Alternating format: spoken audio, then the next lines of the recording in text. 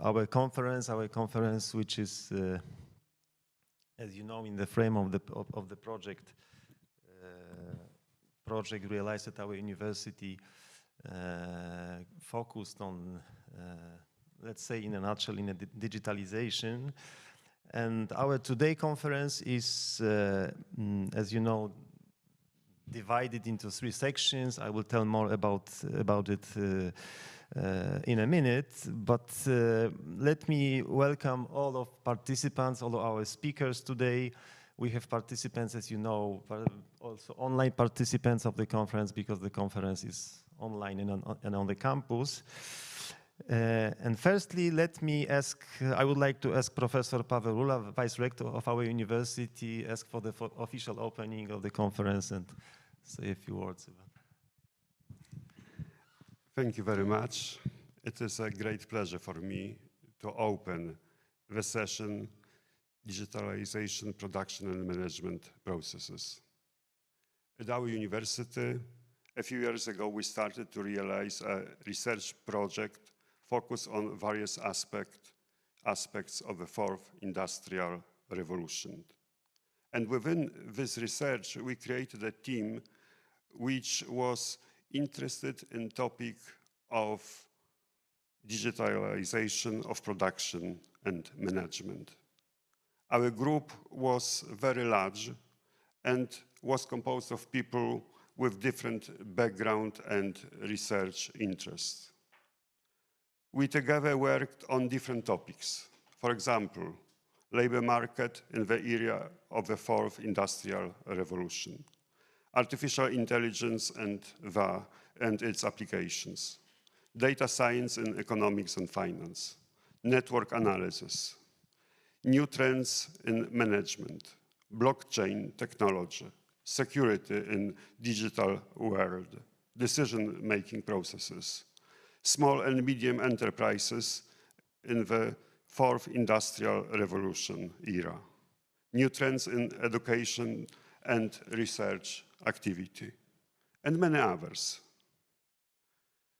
Personally, for me, it was very valuable experience.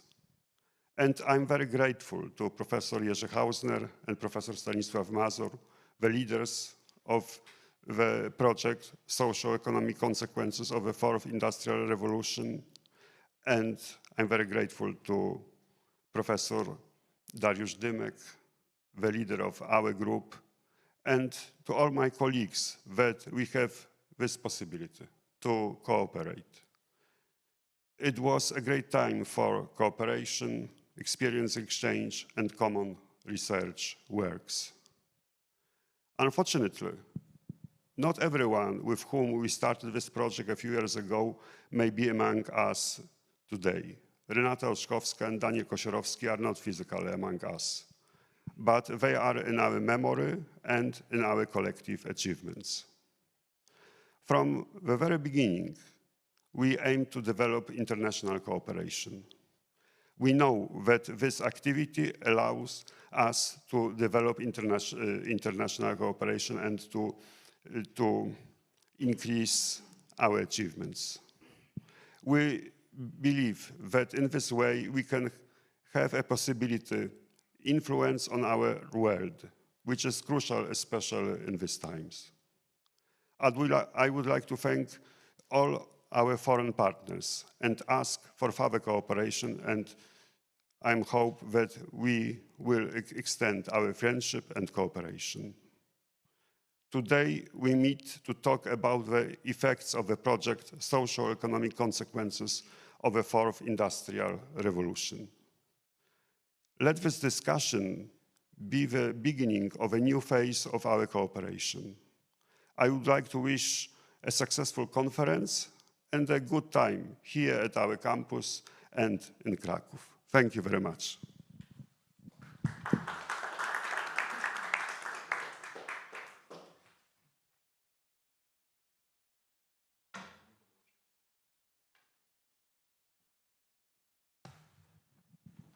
Thank you very much for the introduction and opening of our conference. You know, this is the conference focused on, let's say, technology. So in the beginning we have small technological problems because the first speaker, Professor Przegalińska, has some problems with joining the conference by Zoom. So if you don't mind, we will a little bit change the program. So Mrs. Maria Parish agreed to be the first speaker, and then if we have time, Professor Skierkowska will join as the second speaker online by Zoom, using Zoom as a tool to join our conference. So firstly, let me introduce Mrs. Maria Parish, who is a co-founder and chief executive, yes, of the company Logic AI, and delivering data science project to top global companies and governments. And as you know, as the first session is most devoted, most focused on artificial intelligence and AI trends in business, so the topic of the speech, of the presentation, in the role of mass training of people in the context of using AI and data science. So please, the floor is yours, okay, and please.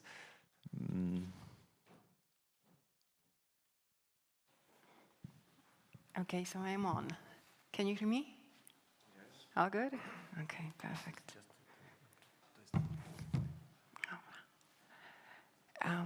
Okay, good morning. Good morning, everyone. My name is Maria Parish, as you probably know, and I'm a practitioner, I'm an academic, I do a lot of stuff. So I prepared like 20 pages about myself. So let me briefly start with this description. It will take us around 1 hour, so I'm not sure if Professor Przegalińska can manage. No, don't worry. Today's presentation is very practical. Of course, I can share with you the paper that I'm preparing and working on right now, but this is not the most important thing that I would like to present to you today. Today, I would like to inspire you, because this is a keynote presentation, and my role, as I agreed with Ms. Edita, we agreed that this presentation should be inspirational, should give you some kind of empowerment to change the world. And I know that majority of us say, yes, I want to make the world a better place, but this is my actual plan. And I keep doing it for like almost 20 years. But now, of course, focusing on AI, I want to encourage you and share with you my experience and my thoughts. And I would like to highlight your role as academics in changing the world towards making it a better place, and most of all, using AI in a very active way. Okay, so let's start with the presentation. Don't worry, I will not need your activity today, but I can see that majority of you would like a coffee, right, to wake up. Okay, it will be energetical enough, I think, to wake you up. So I promise, just practice, because I'm a practitioner. So let me start with presenting a couple of facts about myself.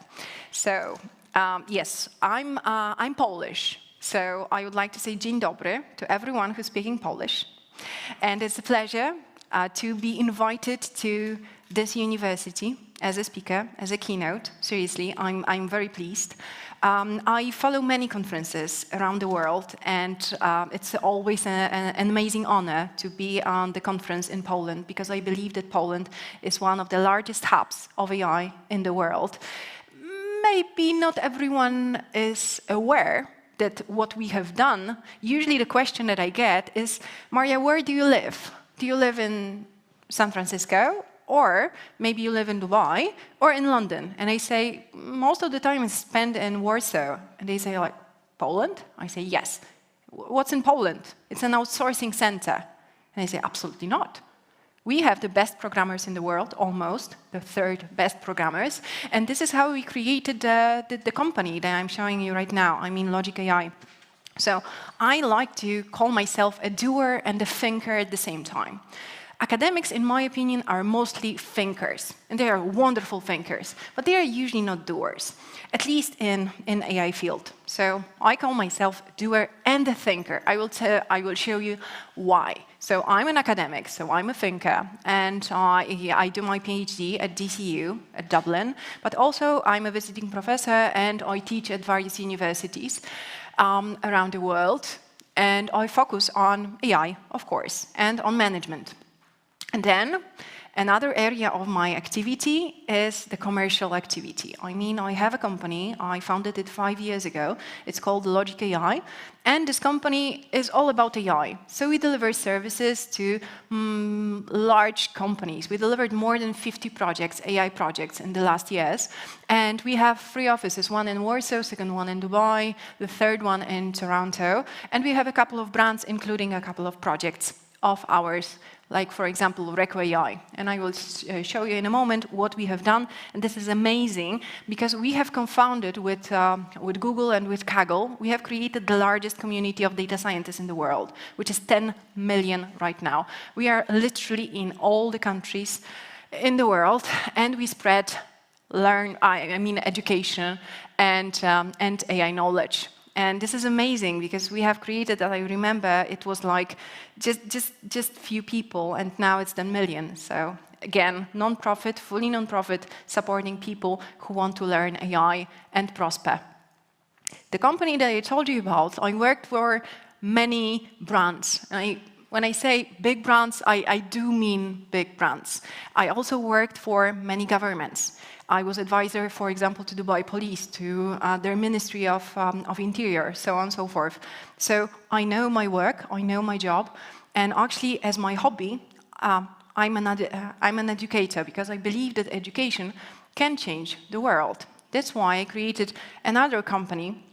It's called Elephant AI, and the goal of Elephant AI is to spread the knowledge about AI management, and this is what my today's presentation will be mostly about, because I believe that this is the topic that is not covered yet, not by research, not also by commercial activities. Okay, so let me start with the actual presentation for today. You already know who I am, so also I will have, I think, 10 to 15 minutes for questions. So if you have any questions, can participants from online can ask questions or not? Not so much? Unfortunately, they joined us through YouTube, so... Oh, maybe. So can you see the comments on YouTube?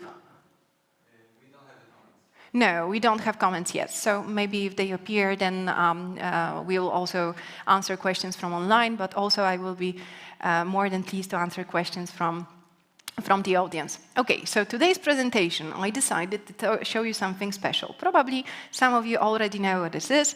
Do you know this company called Stability AI? Yeah, I can see like nodding. Okay, good. No worries. This is fresh. This is seriously fresh. This company created a tool called Stable Diffusion. Have you heard about the DALL-E and DALL-E Second? Probably yes, right? So this is like a generator of pictures from texts. So Stability AI created a fully non-profit and open source solution that, in my opinion, I don't want to say it's better than DALL-E, but it's equally good. And Lexica is a search engine for those pictures. So I will be using them just to show you what AI can do already. So all the pictures that will be shown on the right, with a line here so you can check them out, are fully created by Stable Diffusion. Okay, this is just to, not to distract you, but maybe to make my presentation, let me say, nicer and more inspirational, okay? So I just picked the ones that I like the most. Okay, so let's start with today's presentation.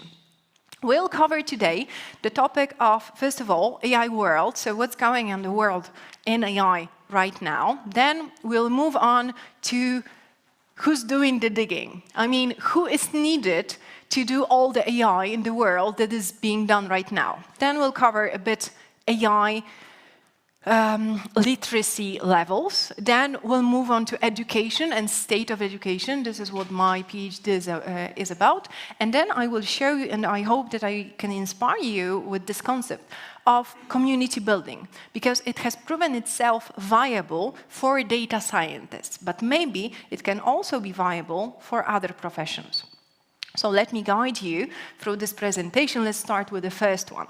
So the most standard saying of the last, let me say, 10 years was, okay, AI is coming. Just as winter is coming, AI is coming. Okay, so let me deliver this message to you. AI is here, and it's been here for very, very long. Now, of course, the commercial application is larger and larger, almost by each week. So I would not like to discuss with you whether we will be influenced by AI, but how much, to what extent. So, yeah, I think you like the picture. I loved it. Okay, again, fully automatically generated. Good. So these are the charts showing investments in AI, investments in states and investments in general in the last years. Of course, the trend is up, is growing. Everyone is investing large, like seriously large amount of money into AI. So it's not like we are expecting any AI winter anytime soon. Probably there will be no AI winter in the next 10 years because everyone is investing in AI. Everyone, by everyone, I mean like literally everyone. So all the countries, starting with Canada in 2017, Canada was the first one with their pan-Canadian AI strategy. They started publishing AI strategies. What does it mean? They said, yes, we will invest money in AI. We want our country to be based on AI. We want our citizens to know about AI. Generally, we are country focused on AI. Great. And everyone followed. So actually, this is just a short list what has happened in 2017 and 2018. All those countries published their strategies declaring investments in AI. How it looks right now, the list is much longer. In my opinion, as far as I remember, one of the last countries that declared their strategies was Saudi Arabia in 2020, and they declared that until 2030, they will be investing heavily in AI and also training their people. Okay, good. All good, right? So everyone declares all around the world that they will do AI. Great. What companies are saying? Because countries is one thing, and the second thing is companies. So what did Google do in the same 2017? They declared that they are changing their strategy towards AI-oriented one. So look at this. So they decided that they will be like a mobile-first world to an AI-first world. And they changed their strategy from searching and organizing the world's information, this was Google's strategy for many, many years, to AI and machine learning, just like this. This was the strategy, and this is the strategy until now. Just AI and machine learning, nothing more detailed. So it shows that one of the most powerful companies in the world turned themselves and focused absolutely and only on AI. So, yes, we all know it. I'm just giving you additional facts to support this thesis. So, what's going on now? Some research, and not only, also the practice, tell us that to do AI, we need a couple of things. It's not just a project that we can do with our bare hands, right? So, the first element that we need is data. The second is technologies. And the third one is people. Okay, so majority of companies that I work with say, yes, Miss Maria, we have this problem. We don't have enough data. Can we do data with small data, not large data, not big data? And I say, basically, yes. But if you look at the world, we are generating like zillions of data every day. I can even say every second, right? So there is like a lot of data. So if someone tells me that there is not enough data, I would say not enough quality data, not enough maybe structured data, but generally we have a lot of data to deal with. So in my opinion, data is not so much a problem. Then technologies. Technologies, we've been creating AI technologies for the last 60 years? I mean, from the 50s and 60s, all the technologies and all the concepts that we are using right now, right? They are old concepts. They are now applied and can be successfully applied, but actually they're nothing new. The same with neural networks. People say, oh, this is and deep learning, this is so cool, this is so up to date. And I say, no, this is 80s, this is 90s, right? And then 2000s. So it's not the latest fashion. So in my opinion, the element that companies and countries struggle the most is people. Because this is limited resource, like actually physically limited resource, and there is not enough people who can deal with AI and apply machine learning and practice all around the world. So just imagine all the countries, almost all the countries in the world, and almost all companies declared that they are investing in AI. So they need all those three elements. Most of all, they need people. So the race is on. Everyone wants the best people. So some research has been done, and they came up with this number, 375 million workers. So it's roughly 14% of the global workforce right now, 1/4, you are not mistaken, should be transformed, reskilled into AI. Because this is not only data scientists that are doing those projects. Everyone should be focused on data, should understand them. And I can tell you from my practice, from many, many years doing AI projects around the world, this is not just Poland, this is not just Europe, this is global, that what is needed is people who know data, who know AI on all the levels of the organization. So it's like the epochal transition, because it's happening for the first time on such a scale. And to be frank with you, like those countries and those companies, they fight between each other. Because like we cannot take people from, like skilled employees from Mars. We cannot create them. We can do like very smart algorithms, but they cannot create themselves. So we need people. So there's like this enormous gap. I call it a canyon, because this is not a gap. If someone tells me, oh yes, there is a talent gap. No, we are talking about hundreds of millions of people.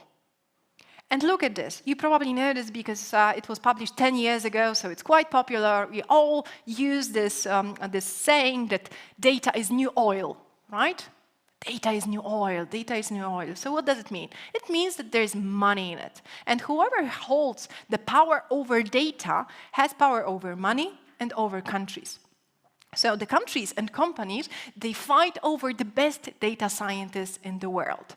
That's why this data scientist, unique, magical data scientists, who should know those three areas, mathematics and statistics, computer science, programming, and also domain expertise, meaning business knowledge.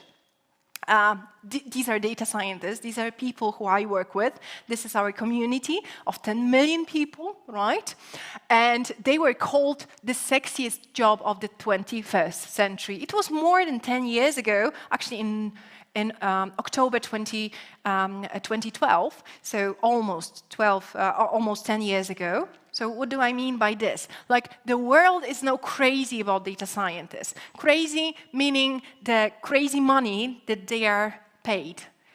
This is just the average, 126. We are talking, of course, about thousands of dollars, and this is not for the States. For the States, the average is much higher. Usually you pay for data scientists around $200,000, and this is for not the best ones.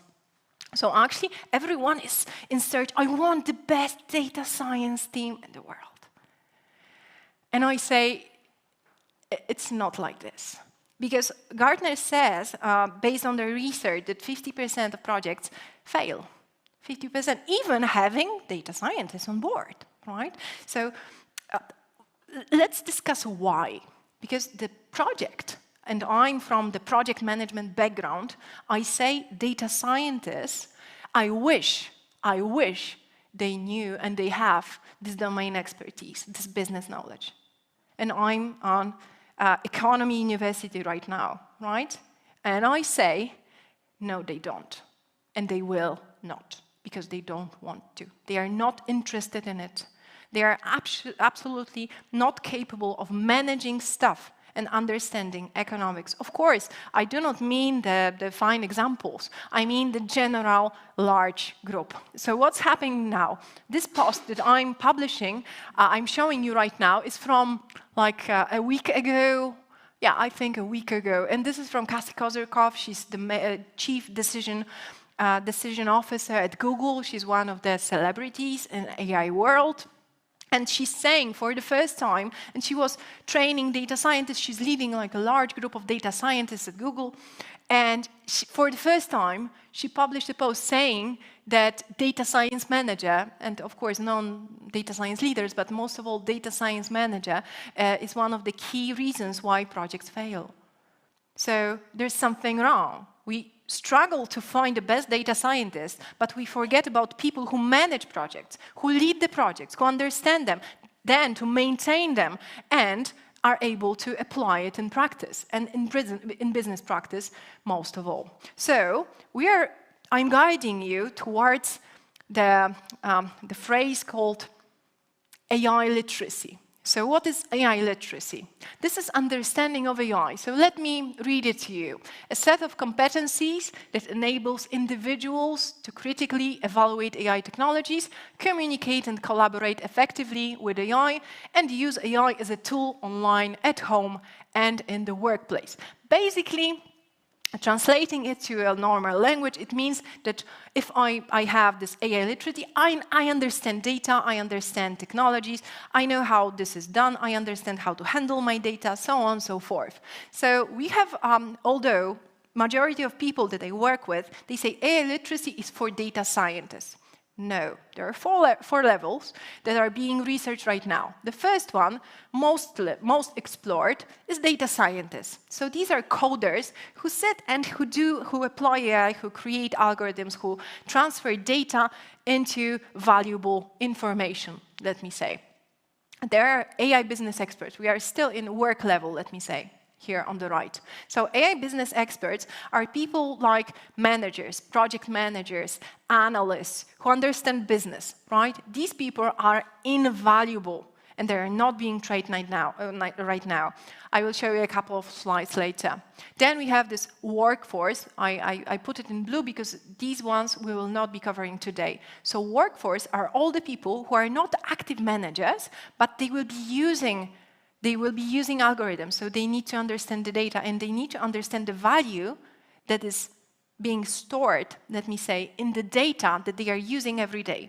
So when I go to a company and I talk to regular employees, they say, like for example, at a bank, to some officers, and they tell me, I don't need to know anything about data. And I say, no, you cannot be more mistaken. And they say, why? Because I say, okay, who generates the data? Who creates the data? Not processes the data into algorithms, actually into models, but who generates it? And they say, computers. And I say, no, not computers. Who? Clients, people, employees, right? So our companies, universities as well, are full of data being generated by those people. And then I ask one of the killer questions, and I ask, how do you handle your data? How do you take care of your data? And they say, what data? And they are not usually aware of the data that they are handling every day and they are producing. So they do not care. If they do not care, the data is not being processed and prepared carefully. So I can see you nodding, so you are probably a practitioner. So the data is usually a crap. For example, I get the data from a client from just 3 months, because this is the standard time that data is being stored in the company, and I ask for 12 months, and they say, okay, so we'll have it in 9 months.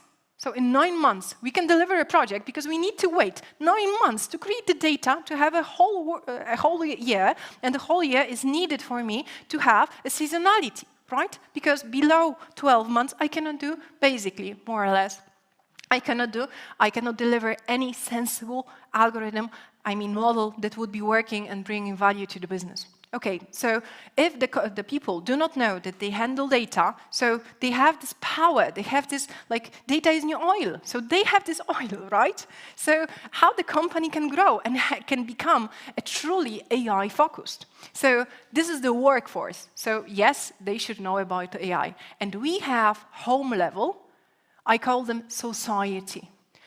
And again, what's going on right now? Majority of people use smartphones. I use my smartphone all the time, like all the time. And I know how much data is being collected. I know that I'm being tracked. I'm being localized. I know, like, Google knows everything about me. So don't believe in this non-tracking mode. Everything is being tracked. Everything is being stored somewhere. So I know that there are challenges here. And people, usually when I talk to them, they do not know. No one reads this awful, horrible terms and conditions, right? They are created in such a way so we don't read them. Because you open it, it's like, oh, no, I won't read it. I want to use the application, so click, yes. So I allow, basically, to use all the data that are being stored on my smartphone, on my computer. I don't convince you, I don't want to try to convince you, even try to convince you to read it, because this is not the point of this presentation. I'm just saying that majority of people do not know that they generate the data, that they own the data, that they should be paid for the data, that they should be careful for the data and the data of their children, right? This age is just coming. So the society that will be more, let me say, that will be more educated and will be more aware of the power of data will be, on one hand, more able to generate, for example, new startups, new algorithms, companies, but also will be not, let me say, easily manipulated by our other powers in the world. So we already know what AI literacy is, so let's just look how it's being handled right now. So it's being handled very poorly, to be frank with you. So let's look at this. World Economic Forum is saying that AI is already transforming every aspect of our personal and professional lives, and we should make learning about AI accessible and relevant by contextualizing technology benefits, limitation, and case studies, right? This is not the most important part, but the most important sentence here is, without universal AI literacy, AI will fail us, right? So I put this again, automatically generated picture of a canyon, because this is not a gap that we are talking about. We are talking about the canyon. We are talking about millions and hundreds of millions of people. And even though World Economic Forum is saying, yes, we need this AI literacy, no one knows how to handle it. So let's sum up what we have learned until now. It's a gap or it's a canyon. I say it's definitely a canyon, and this is a problem that is not only a problem of a couple of countries. This is a global problem. This is a problem of all the companies that exist in the world. So I say, I know that I'm now being a bit controversial now. I'm on the university, and I'm talking to you from the university in Krakow, and I say, yes, let's say education will save us, and universities will save us. Don't worry, universities will train everyone, right? Not so much. I will show you a couple of facts that will say that even, of course, universities try to fill the gap, they are failing. And I'm an educator myself, and I've been trying to train as many people as possible in the last years. But still, I have to admit, I'm failing as well, because the demand is huge. So what do we know about data science education? I will wrap up in a moment. First of all, we have a couple of frameworks for data science education. I mean, the data science education, the code-oriented one, so people who code, right? So very technical one. So I've shown you the most sexiest job of the 21st century. All universities turn towards teaching AI and teaching data science. So they have these programming classes. You can also learn it online, like many sources that you can use. And we have a couple of frameworks that we can follow. All good, right? We are producing data scientists, so coders. And main conclusions from research that is being done, of course, I can share with you like a list of of resources. I have more than 80 of them. So the main conclusions are, let's look at them together. First of all, lack of business knowledge in the scope of teaching. So like it's data scientists, the technical ones, I mean they are trained in coding, but not trained in understanding business. Then not meeting market demand. I will share with you like a nice research. I'm not sure if I have, yes, I have it on another slide, so maybe I will cover it right now using this slide. So the research is saying, so what did they do? They compared the curriculums of universities, many universities around the world, and they compared it with openings in companies. I mean, job positions, descriptions, right? And they did it for like hundreds of positions. And the conclusion is that almost 60% of European and 50% of non-European programs are significantly imbalanced. Imbalanced means that they do not cover the demand of the market. And we are not talking about 10%, we are talking about 50%. So half of the education that is being done on universities is not being used and is not being appreciated by the companies that we produce the data scientists for. This is crazy. But still we do it, right? So this is the first conclusion from the official research. The second one, I mean the third one already, is lack of common definitions and unified curriculums. So everyone is doing it differently, even though we have frameworks. Then treating separate roles as similar ones. So data scientists and machine learning engineers and data analysts, they are different roles, but they are being trained as they are similar.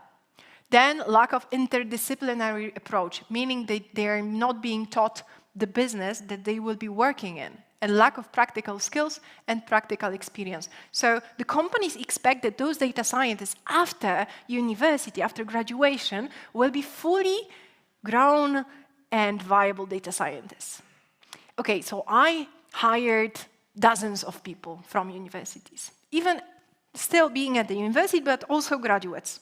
And they know nothing. They are super intelligent. They were well trained. But the application for business is zero. Zero. Seriously. They cannot do it because they do not understand it. They don't have enough experience. And majority of my colleagues who run similar businesses I do, they say, yeah, we have the same problem. We know that if we admit a person to our team after studies, we will need to retrain them. And again, teach them data science from the practical point of view. So this research I already showed you, but another one that I would like to share with you, in my opinion, is super important. Just have a look at this. There was a research done by UK government actually, and they compared the numbers, simply the numbers of graduates in data science being produced by their universities. Remember, UK is one of the most powerful educational centers in the world, in comparison to just the demand of UK, just UK. And look at this.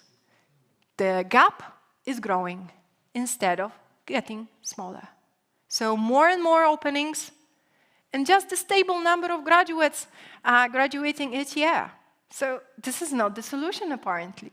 And remember, if we are talking about universities and young people, because universities are usually for young people, we are forgetting about at least one generation of people who already graduated. And what about them? Send them to universities once again? Like, who will pay for this?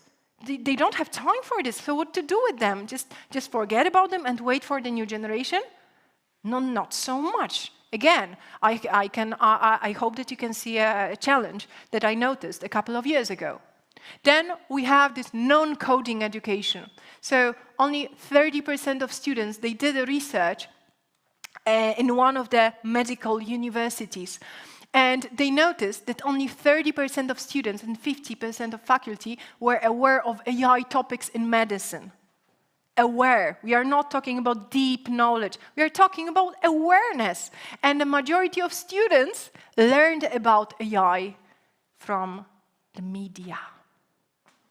And you know what the media is proposing, right? We know that this is not quality education. This is not valuable information that our students, medical students, should be taught by.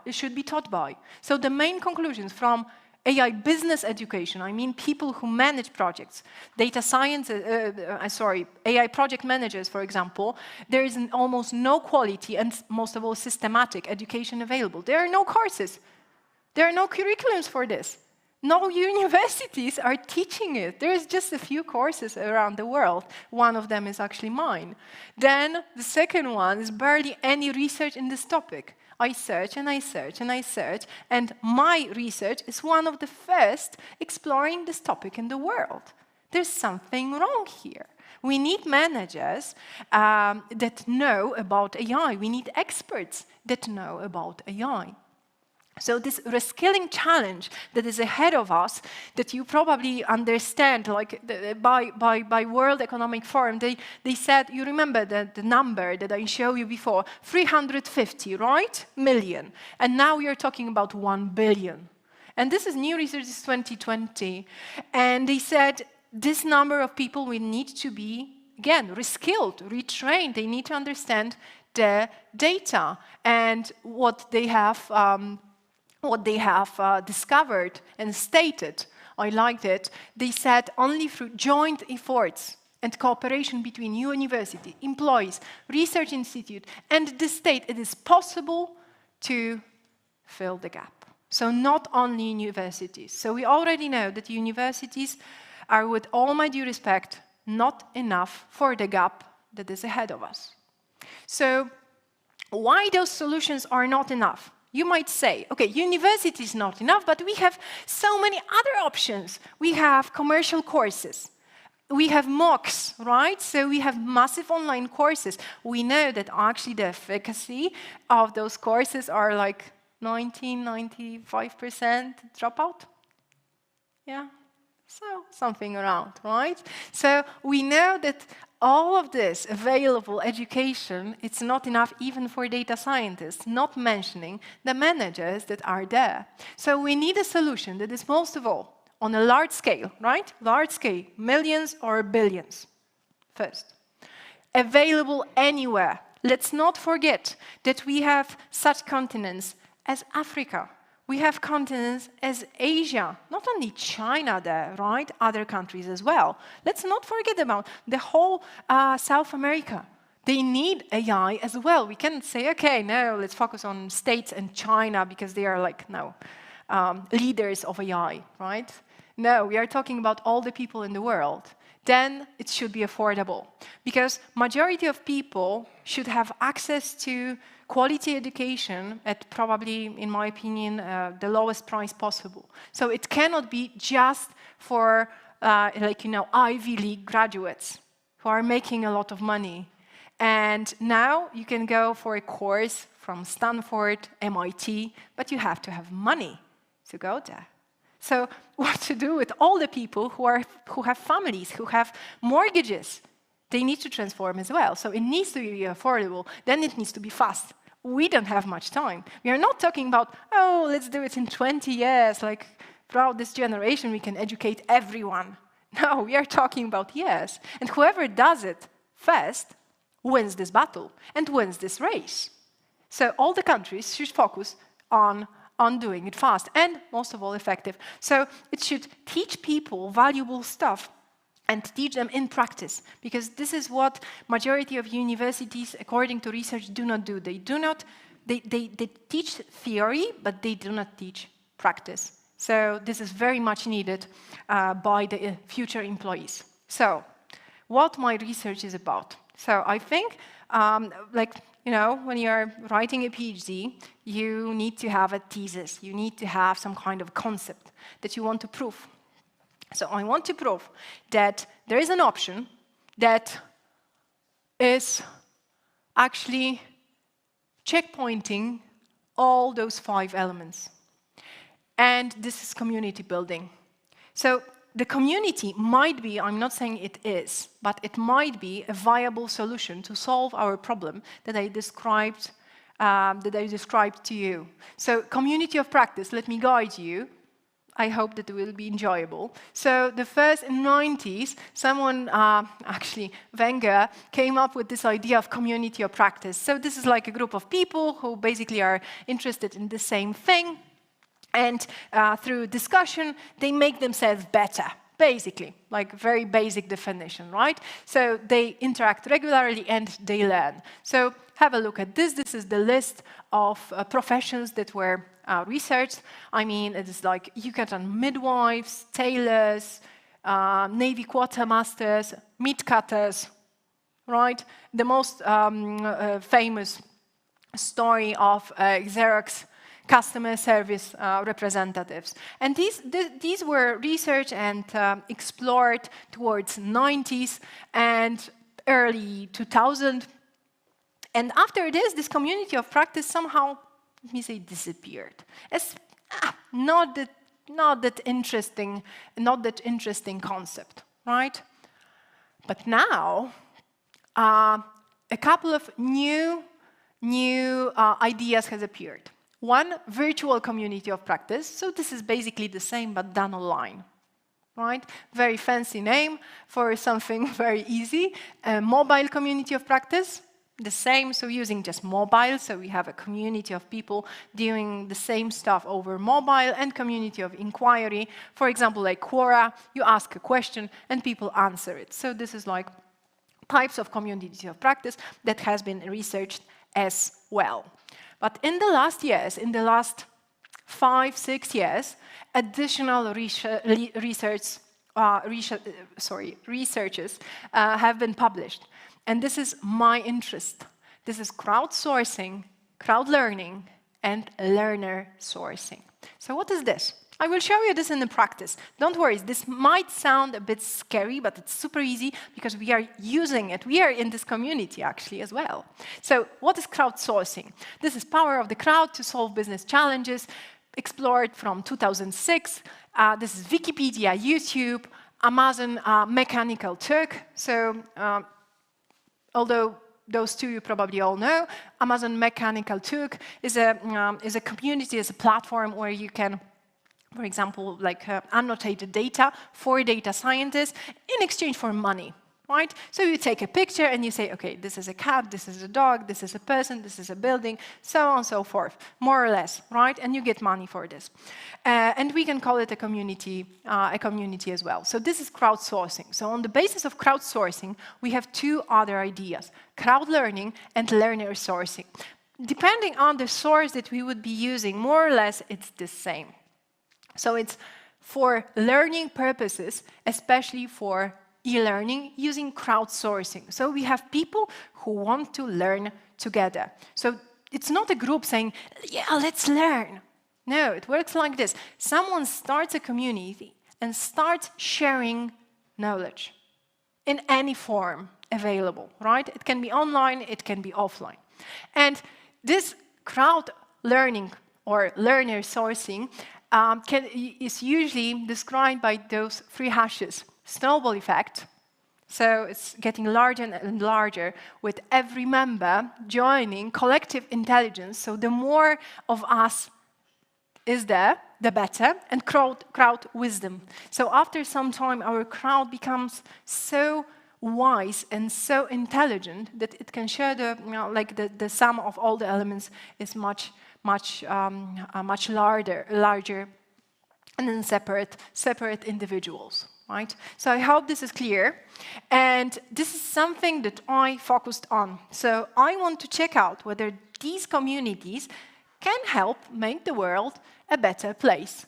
This is a bit crowded slide, I can say, but this just focuses and shows you that there is already research confirming that those crowdsourcing and crowd learning solutions work. They actually work. So they help people learn, not as an additional learning to university education, but as a substitute. So this can be especially valuable for all the people that cannot come back to university once again. And they need to do it fast. They need to do, again, non-profit. This is usually non-profit. You don't need to pay for this, right? And it's accessible, so it's available online. So what is being said? That on the basis of all the research that I have done, unfortunately, this area is very, very much underrepresented in terms of research. That's why I'm doing it, and that's why I want to spread the word. I want to show it to as many people as possible, because I believe this is not just my effort, this is an effort of everyone that is available over there, and all educators and all practitioners in the world. So let me show you a couple of examples. These are for data science. These are actually non-profit, fully non-profit communities. Kaggle, Free Code Camp, Stack Overflow, Reddit, Fast AI, Hacker News by Y Combinator. They already exist. No one is researching how they are being how they are being so successful. And we are talking about millions of people here. I've shown you my community of Kaggle, 10 million of people. Others, not less. And they are doing everything for free and spreading their education. But the problem is, the education is only for data scientists, not for managers. So I say, let's copy it. Let's do the same what Kaggle did. You can see one of our events, me here, Kaggle community. So we also meet physically around the world. We have our meetups, so it's not only online, it's also offline and in person as well. We have our own championships. We learn. And this is fully non-profit, again, available to everyone who has internet. So I want to say that I believe that the same what could be done for data scientists can be done for managers. I don't have a proof yet, but I believe, again, I believe that I can make a world a better place by publishing and spreading the world and maybe starting a community like this on my own. So I want to show you, like we'll be closing right now, I want to share with you a couple of sentences, a couple of inspirational thoughts, let me say. So my PhD, the title of my PhD is towards closing the AI talent gap. So it's how virtual communities of practice can help AI managers, AI business professionals, right, for AI. So why are we, again, let's wrap it up and let's sum it up. Why should we care? We should care because one of the world leaders said that the one who leads AI and who will lead AI will rule the world. This was said a couple of years ago, and this statement was defined with the date 2030. So having in mind that we have 2022 right now, we have 7 to 8 years to change the world, to be in a race. I'm showing you a race here. All the countries and all the companies are running right now. And not only whoever has the best data scientists, but also whoever has the best managers for AI will win. So even though majority of companies and countries are focusing on technical skills, now the revolution for AI managers is starting right now. So I want to ask all of you, and I want to say that, in my opinion, all educators should prepare themselves for this equal access and allow equal access to education to everyone. I believe that all of us can do it. Like all of us. I'm looking at you. I can see, you probably don't know people who are online. I'm looking at young men who are sitting in front of me. And you can do it as well. All those communities that I'm showing you, they were started by young people who had a mission, who wanted to spread this word, who wanted to spread this vision. So I believe that our mission is definitely to promote the student achievement and preparation of global competitiveness. So we should help not only just give the knowledge, spread the education, but also prepare for global competitiveness and ensure equal access. Do you know what this is? This is a quote. This is a quote from a mission from Department of Education in the United States. This is their mission. And I believe this should be a mission of all the universities around the world, especially focusing on AI. So again, preparation for competitiveness and equal access. So the last slide that I prepared to you before the session of question and answers is I would like to say that all of you can make it happen. Again, as I stated before. And let me finish with a quote. Knowledge is power, information is liberating, education is the premise of progress in every society, in every family, said by Kofi Annan a couple of years ago. He did not mean AI, but I think if he would be still at his post, then he would say that the challenge that we are facing right now, AI challenge, which is not an option. We either do it or we do it. So there is no difference. I mean, there is no choice between doing and not doing.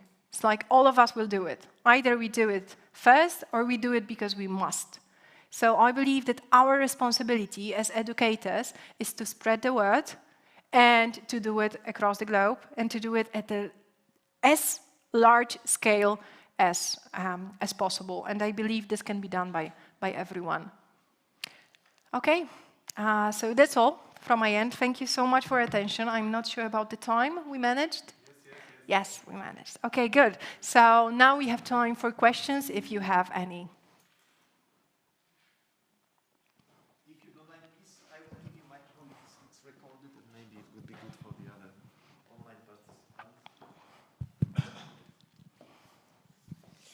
Okay, so I have a question about data processing, because as you may know, data processing is consuming a lot of energy and a lot of power nowadays, and there is a problem with that. And do you think there is some kind of limit that about the software and or the hardware where we will stop with the consuming the power and energy and energy from the graphic drivers or something like that? Okay, you probably know, if not, I will deliver this message to you. Like a couple of days ago, 2 or 3 days, I'm not sure whom, I think IBM, but I might be mistaken, I think IBM has produced the largest fridge for their quantum computer. I hope, so if you are asking me whether there is a moment in time when all of us say, stop digging Bitcoin, stop processing all the data that we do have, because it's wrong from the point of view of carbon footprint, I don't think there is, unless we are being stopped by someone. So, in my opinion, the question that we should ask is not whether we should stop, but how to make it green, right? Because we want to explore the data, because we see the value in majority of models that we use, right? But we don't have an idea right now how to do it in a green way, especially, again, with the quantums that are ahead of us. So if you can lead me towards the question that you wanted to ask. Yeah, I think you have answered that. Okay, we are looking for a green energy. And I have another question about the lexic art. You have said that we need people for the data, for preparation of data. But nowadays we can use, for instance, the lexic art and just use it to train our models. So why you have said that there is a big gap between that we need a lot of people to get this data, just instead using the lexic art for instance, for image processing or image recognizing? Okay, synthetic data has been with us for many, many years already. It's not in their, let me say, it's in their infancy, in my opinion. It will grow in the following years, a lot, because majority of companies, they do not have large enough data sets to have good algorithms. So they will be using more and more synthetic data, because more or less like lexic art, I mean stable AI is synthetic data, right? But this synthetic data is, for now, I know that it's getting a large publicity, but still it's is just text to picture. So, like, how many companies, I mean production companies, maybe will be able to use it. But let's imagine, majority of business that are right now on the market are production companies, service companies, like banks. So I ask you, how do you generate, in an automatic way, in a synthetic way, data for millions of banking customers? The same as lexicart, but maybe in future the AI will also generate the same In the data. future, absolutely. Yeah. But for now, we are not in this moment that we can generate all the data in a digital way. This is, I'm saying it from the practice perspective. How long do you predict that it will take just to generate this data automatically from other algorithms of AI? I say it's like 4 years ago, I would not say that Stable AI and DALL-E would do what they do now. No one, I think, expected it. So I will not say any date, because I don't know. It depends on where the money will flow and where the talent will flow.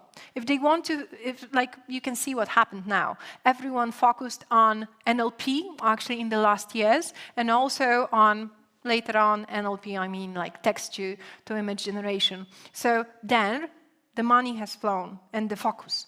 If we focus on something else, then probably this area can grow very, very fast. But coming back to the topic of people processing the data, still, it's like, I believe in the economy of many people using the data, right? And being aware of what they produce and how the data that they work on can be transferred into information. And this cannot be, at least for now, until we have, like, seriously thinking robots, intelligent robots, they cannot be exchanged. So we need to train them.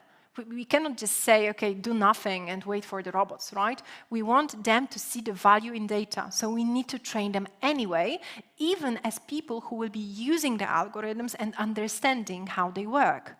So this is a challenge, but I understand what you mean. This is so new that I cannot say these people should learn exactly this, because I don't know what will happen in the next years. Okay, thank you. So I got also a question about, because you said those who will control AI will win, will have the power, the control of the world. So what if they will create the whole world, everything that will surround us? They can make them. This is a danger connected with this. If they control, if there's like one company who's ruling the world, as they won the race to control the IA. So what then? There's a danger connected with how to prevent this. Okay, so the question you answered the question yourself. So yes, there is a danger, definitely. And what to do? Now the whole world, especially European Union, thinks what to do with it. And they try to come up with solutions how to, let me say, not limit, but structure AI in such a way that is controllable. But still, we don't know. The situation, like, couple of years ago, in 2016, during presidential election in the US, right, with Cambridge Analytica, it was explored, and somehow it was published. But what if it would not be published? How many elements we don't know about that we are influenced by, right? So this is a very interesting area, and if you are interested in this, especially, I suggest that you follow all the ethical AI and responsible AI discussions. A lot is happening right now, a lot of publications, a lot of organizations, non-profit, so I cannot give you an answer right now because I don't know. Yes, there is a threat. What to do about it? No one knows. Because this is so new, this is so fresh, we are not accustomed to it. So all the assumption, even if you will be hearing like smart words from, like, you know, those leaders, and they will be on the stage like me, and they will be saying, yes, this is the solution, the ultimate one, the best one. Please do not believe it.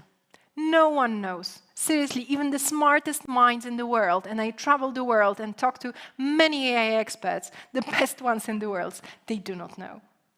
And they will not risk the answer. Because like they can say, in my opinion, this might help. But will this solve this problem? No. One of the solutions that is being discussed is not to use AI at all.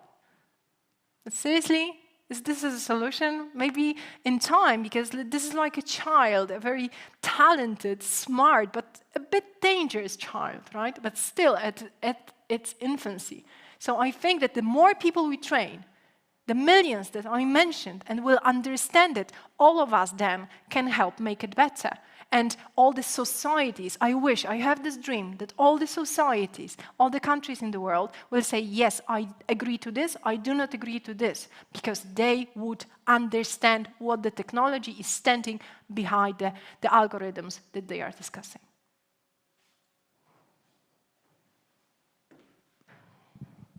Maybe some other questions or?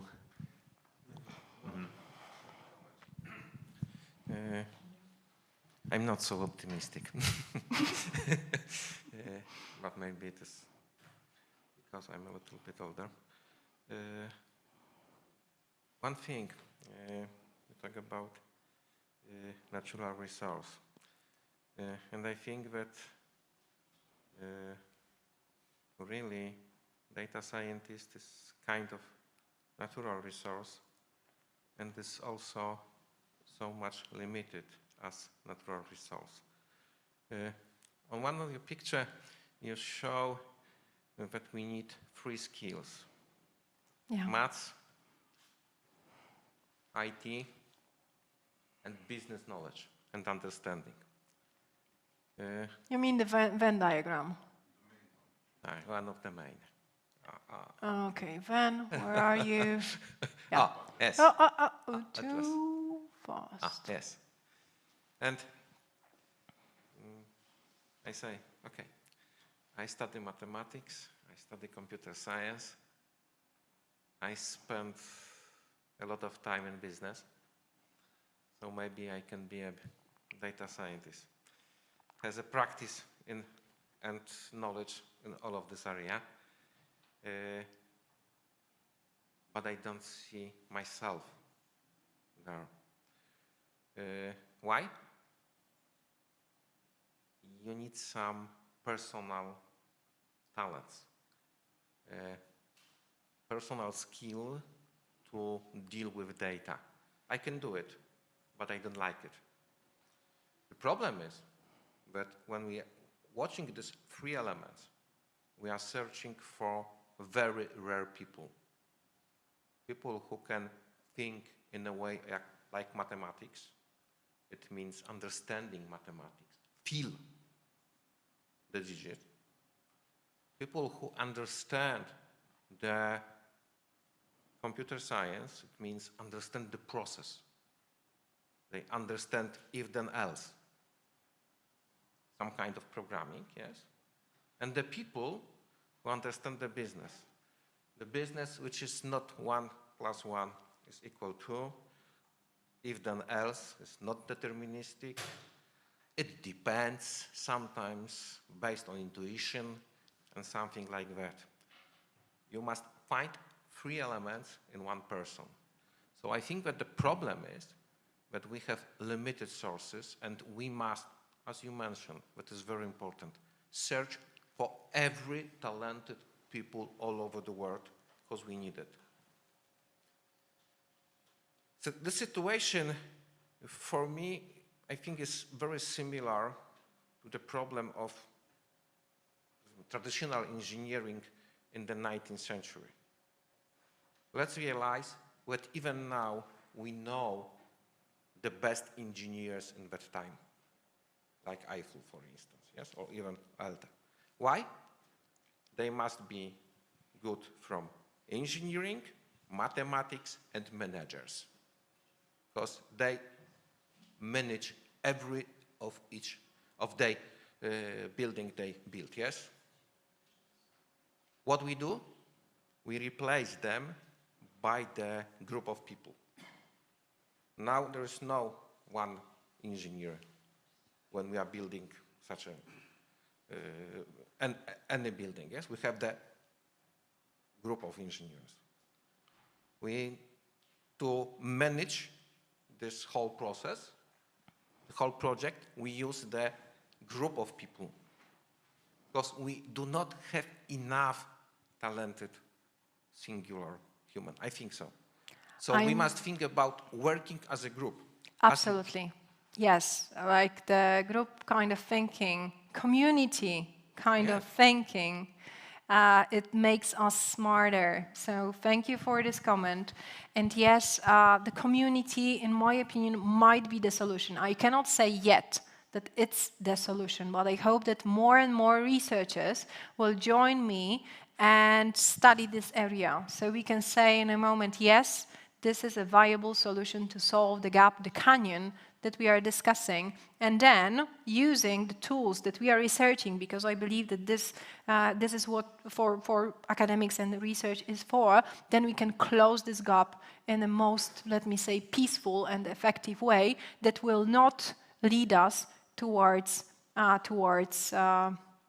discrepancy and towards the problem, social economic problems in the world. Can I have the last question, maybe just a little bit more? I don't know how much time do we have. Very short general question. Since we are at the university, we prepare students to enter the labor market, for future professions. Looking at AI from the general perspective and the connection with the labor market, do you think it's risky in terms of current professions? What professions can be somehow affected by AI in terms of disappearance from the market or emerging new ones? Actually, my personal opinion, actually based on research as well, is that all the professions will be affected by AI. Yes, for this, I think there will no one would discuss it. I mean, against the statement. So it's like not that some jobs will be, let me say, destroyed. They will change. So some of them, there will be like this shift, because like as Gartner was saying, that many millions of professions will be removed, will be destroyed, as they were saying, and new will be created, even more. And by extracting one number from the other, it was like just 500,000 of people. So everyone was saying, yeah, this is not a problem, we'll handle this. But it meant actually that it's not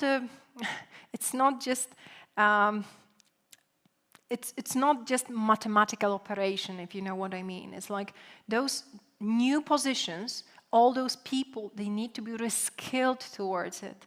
So I say that whoever wants to learn AI and wants to learn data, they will have a safe future, even if these are truck drivers.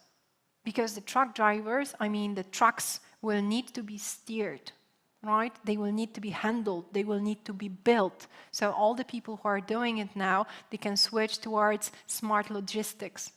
And this is not that difficult, because they already know the business. So just looking at this Venn diagram, I always say it's easier, in my opinion, and this is my personal opinion, not based on research, but my personal one, from experience of many years doing AI projects and hiring dozens of people in this area. It's easier to learn the person who's in business, mathematics and computer science, the basics. They do not have to be fluent programmers, but it's easier than the other way around.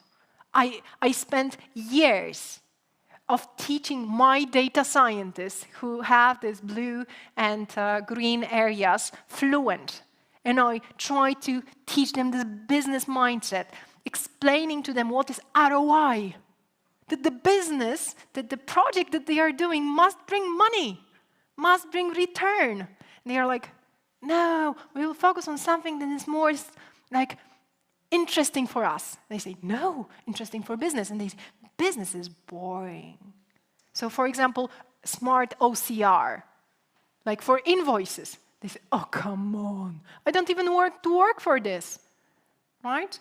But this is like something that would actually save thousands of zlotys or thousands of euros per month, right? And it's instant, but still not that sexy. So in my opinion, transforming people with already business expertise towards understanding AI, it's absolutely viable. I hope I answered the question, yeah. But I think that the problem is that they choose business because they don't like mathematics or computer. Because they think this is difficult, and actually it's not. If delivered in the right way, it can be interesting, and this is what I do for a living. Thank you so much. Thank you for your attention.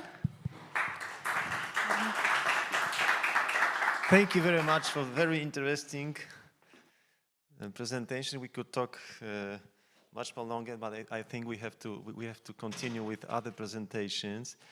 If you don't mind, just 2 minutes break, because we have to reschedule a little bit our program because of the problems with the first presentation. So let me just ask one question. Okay.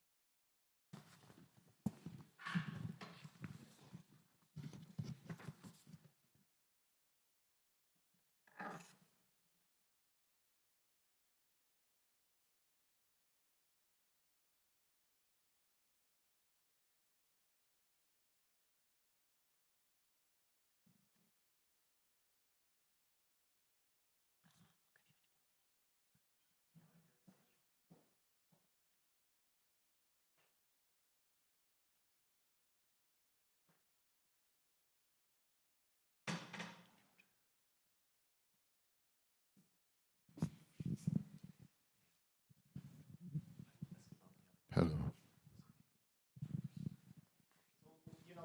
A small change in the program.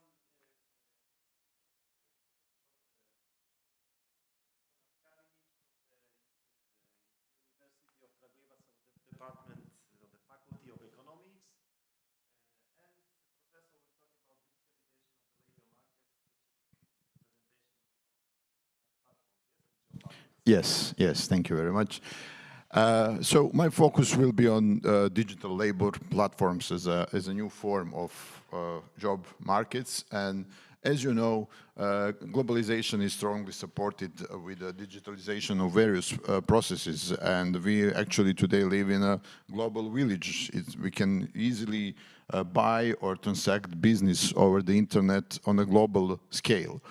So one of the important forms of digital economy are digital platforms, which we use for various things almost every day. For example, we could use eBay or Amazon or AliExpress, for example, to buy things over the internet, or we can use Airbnb or Booking to rent someone's apartment or house when we are going for holidays, or we can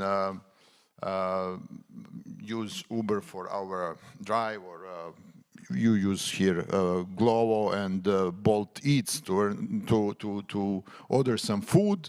Of course, we use various social networks to stay in contact with our friends or to exchange video materials. We use YouTube. And finally, there are some platforms like Upwork and Freelancer where we actually can find a job online.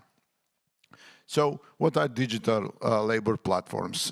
They are one of the most visible results of the technological revolution in the area of work. And they actually work as intermediaries between supply and demand, between people who are ready to find and who are looking for a job online, and the companies who would like to hire someone to do some job for them. They don't see themselves as a conventional employers, and this will be one of the issues that we will discuss later.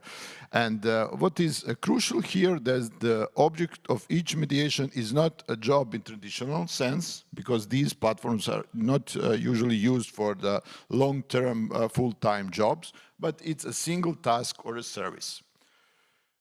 There are many, because of the online nature of these platforms, there are no boundaries, so clients can find and apply for jobs on a worldwide scale, and it's still in early stage of development, but the growing is tremendous, and it is expected to continue to grow in the future. There is one estimate that the global freelance market economy will reach $500 billion by next year. So how we can divide these digital label platforms? There are two basic, let's say, forms. One are online web-based platforms, which are global in nature and which can be further divided by the task given to individuals. And we here have freelance marketplaces like Upwork and Freelancer. Those platforms are intended for let's say, more complex tasks like translation, like financial services, like software for programming, like some creative tasks. But also we have other platforms which, in which tasks are given to the crowd, and for example, microtasking platforms like Maria already mentioned, Amazon Mechanical Turk, and some others, and also some content cloud-based creative platforms like 99 Design, when practically designers are competing to find the best solution for the task which is published. Another type of the digital labor platforms are location-based or very often called mobile labor platforms or markets, in which the job is done by person on a specific location, so not online. And these are, because of this, they are local in nature. And these include platforms related to accommodation, to transportation, like taxi platforms like Uber or Lyft, or you have Bolt here, I think. Also delivery platforms, I already mentioned some of them, Uber Eats, and household services for some electricians, plumbing, and other jobs. How they are working, actually, for example, freelancers are posting their CV, their skills, their preferred jobs, their experience. Also on their profiles you can find previous reviews, previous ratings, and usually asked hourly wage. On the other hand, employees create job posts with descriptions of the jobs and how they are willing to pay for this task. And then either freelancers are applying for these job posts, or employees can search directly and contact directly freelancers to hire them to perform a task. So first of all, we'll try to estimate the number of platforms. The number is increasing significantly in the last decade, from let's say 142 in 2010 to more than 777 in just one decade. And most of these digital platforms is located in the United States. Some of them are in India and in the United Kingdom, but almost 1/3 is located in the United States. Here are some of the examples of freelancing platforms, of microtasking, of platforms related to transportation, delivery, etc. And here you can see how steep is the growth of the number of digital platforms in the last 2 decades. What about the number of platform workers? Here we have a problem because these platforms are not very transparent. They don't want to publish the number of people working for them. So several researchers and statistical offices perform the analysis, and they are trying to estimate the number of people using digital platforms. So one set of surveys performed between 2015 and 2019 estimated that the population proportion of adult population that are using platform work ranges between 0.3 and 22%, which is quite wide range. So we cannot guess precisely how much there are people. Some other research estimated that in UK and United States, one of the major markets for this, that about between 1 and 2% of labor force are working every day on digital platform. Here is the list of several of many researches performed in the last period, but you can see because of the different methodologies, some results are not comparable. But you can see that it's a several percentage of the labor scale of adult population, or a few percentages of working age population is, let's say, using digital platforms for their work. One recent estimate said that in the United States we have 6 million active workers, and Cassian Toll analyzed a large number of digital platforms and estimated that there is about 163 million freelancer profiles. And one of the largest platforms is Upwork, which has over 12 million workers. So it's very difficult to estimate the exact number, but the fact is that it is now statistically noticeable, and that it's not very large, but it is expected to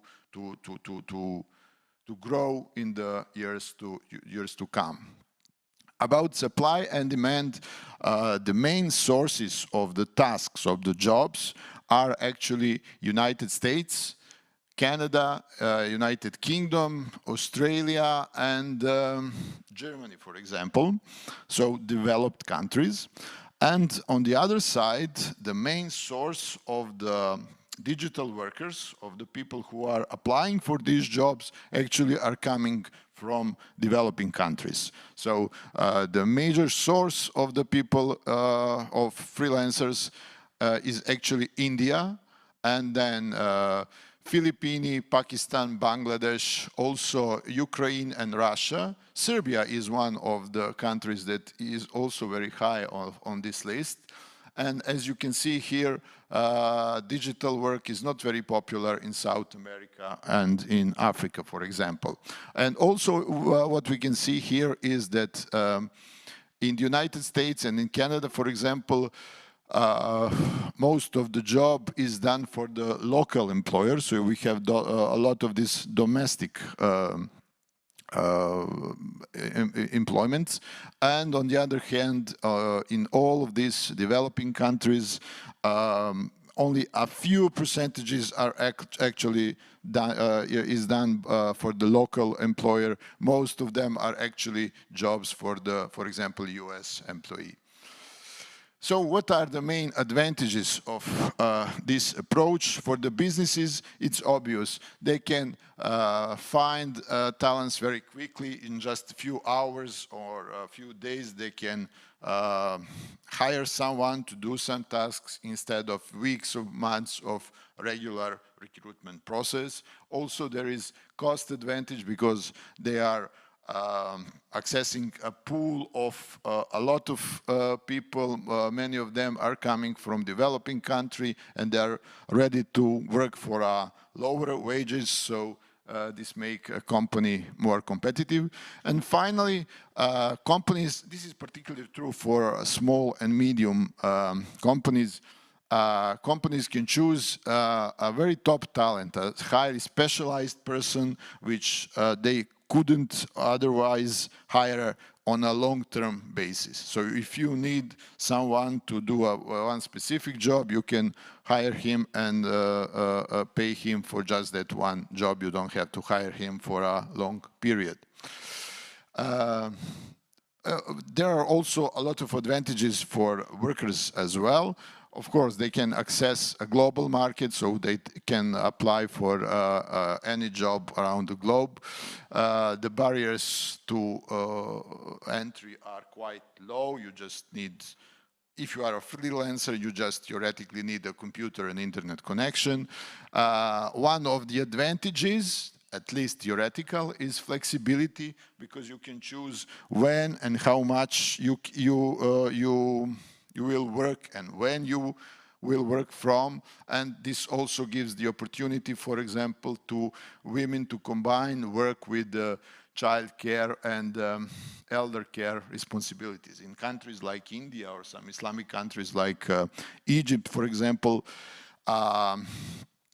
women usually stay at home, take care of the family, and this is one of the ways that will give them the opportunity to also work something additionally and earn some money additionally. So digital laboring platforms actually are creating opportunities not only for many sensitive groups, not only for women, but also for people with disabilities, young people, migrants, also workers from rural area, which otherwise would have very limited access to job market. But of course, it's not everything as nice as we could expect. There are many issues and challenges. One of them is infrastructure. As you can see, many digital workers are coming from developing countries where there is a strong shortcoming of many resources. For example, the availability or accessibility of computers, of internet, even of electrical power could be a problem. There are some researches where, for example, freelancers from Africa were complaining that actually they couldn't finish tasks on time because simply at that time they didn't have electrical power in their country. So in some countries, again, developing countries, the financial systems is not developed very well. So there are high costs in money transfer to some countries. You even cannot deliver money from one country to another because of some regulations.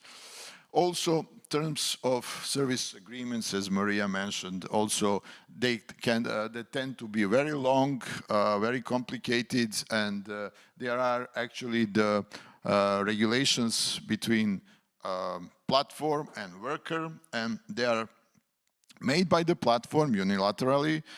They are not negotiable, so you can just accept or refuse, and they give a significant power of control over the worker. So also they are not static. Platforms can change them from time to time, and you as somebody who is using this platform and working through the platform just have to accept these changes.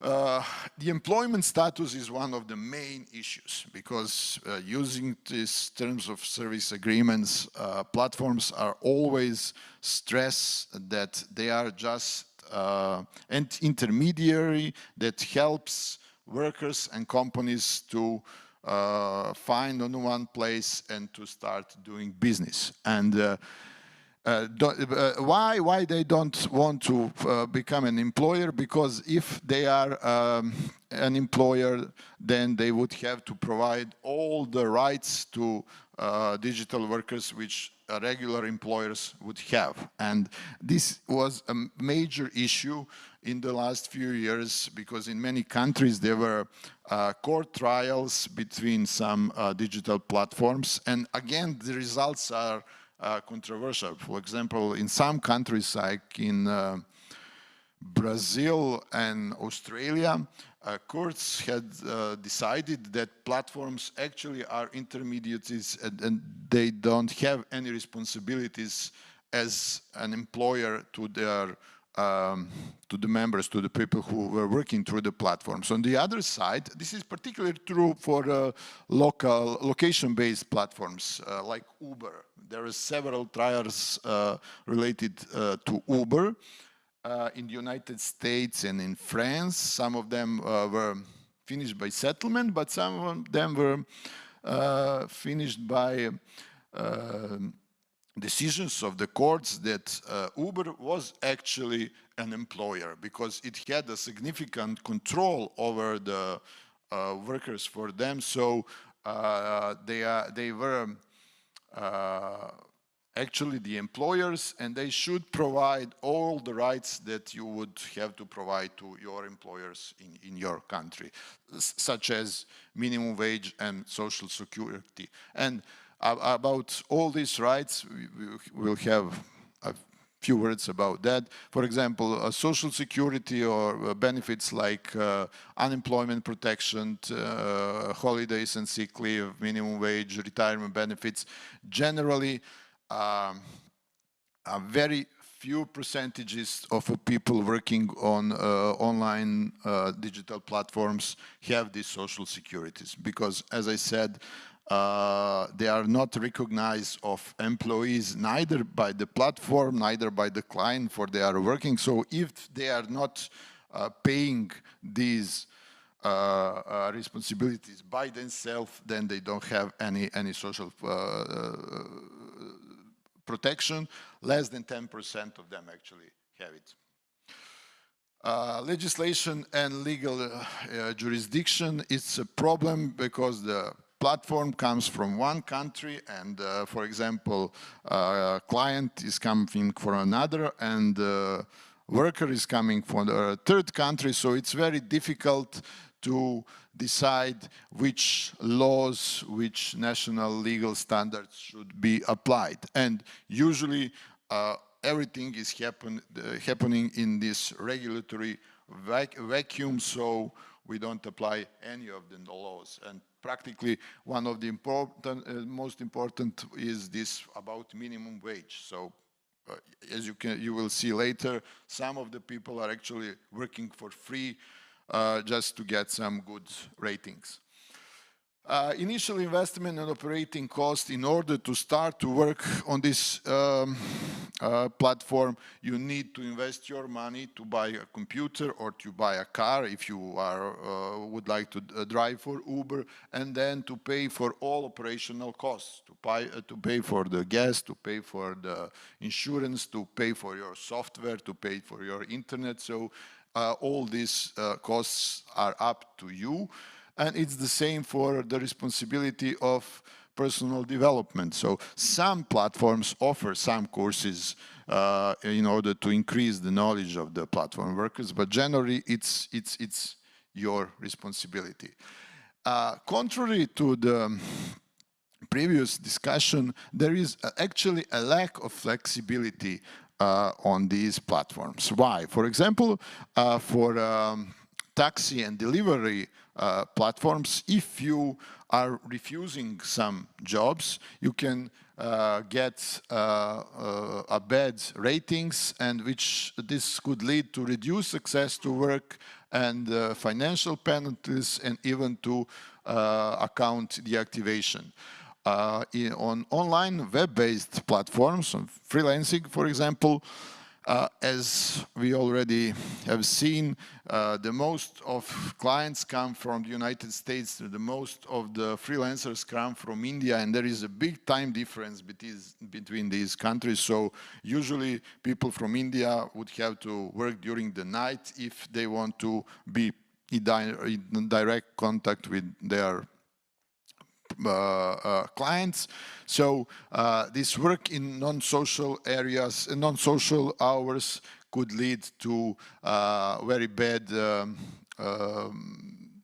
ratio between work and life balance, and it also could lead to social isolation. So it's not, if you really want to earn some money, you don't have this flexibility that actually you can work when you want and how much you want. Discrimination is very present on these platforms. Discrimination is usually based on the gender and nationality, and almost 20% of the recent responders by a recent International Labour Organization survey said that they had experienced some kind of discrimination. So on these platforms, you can easily find some jobs posts like this. This job is not for the people from Bangladesh or Pakistan, or for example, we prefer someone from Philippines, or we prefer a female client caller with British, Australian, or New Zealand accent. So you are discriminating the others who maybe also have enough skills to perform this job well. And although this is forbidden generally in every country, on platforms you can see many ads like this one. Platforms also make a lot of restrictions through their agreements. For example, it's not allowed to contact a company directly. Everything should be done through the platform. Also, there are exclusivity issues. If you start to work with some company through the platform, you should work at least 2 years with them through the platform. If you want to go out, you have to pay some penalties, and platforms can on their own easily deactivate a worker's account, usually if they don't follow all the rules from the agreement. Also, there are some health issues, again, because if you are working a lot, we all felt this during this COVID-19 when we had to work from our home, so there were no working hours and free hours. So here it's the same, because if you are working all day or even during the night, it could increase your stress levels and some health problems. And it's the same for people in location-based platforms. For example, during, again, COVID-19 crisis, many of them had to work. Just to remember, they didn't have any health insurance. And in the United Kingdom, one of the researchers found that the occupation of taxi driver was among those with the highest rates of that. So there are some privacy issues, because on some platforms, for example on Upwork, you can work by the task or by the hour. So in order to control freelancers who are working by the hour, companies are providing tools, monitoring tools and softwares which actually are tracking your keyboard inputs, and they make random screenshots of your computer 6 times, for example, per hour. So it's, let's say, not very convenient if somebody is, sitting behind your back and screening your monitor from time to time. One of the major issues is also taxation, again, because there are the company who is client, the platform, and the worker are from different countries, and it's different jurisdictions, and there's a big question who and how should pay taxes.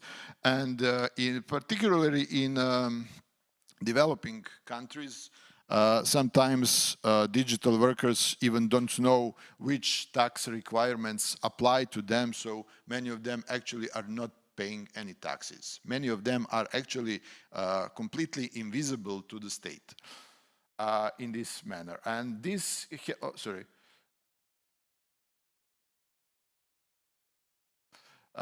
this has negative, this is issue for the government, because taxes on labor are quite a big source of revenues for the governments. it says that it's almost 50% in OECD countries. So some of the countries took the opposite approach. For example, Bangladesh and Malaysia, in order to encourage their people to start to work on digital platforms, they introduced zero tax level for digital platforms, platform workers, in order to motivate them and to attract the money through this way. So they are working and living in Bangladesh and earning money abroad and bringing that money to Bangladesh, and at least they spend it there. Low income means that generally earnings on the platforms are quite low. Again, some of them are working for a very small money on Amazon Turk. Some tasks are even few cents. And there is also this superstar effect that actually only a few percentages of the best freelancers with the best reviews are actually working 80% of the jobs offer. So in total, the average income is quite low. And finally, competencies verification problem. It's very difficult to verify the quality of the freelancer on the market. One of the major references are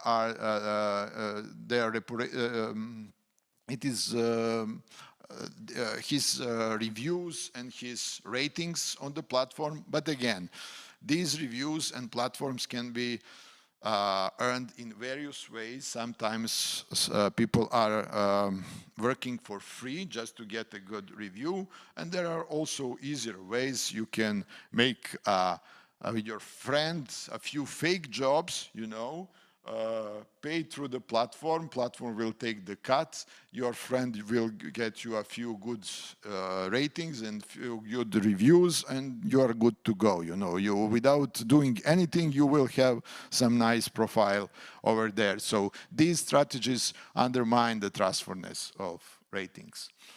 What is the profile of typical digital worker?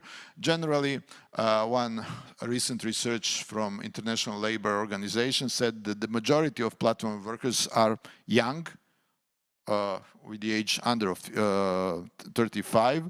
They are highly educated, and they are living in large cities. Despite the general belief that most of them are students, the analysis showed that only about 10% of them are actually students. And we have a sizable chunk of 8 to 16% people who are actually older than 55. 1/3 of them stated that the digital platform work is the main source of their income, and this is higher for the women and for the developing countries. And despite all these problems that we discussed, the majority of them are still satisfied with working on these platforms, because for many of them this is the only way to find a job and earn some money.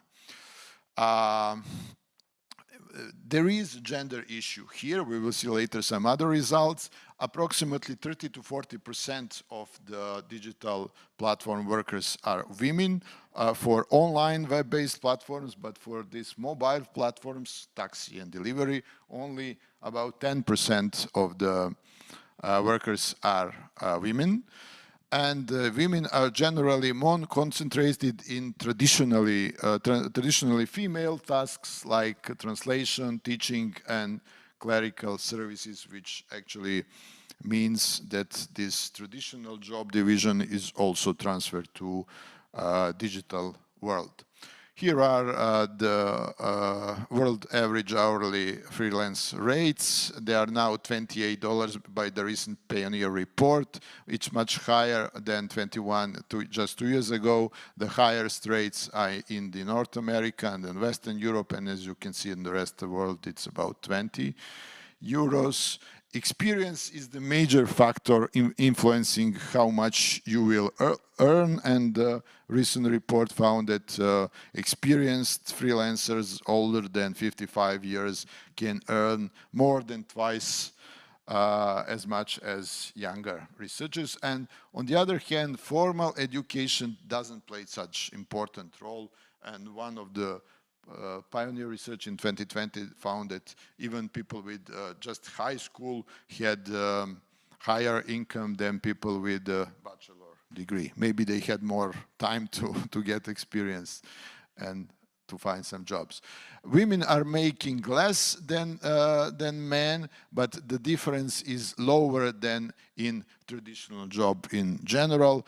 You can see the highest difference is, for example, in North America, and for example, in South America, actually, women are making more than men using digital platforms. So finally, we are going to metrics. There were several researches related to digital platform work, but only a few of them are continuously monitoring the situation in this field.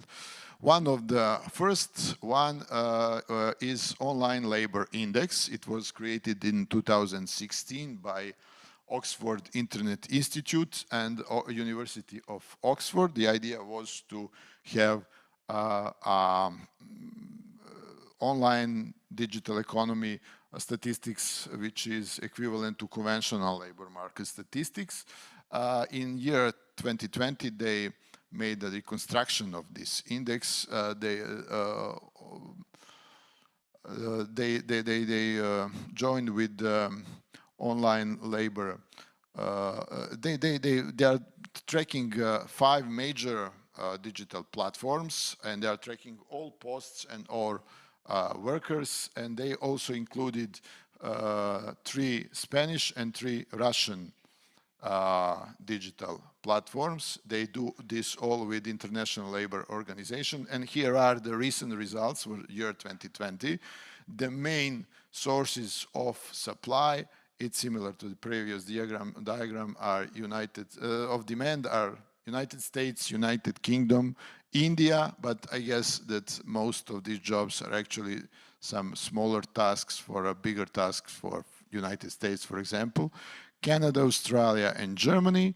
And the main sources of supply, the biggest sources of freelancers are India, which is at 25%, Bangladesh, Pakistan, Ukraine is very strong, United Kingdom, United States as only 2 developed countries on the list. And as you can see, Serbia is quite high on this list of the countries' sources of workers. Inspired by Oli and in the absence of national data for Serbia, we at the Public Policy Research Center, it's a Serbian NGO, kind of the think tank, we created a gig meter in 2019. It's an instrument by which we are trying to track the online or the freelancer scene in Serbia and its neighboring countries. We are monitoring Upwork as the most popular and the biggest platform, and in lesser extent also Freelancer and Guru. We collect data on regular basis by web scraping of the available data on the profiles of the freelancers, and for this particular conference we added Poland to our pool. So you will see these results of the Polish freelancer scene. So as you can see, in Poland, Upwork is also the most popular digital platform out of these 3, and it's similar to the other countries that we are following here. If we just watch distribution of the total number of platform workers on all 3 platforms across the countries, we can see that most of them come from Romania, then it's Serbia, and then Poland, if we look at the total number on all 3 platforms. But if we look at something that is, let's say, more interesting for us, it's a concentration of digital workers, meaning the number of digital workers per 100,000 inhabitants. then the situation is completely different. The country with the highest number of digital workers is North Macedonia, followed by Serbia. And Poland is the country with the least number of digital workers per 100,000 inhabitants, which doesn't have to be a bad news. We will see that just in a few minutes why. About the distribution, we use Oxford Internet Institute distribution. All jobs and all profiles are organized in 6 occupations: professional services, clerical and data entry, creative and multimedia, sales and marketing, software development, technology, and writing and translation. And as you can see, in Poland, most of freelancers are concentrated in creative multimedia and software development technology. If we compared that to other countries in our pool, the results are more or less similar. What is good is that Poland has, Poland has the highest percentage of its freelancers in software development and technology, which is very good because this occupation, this area is very attractive on the job market these days. In our sample on Upwork, 39.4% of gig workers were women, which is again approximately similar to other countries. It is a little above the average of our sample, and what was surprising to us that the highest percentage of women in our sample was in Albania and Montenegro. We didn't expect this. Distribution over the profession, again, it's translated from traditional job, traditional market. As you can see, women dominate in writing and translation. Only in this area we have more women than men, and maybe in clerical and data entry. On the other side, we have a situation which is typical also at the universities. The ratio between male and female workers in software development technology is 7:1, unfortunately. And in all others, on all other professions, the number is approximately the same.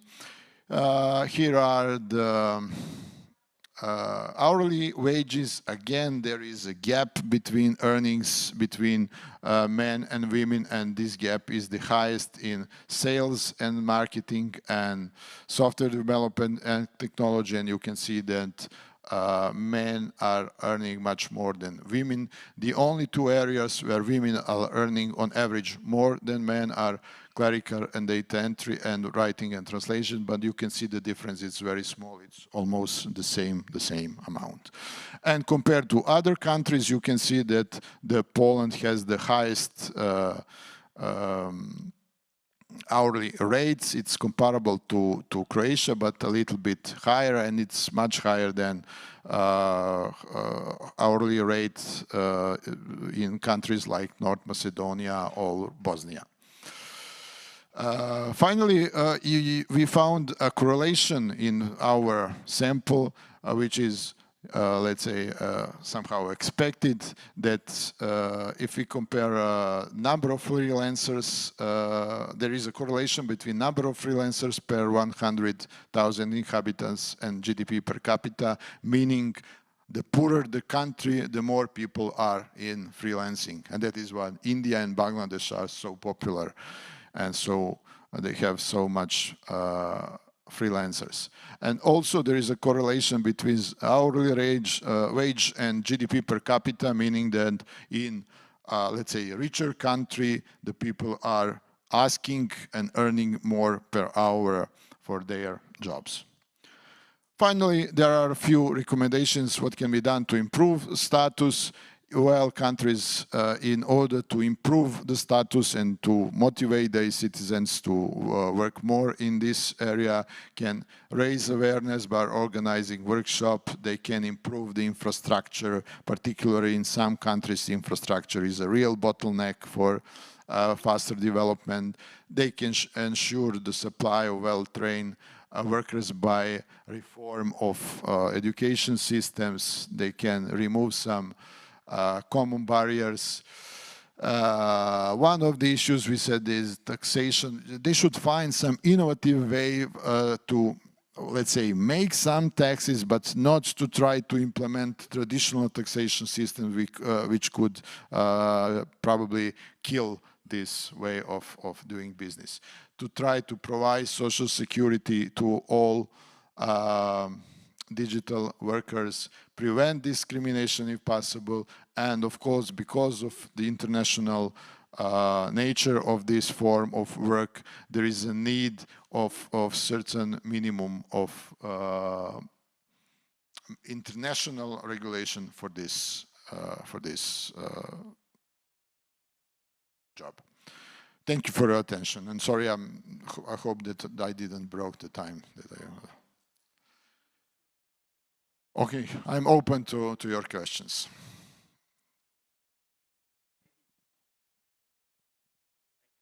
Just one question, maybe referring to some, I don't know, maybe some risk or some threats that could be brought by these platforms to local markets, especially for, if we take into account that in very many countries we have insufficient number of IT specialists, IT software developers, programmers, etc.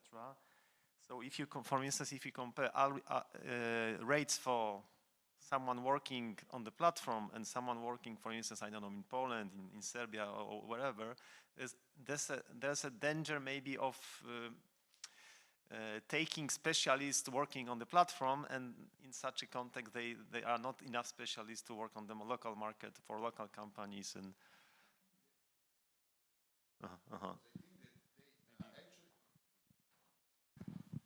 At the moment, particularly in software development area, I believe that they still can earn more in traditional job in traditional company than working online, unless they are a real expert who can have a job almost every day on the platform. Because at the moment, the supply of the workers is on platforms is much higher than demand at the moment. So there is a lot of people applying for every job posted on the platform. Some of them are, as I told you, trying to work even for free just to get good reviews, or they are competing by dumping the prices. You know, it's like an auction. You know, they post a job and you know, you apply and they say we will pay, I don't know, $20 for this, and someone from India comes and says I will do it for $5.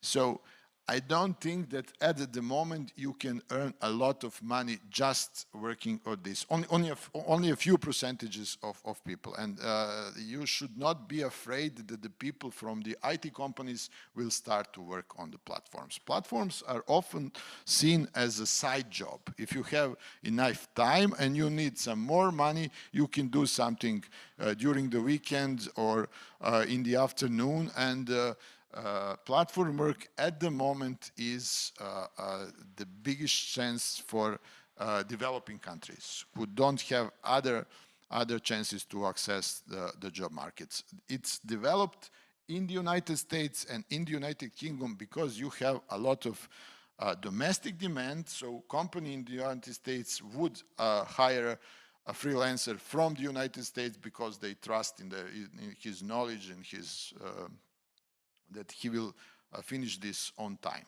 But generally, I don't think that it can significantly influence the present, particularly not in software development.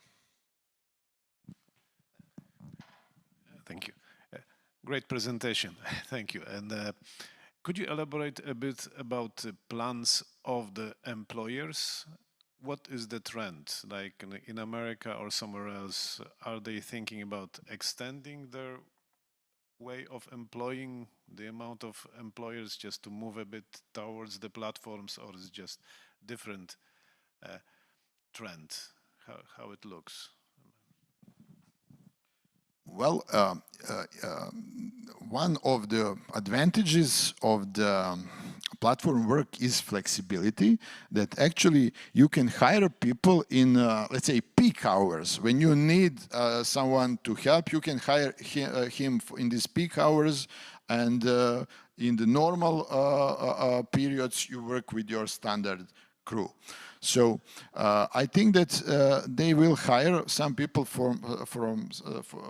it's also a matter of trust, because in some cases you will not outsource a job which is essential for your company. It's very risky to, you know, to do in this way. So, in my opinion, the companies will still hire on smaller scale for a specific jobs for a, let's say, short time, or at least platforms are often seen as a starting point. In many cases, people are starting doing business through the platform. It's like a test, you know, and after few good jobs, they can offer you, you know, a permanent contract or a long-term contract. But here we have a problem of exclusivity, because platforms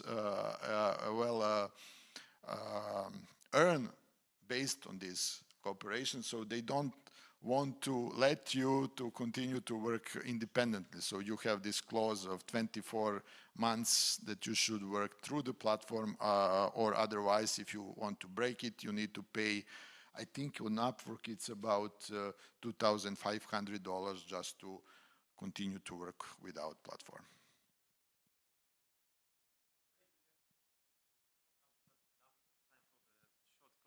But we will have an opportunity, to discuss during panel also, to raise some new questions. So don't worry, if you have any more questions, we can discuss it later, okay? So now, thank you very much, Zenon, for very interesting presentation, also referring to our job market. And now we will have time for 15 or 20 minutes coffee break, okay? And we will get back with other presentation just after the break. Okay, so welcome again. We have some new guests who came just to join this session, Professor Evgenia Filipova and Professor Dieter Hertweg. So we will have 4 presentations in this session. And the first one, let me introduce Professor Vladimir Rankovic, who is the Vice Rector of the University of Kragujevac in Serbia. And the topic of the presentation will be also devoted to AI, artificial intelligence, AI in the management of complex energy systems. So please, the floor is yours, okay, please.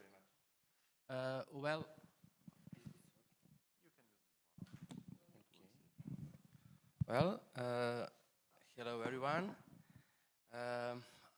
First of all, it's a great pleasure for me to be here, as always is.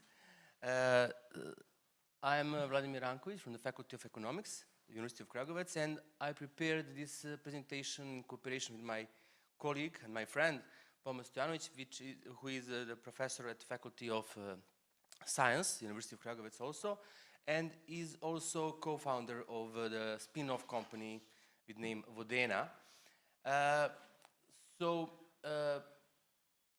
The topic is, as you can see, application of artificial intelligence in the management of complex energy systems. And it is, I think, in line with the topic of this session, and that it's about efficiency and digitalization. And it is about efficiency and digitalization. Well, the topic is, I believe, the hottest one at the moment, because of all situation we have with the energy. So the first part of this presentation is dedicated to, how to say, some review of the energy situation in Europe and some origins of this situation. So as you know, the most of energy production is based and relies on the fossil fuels. So, although at the moment we have enough energy, fossil fuels, the end is on the horizon. We can see it because of several factors that speed up transition to some other fuels. The first one is increasing of energy consumption, which is induced by constant increasement of population, human population in the world, and also as result the increase in global production. The second thing is that fossil fuels reserves are limited, and this reason is very important. So that will be the time will come that we have to make transformation and transition to renewable energies. The third factor is climate changes, and for very significant number of countries, this motive and this factor is the most important and the great incentive to make transition. And unfortunately, the recent events in the world related to political events also are the strong incentive to change and to change the fossil fuels to renewable energy. I will make some elaborate about all these factors. So, according to the International Energy Agency, this is the report from 2019. In 2017, global energy demand increased by 2.1%, and the structure was 72% was in fossil fuels, 25% is renewable energy, and remainder in nuclear energy. In 2018, energy consumption worldwide grew by 2.3%, and that was nearly twice the average rate of growth since 2010. Electricity, which is established as the fuel of the future, electricity consumption grew by 4% in 2018. All these data refer to pre-COVID period, which is more valid to making some conclusions. If we see the chart looks more dramatic. As you can see, it can be noticed that from 1960s, we have sharp growth in energy consumption and that trend is continuing. Also, we can clearly see that the fossil fuels make or have the largest share. So as you can see, the red part of this chart denotes traditional biomass. Then we have coal, oil, gas, and only on the top of this chart we can see renewable. The diagram also reveals that there is a very slow rate of the transition from the one type of fuel to some other type of fuel, and that the changes and transition makes all even more difficult. The second factor is related to fossil reserves, and according to MOB, that is an institution within Stanford, from 2019, some predictions that oil will end by 2052. Approximately, we have about 30 years remain.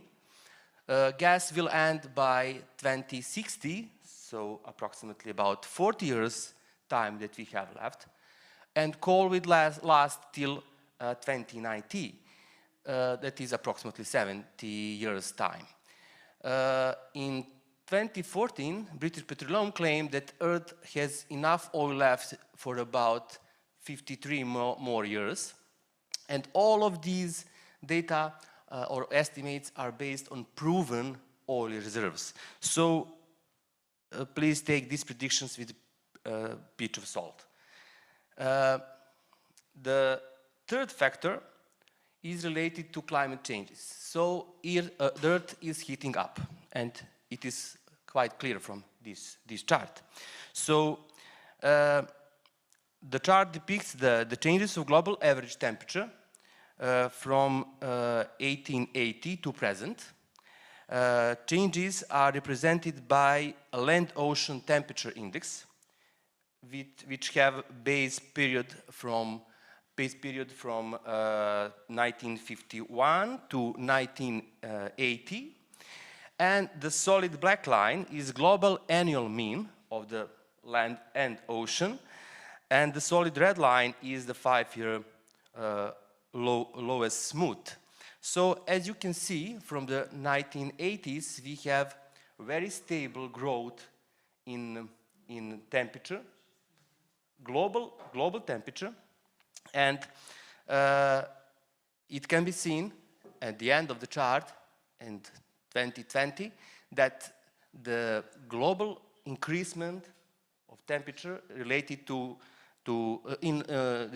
referring to period of pre-industrial, the period from 1950s to 1980s, is 0.8 degrees of increasement of average temperature right now.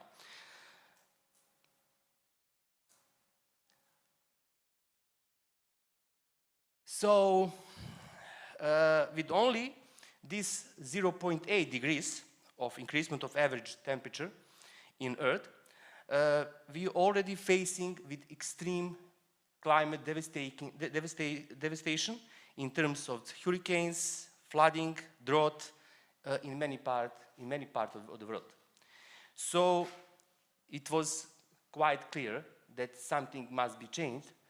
And as the response to this global issue, 196 governments have signed the Paris Agreement in December 2017. The Paris Agreement is a legally binding international treaty on climate change. It is adopted on December the 12th in 2015 and entered into force on November the 4th next year. Its goal is to limit global warming to well below 2, preferably to 1.5 degrees Celsius. So it means doubled of increasement that we have right now. And countries aim to reach global peaking of greenhouse gas emissions as soon as possible to achieve a climate neutral world by mid-century. What is about Europe? European Union took this agreement very seriously and adopted European Green Deal, EGD. The aim is to achieve the ultimate goal of reaching climate neutrality by 2050. And on December 11, 2020, European Council endorsed new, more restrictive binding climate target. A net domestic reduction of greenhouse gas emissions must be at least 55% by 2030 compared to 1990 levels.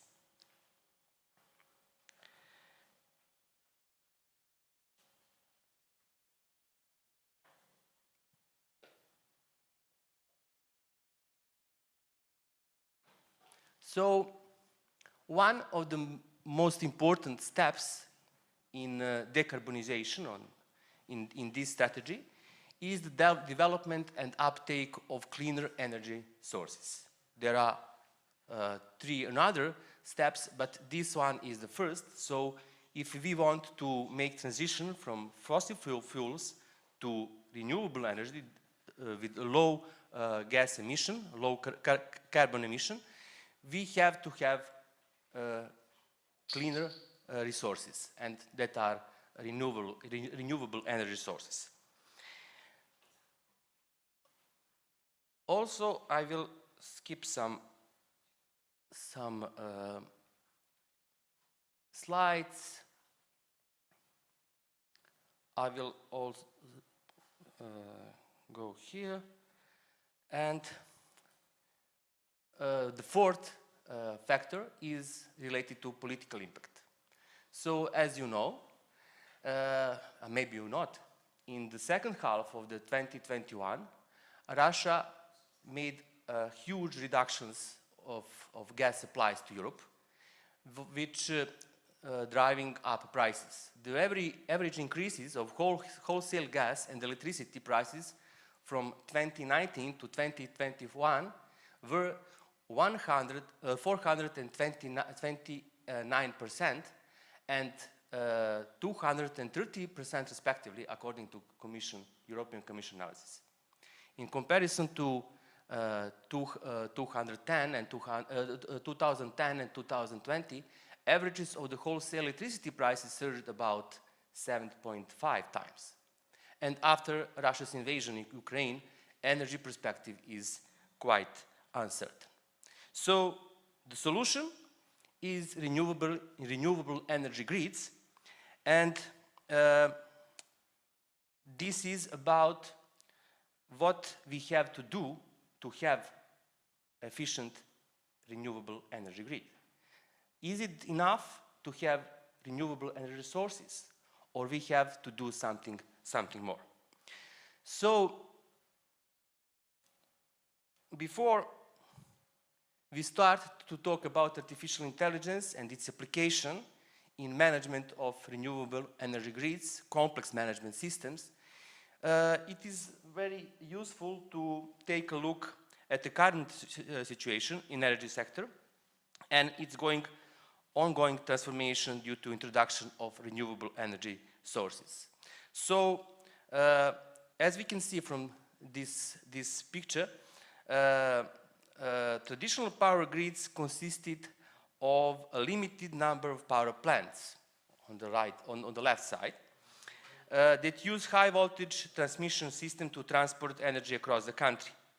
Distribution system operators, or DCOs, then distribute the electricity to consumers, and because of storing electricity is still very limited, the DCOs have to balance energy supply and demand between power plants and consumers. So we have very clear separation on power plants and power consumers.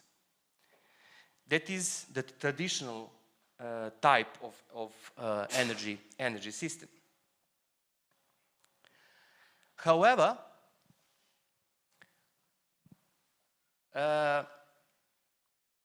if we want to introduce renewable energy sources are not so efficient as the energy sources which are based on fossil fuels. So if we want to produce the same amount of energy, we have to introduce a lot of renewable energy sources. So the idea is that a renewable energy source, such as solar panel, is affordable for the people, for the households, and to make them, to introduce, as you can see on the picture, to introduce and to use the renewable energy sources. But in that case, consumers may change their role. They begin to produce energy. So we have at the same time, we have the objects in the system which are at the same time consumers and producers of the energy.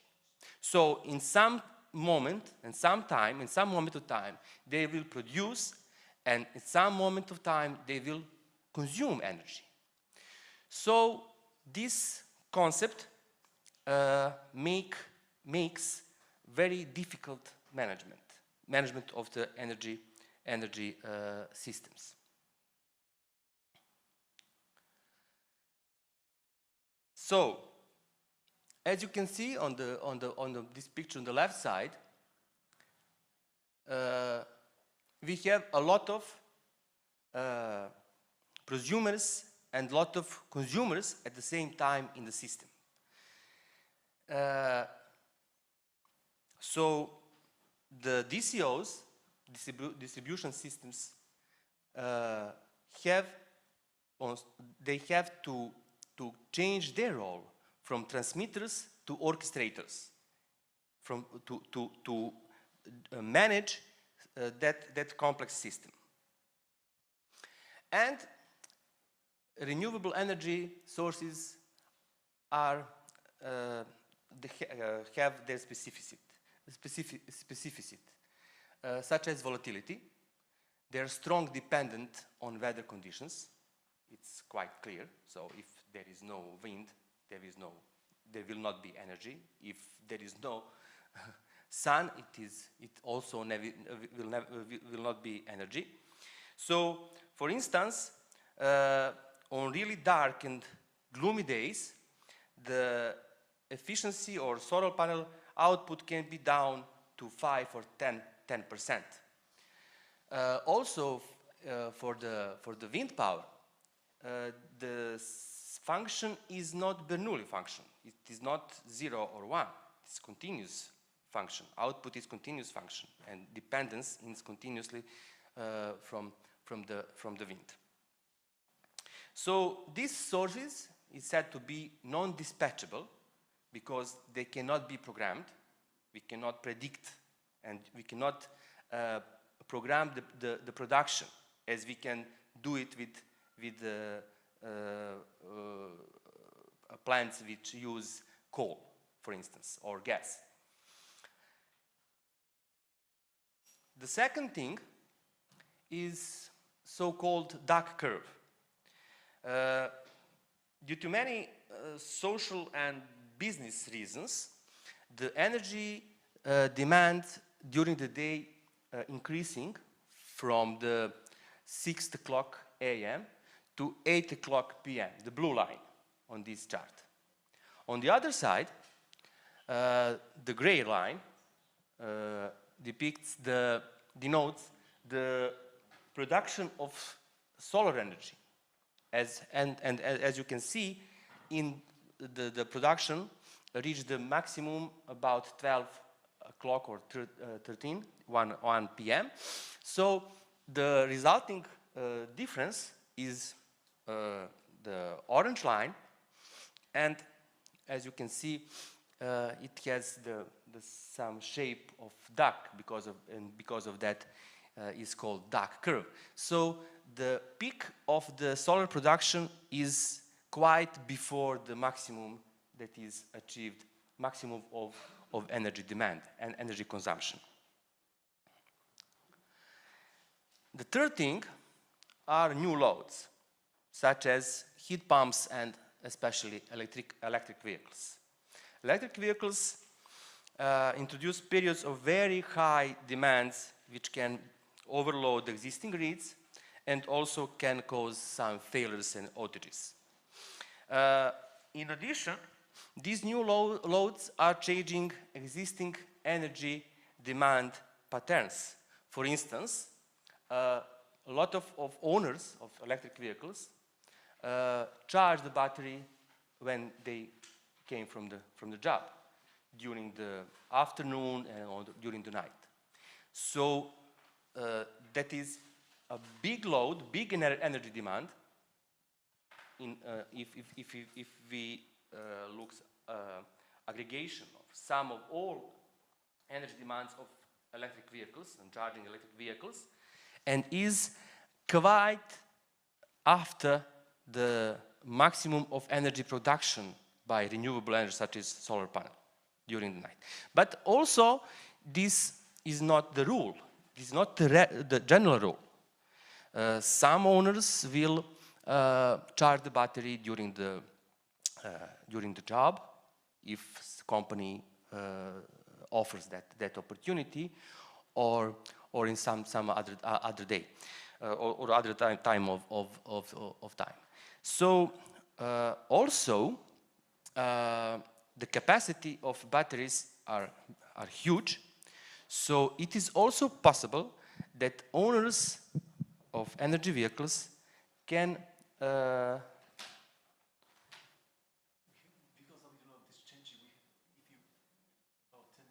okay. Yes, of course. They can also transfer energy in an opposite direction. So to charge the battery, and during the night or during the period of high prices of electricity, they can transfer the energy from battery in the system. So what is the solution? Solution is the use of digital twin. What is digital twin? It's dynamic virtual representation of physical asset, product, process, or system. That is software hardware system that behaves exactly like its real world counterpart. So such system enables us not only to monitor the current state of the real system, but also to simulate the behavior in different scenarios. In addition, digital twin provides opportunity to simulate behavior of our real system in some modifications. So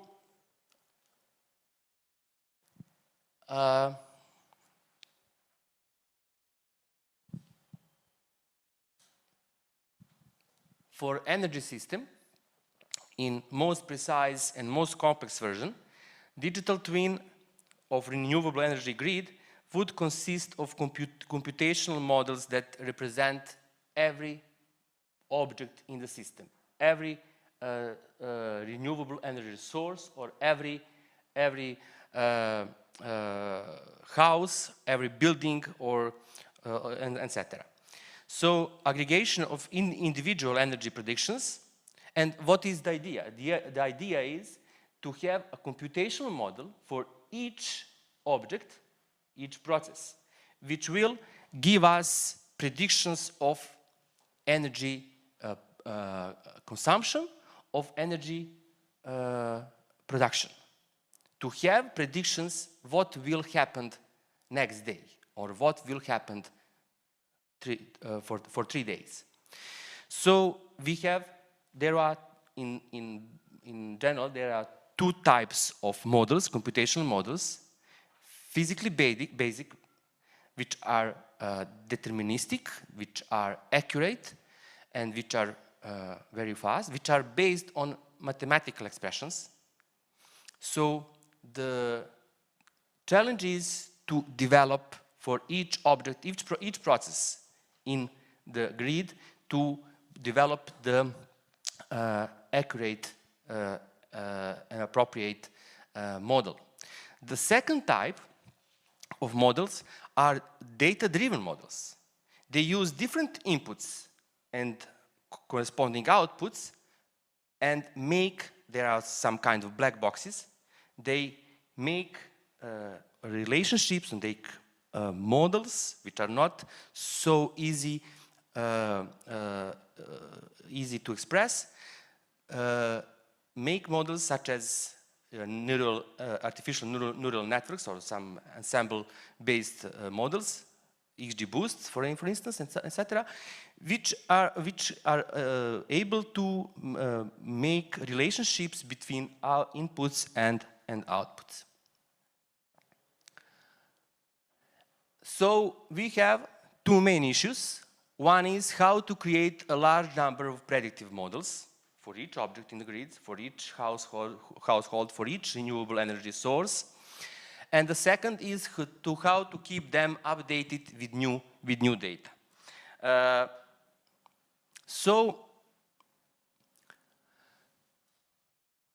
Okay, I will be on time, I think.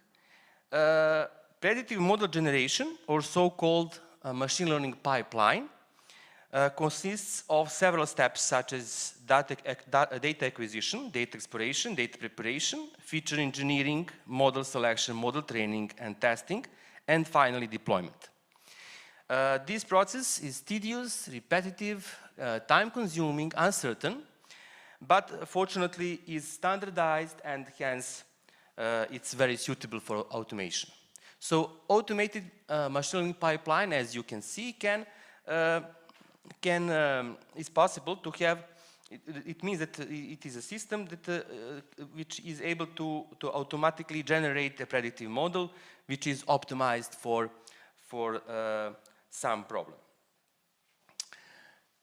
So the most demanding process within automation is tuning of the hyperparameters of predictive models, which results in higher accuracy. In the case of artificial neural networks, this implies determination of the optimal architecture of neural network in terms of number of hidden layers, number of neurons in hidden layers, activation functions as well. Regarding that, in the case of deep neural networks, learning process is time-consuming. This problem cannot be solved without high-performance computing, HPC, and instead of brute force approach in this process for determination of optimal architecture of neural network, evolutionary algorithms can be employed to process of selection, crossover, mutation. The optimal architecture of neural network can be achieved. So, but by employing automated machine learning, boosted with automated hyperparameters tuning, the first issue of two we stated is solved. This concept is implemented as a software platform within the spin-off company I mentioned, Vodena, and is called Black Fox. This solution also was awarded as one of the most innovative AI solutions for renewable energy by Austrian company Verbund, which is one of the largest hydropower providers in Europe.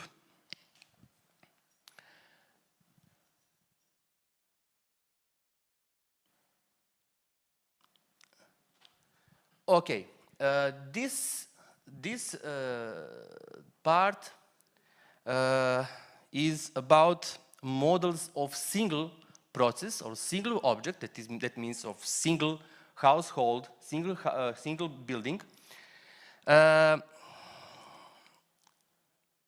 it is called asset digital twin. That is asset digital twin when we only look at one object. But if we need integrated understanding of system as a whole, we need operational digital twins.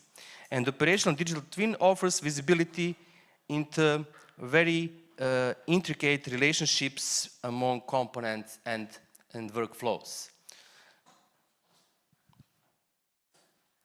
So that is ML on machine learning operational system, which is with aim to production, management, and deployment of predictive models on industrial scale. So the system has to provide a full automation of production, management, and deployment of predictive models on industrial scale. It has to maintain thousands of predictive models simultaneously, providing continuous data acquisition and synchronization and updating, testing and assessment of the models. In the case of some drift detection, it has to automatically retrain the model, or if it is not enough, to perform re-optimization of the hyperparameters. So, application of this system is renewable energy grids management. That is, here on this slide, is presented the integrated system. which has the two main components. It is machine learning operational system, which represents the operational digital twin of the energy system. And the second component that is very important is optimization system. So MLOps has the role to acquire data from production and consumption data from single object in the grid, and also to acquire the publicly available data from the past, such as previous production, previous consumption of energy, consumption during some periods, and to create and to update the machine learning or artificial intelligence models, and to save them in the database where are production and consumption models. So once the models that can be accurately predict production and consumption are created, it is possible to simulate any realistic or hypothetical operating plan and to evaluate the effects on network efficiency and cost. So based on these simulations, optimization systems search for optimal, that is his roles of the optimization system, the optimal operating plan in terms of the selected goals. So in this way, distribution systems, DCOs, are provided with not only reliable digital twin of their microgrid, but also with powerful tool for optimization of operating plans. And at the end, conclusions.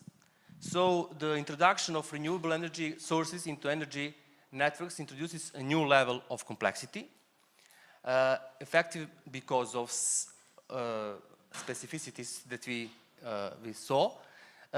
Effective management of networks of renewable energy sources implies accurate forecasts of energy production and energy demand.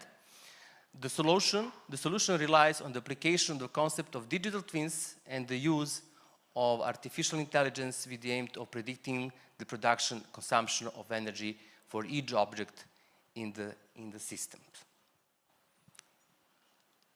Thank you for your attention.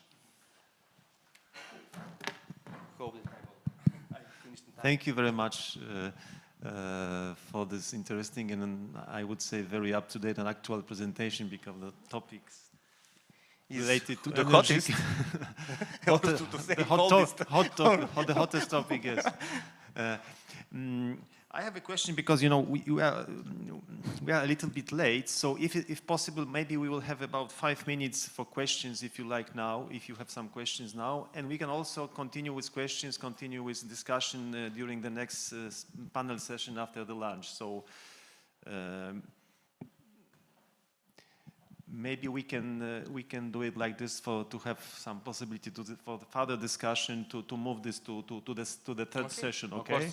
Of course. Because we have someone after waiting online to join from the United States, so maybe yes, that's a problem. So sorry, you know, being strict about time, but because of these problems during the first session. So thank you very much, Professor. So the next speaker is Professor Dieter Hertweg. Professor Dieter Hertweg, I would like to welcome Professor. Professor came from Hermann Höller Research Center at the Reutlingen University. Sorry for the pronunciation if it's if it's not good. And the topic of the presentation is related to sustainability, so dimensions of sustainability and resource efficiency in digital business process and value chains. So, Professor, if I can just one remark about the time, maybe it would be just in the beginning. We have a next presentation at 1 p.m. Someone joining on Zoom, so I'm not sure how if we have, maybe if we can do about half an hour, and maybe we can have a next presentation from a lady joining from United States, and if possible, Professor Evgenia after, okay, at the end of the session. Possible, okay? So half an hour. Yes, half an hour. Yes, yes. Okay. Thank you very much. Please use the mic. Sorry? Please use the mic. The mic? Okay. Thanks a lot, much better, yeah. I want to talk today about the dimension of automatization and resource efficiency in value chains, especially in the food supply chain. And at first I want to show you a bit my motivation why. If I want to do a kind of map at the moment of the world's conditions, we would find probably words like food shortage, natural disasters, pandemic, use of resources, waste, war, and climate change. So this would be probably the word cloud if you go through the actual newspapers in the world. And this is a thing that reminds me a bit to my youth. When I was young in the 80s, really. And I look a bit like this type on the left side, on the top, probably with red hairs, yeah, okay. And in that time, we had these studies of the Club of Rome that the resources are finished in the world and that everything is at the end. And they forecasted wars, shortage of resources, lack of human resources in the 20s of the 20th century, so the time we have at the moment. And in that time, there was beautiful literature available about the solar hydrogen economy, about cars driving with hydrogen, and they have even cars, Mercedes in '93, driving with hydrogen fuel. And the car of our Chancellor Kohl was 80% compostable in his interior design. And this was the time when I went to university with the mood, I want to change something, a bit like these people today, Fridays for Future, you probably know. And also with the beautiful electrical cars we have today, they are to 90% compostable from their interior design, if they are good. And we are talking about smart grids instead of the hydrogen energy future. And we still have this Club of Rome renewal, which forecasted in 2012 the same situation like we have today and like it was forecasted in 1978. And sometimes you think that, wow, is this the Groundhog Day saying hello? Yeah, that there is nothing changed in 20 years, 30 years. That's sometimes a bit frustrating. So we have still a waste of resources, and it has even increased if you're looking to the air and the CO2 problem. And we have still problems with plastic waste and environmental toxins. We have a collapsed industrial production that was forecasted based on pandemics, based on the Ukraine crisis, or like we had it in the Suez Channel, logistic problems. And our industrial countries running out of skilled workers. This was unthinkable when I was young because I had to fight against thousands of others in my cohort at the labor market. So all these things that were forecasted 30 years ago, 40 years ago happened today. And that was the reason why I thought, okay, it's time to do something as a researcher against. And because I think the young people should have the chance at the moment to change something. And the problems are getting serious. We had serious natural catastrophes last year in Germany with hundreds of dead people. And so I think it's the time to change something, but we have something new. We have digitalization. And I think that can be a good tool, a good service to cope with one or the other problems we have today. And that's the reason why I donated my research and my research group to the question of how can we make energy systems, food supply chains much more resilient, more flexible, and more environmental friendly. And especially, I have a focus at the moment in my research on the food supply chain, and because it's linked with a lot of things. What do you estimate if you leave a piece of schnitzel on your plate? How far can you drive with a car with the inherited energy in this schnitzel? What do you think? What do you think? 20 kilometers with a BMW 5. So only that you can get an imagine what this means, how much water, how much energy we bring into our food. So it has the same amount of energy consumption than the daily traffic. And that was the reason why I thought, okay, it makes sense to research a bit in that direction, and I will present a few of the projects that are running at the moment in my research group. One is a project, just have a look, with the name City Trans. I did it started last year. It's a project together with the City Council of New York and a few other international cities, where we have an ongoing exchange about food supply chains and logistics. And then there is a project Ecotrans. It was funded by our state government. They want to enhance the share of biological food in canteens, in public canteens. And we should look for value chains that are able to fulfill this strategy.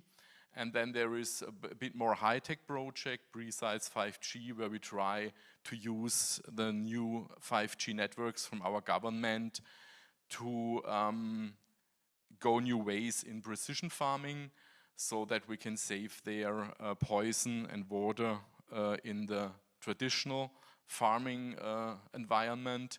And at the end, it's a project from the Danube Alliance. It's from the European Union alliance of different organizations in my state, where we try to develop new energy systems based on biomass, renewable energy systems in the Danube region. And in the City Trans project, it started years ago. We have there an ongoing exchange, and I get aware on the food supply chain. And we did it on the example of a lettuce heart. You know, these lettuce hearts, you can eat not the whole lettuce, but only the heart of it. And if you produce it in a classical way, we use for this modeling the E3 value ontology you probably know from Grodin in Netherlands. And we developed an own modeling tool for that. And there you can simulate and model the water consumption, energy consumption in a supply chain or value chain if you produce a lettuce heart. And if you do it on a traditional way, you have a water consumption of 69 liters and an energy consumption of 66 kilowatt hours. And if you skip out the retailer, then you have the model of an online trading. Then you will have a bit less water consumption, but much more energy, because you have to transport the lettuce to the end customer. We have this data from the Schwarz Group. You probably know them from Kaufland and Lidl.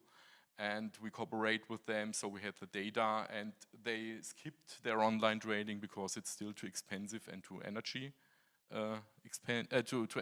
too much energy consumption. And then we go to another business model. If you skip the distribution, the processor, and the final distribution, then you have more or less an urban farm or a traditional farmer shop business model, and then you can see you can save immense amount of water consumption. You only by 47 liters, and by electrical energy of 21 kilowatt hours. So you have 30% less water, 68% less energy you need, and low CO2 energy emissions. But if you calculate then the rents in a city like New York for a shop, it's ecological, but it's not probably affordable to all of the people. But for the intellectual, a bit better money-earning citizens of New York, it's a good opportunity from the ecological point of perspective. But on the other hand, the farmer shops are in Germany very successful, probably also in Poland, that the people buy directly on the farmer side. That saves a lot of energy and saves a lot of water in the model. And this was the first trials we did on this topic of the food value chain. And the second project I mentioned was, or is still, this Ecotrends project. It's still running, where we observe the opportunities. How can we motivate traditional farmers to convert to biological farming, to serve more food to the public canteens? And we look together with the University for Farming, we looked for the good leverages where we can change the existing value chains. And the first results from our research was that the biofarmers sell their products very well in their farmer shops. They are not so motivated to go on long-term contracts with canteens. And the conventional farmers, they fear a bit the yield gap if they change towards the conventional, to the biological farming. And there are new business models necessary to help them with their change. And on the other hand, if you go to the canteen side, you have there international companies like the SV Group, for example, from Switzerland. It's a company with a 4 billion annual turnover, and they are catering our public institutions, and they make more or lot the menu, and the end customers very seldom ask what he's wanted. So what we did, we motivated the end customer to be a bit more involved in the menu planning, and we start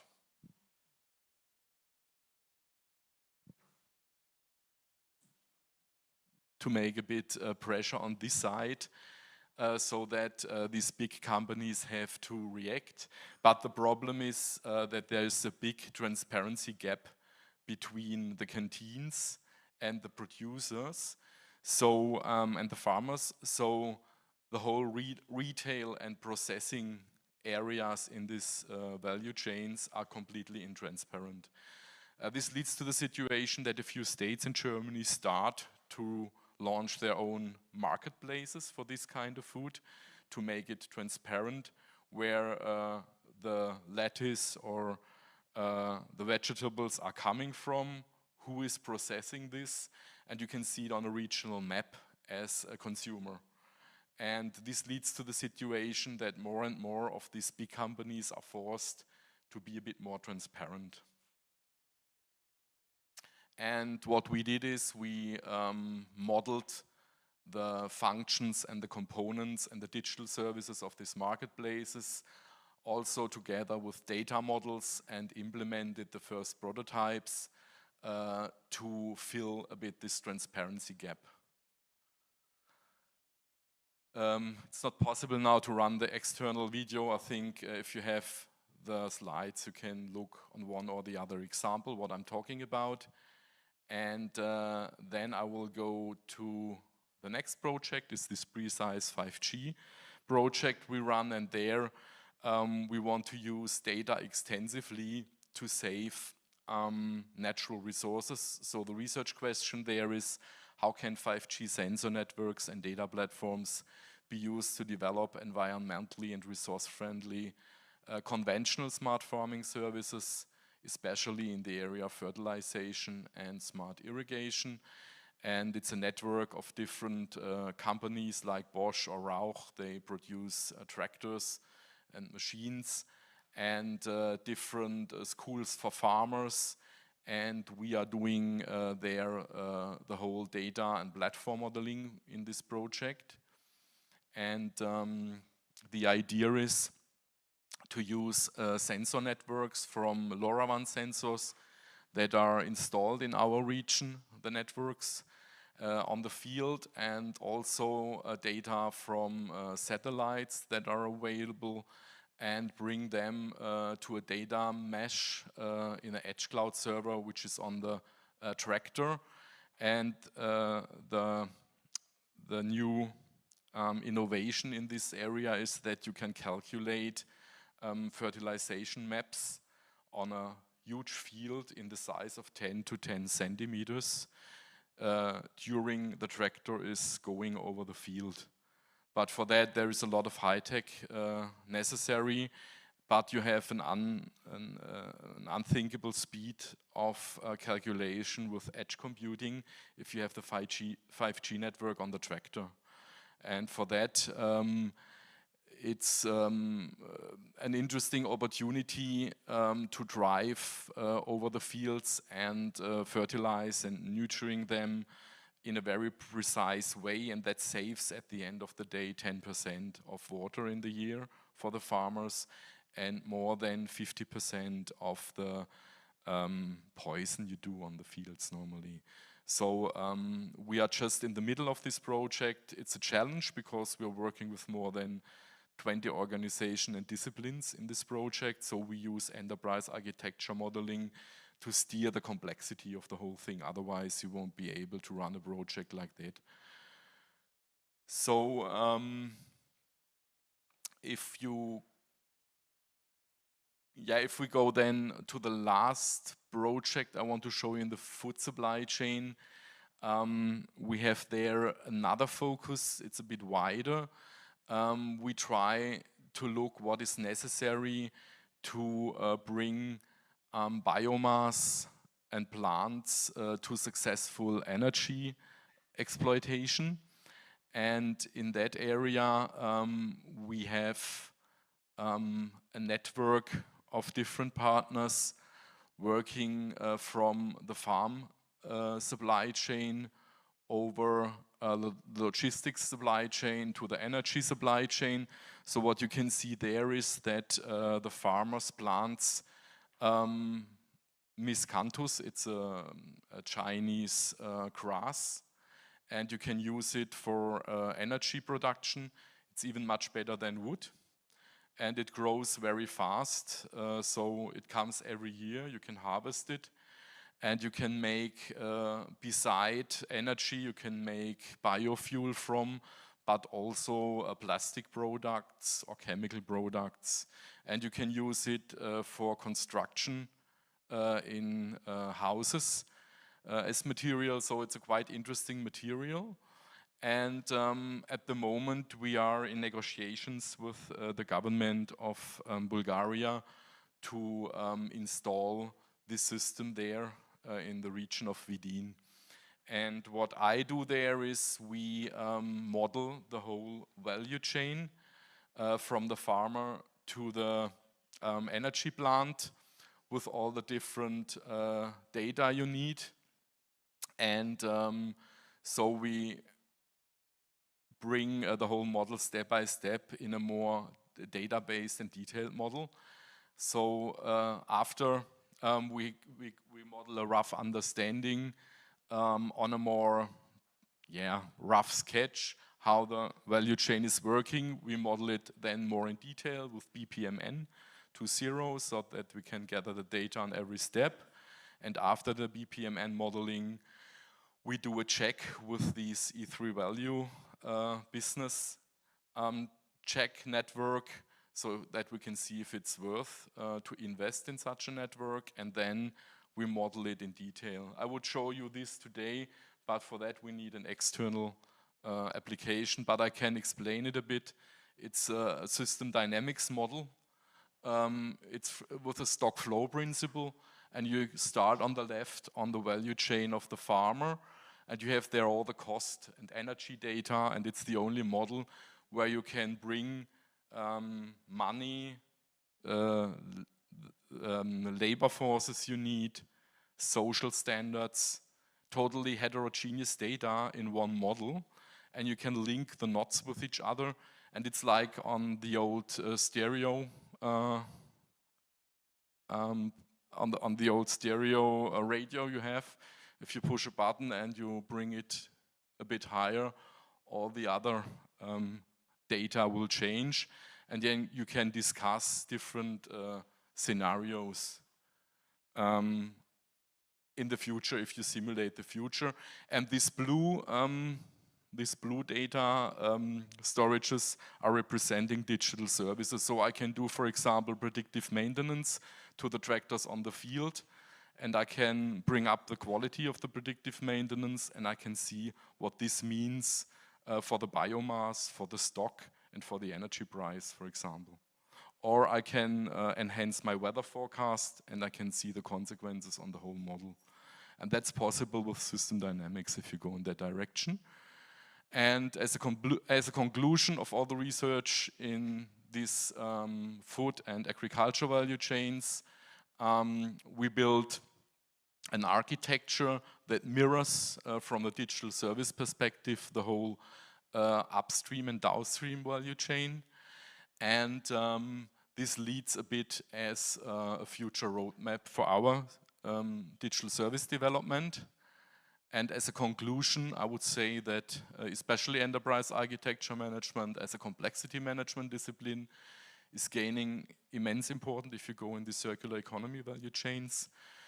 Intelligent data management and the feedback findings into models will also gain on importance, and the quality of sensor technology, that's our experience, is still varying heavily. So sometimes you have to build sensors on your own if you are working on value chains in that area. That's also a thing we do. We have people working on sensors in that case. And the knowledge corpus of a business information scientists will expand significantly if you go in that directions. And digital twins and role-specific tools will become more and more important in that area. But don't forget the human being. With all this modeling, I think you still need also qualified people. So we are working on approaches, how can we transfer necessary know-how in food supply chains to farmers with serious games approaches, so that it's really interesting to work with, or that we are working on modeling tools that enable you during the modeling to find the fitting trainings and skills on training platforms, so that you have not to search, so that there is a pattern matching between the modeling tool and the training platforms. That's done on a PhD thesis at the moment of Natasha. And at the end, I think, beside all this research, it's also important to communicate it to the public. Yeah? For that, we have running a nice project with the name Parkley. That's the last project I will show to you. And there we try to bring this idea of collecting environmental data to change something in your environment to people, like school people, to teachers, and to private people. And for that, we have projects where we monitor the quality of waters in our city or the biodiversity, and we use already in use apps like Green Space or iNaturalist from Oxford University. These are all existing apps you can use. What we deliver is the data platform on the back end, so that we can guide fishery associations, students at school in their environmental project they want to do. And sometimes we build even sensors to support them. The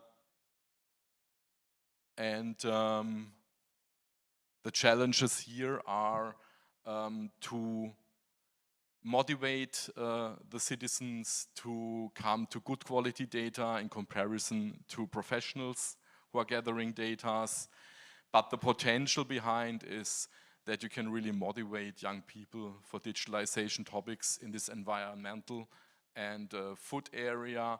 And with this motivation, I hope it will run different than in my time, because I think this time hope remains, and this time we will succeed with digitalization. Thank you very much.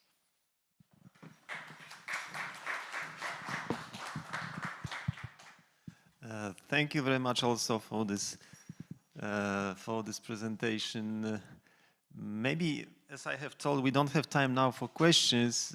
I think in Poland also the idea of making some kind of groups of producers, of farm producers, to selling directly to clients is something that I know also from some people that are, I would say, interested in this. So there's also the market for this in Poland. I'm not sure whether it is the logistic is door to door. They transport these vegetables, for instance, directly to client, or these are shops that are. Maybe only the short questions just before next. There are different ways. Like I mentioned, it's still with the online delivery, it's still not economic.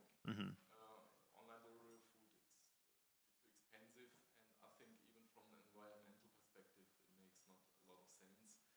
On the other hand, I think farmers' shops, or even urban farming, or even the new models I saw in the US was this aquaponic farms, that you produce energy, that you clean water in an area of 8,000 people with one factory, more or less, and you grow there also fish you can sell. These are beautiful examples, and the state of California already bought 40 of them to a piece price of about 40 million euros. So they go really serious into this technology. So there are a lot of new innovations in that area, but I think you have adapted to the regional conditions. That's the magic behind the whole system. So thank you. I think in the third session we will have also the opportunity to expand a little bit. I've asked Professor Przeglańska. She can join now. She's ready. Yes, she will be ready now. I can only check with her.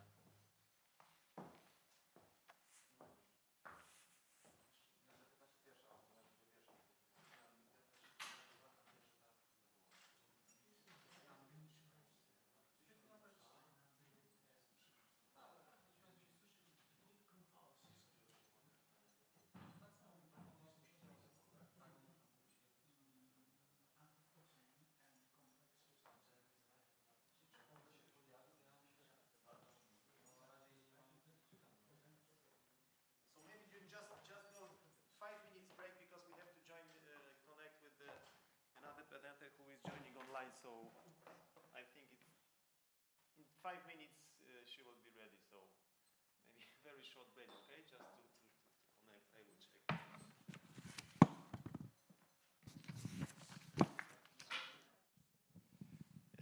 So the next speaker, as I have told, is joining us online. And so I would like to introduce Professor Aleksandra Przegalińska-Skierkowska, who is a Vice Rector of the Koźmiński University in Warsaw. And she's going to speak about virtual assistants as support in knowledge work. So good afternoon, Professor. Please, the floor is yours. Hello, everyone. Happy to join you. I just want to make sure that you can see my presentation because I started sharing it, but I don't see it on your screen. I see the room, but I don't see whether you see my presentation at this point via Zoom.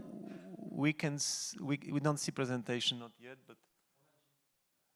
Well, I have shared it via Zoom, so it's visible on my side, but I guess maybe the technical crew needs to help you in making it visible for the audience as well. And then we'll be able to start. So just a second, okay? We'll manage this. Okay, sure. Sure.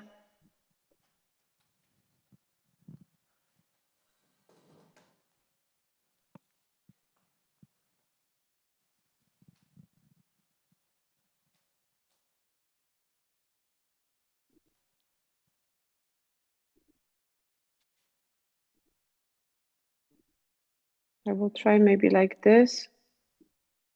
No, still invisible. Well, it will be hard to go without it, frankly speaking. I think this presentation would be very useful. So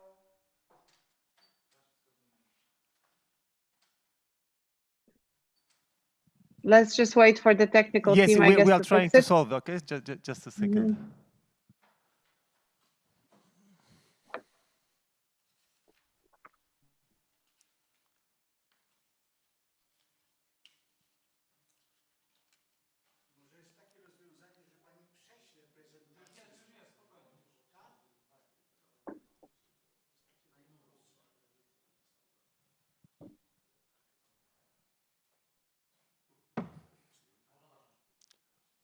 Yes, yes, we can see the presentation already.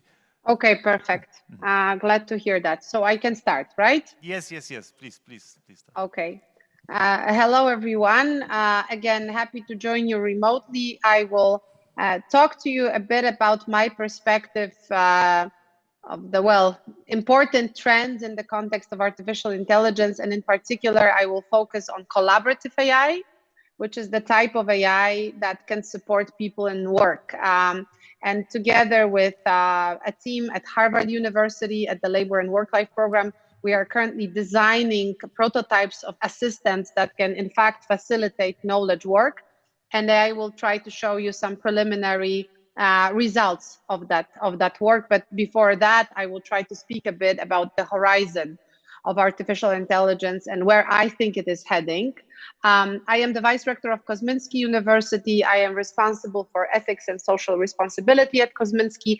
But I guess foremost, I lead a team that is focused on AI research. We are also building a program where we are teaching both management and artificial intelligence to our bachelor students, but we are also a team that has built a Human Race Center, which is Human Machine Interaction Research Center at Kosminski University, and we've been, involved in many different projects that were essentially focused on human-machine collaboration and human-machine interaction. So I am not sure again whether you can see my screen because what I see on the screen is kind of a crazy labyrinth, but hopefully what is visible on your side is a correct version of the presentation. We can see two books, yes. Sorry. Okay, perfect. So these are just like, examples of my work so far. The one that has been conducted in Polish, popularizing the knowledge on AI, in particular on language processing, because that's kind of my domain within artificial intelligence. And as mentioned before, since 3 or 4 months, I am a part of the Labor and Work Life program. I'm working there as a senior research associate and focusing on the future of work, collaborative AI in the context of the future of work. And I have to say that the interest in implementing artificial intelligence into the workplaces has started, in my case, with the book that we published together with Professor Dariusz Jemielniak, Collaborative Society. It's a book that we've been writing in 2019, and we have published it in March 2020, which I think is in many ways a very significant date because it's the start of COVID in Europe and in the United States. And in that work on collaborative society, we've been writing a lot about transformation of work and how people will work with one another and collaborate also in the future using various technologies, getting more global, more networked. And actually the first few chapters were focused on remote work and hybrid work, which I guess to many people felt a bit suspicious that we are focusing on something that was, well, unraveling as a phenomenon in front of their eyes during this first wave of COVID. So in fact, we have seen what we've written about in that book accelerating at a very speedy pace in reality. But, that has led me to the interest in, well, the next wave of digital transformation, which would focus on implementing cognitive technologies like artificial intelligence into the world of us working as professionals. And this is something that has, since that very moment, 2020, really captured my attention. And this is something that I would like to talk to you about in the second part of this presentation. So I think this has been repeated a couple of times during your conference, that we are essentially in a phase of great interest in artificial intelligence, even though the technology itself has been known for many, many decades now. The first neural networks were invented in 1943. So it's a while ago, or really, well, not invented, but described as a possibility, right? And until realization of that possibility, we had to wait a couple of decades because the first real neural networks started emerging in 2010. And ever since that time, 2010, we've seen three factors colliding, right? So huge amounts of data, big computational power, and new types of algorithms, those deep neural networks that were inspired by the human brain.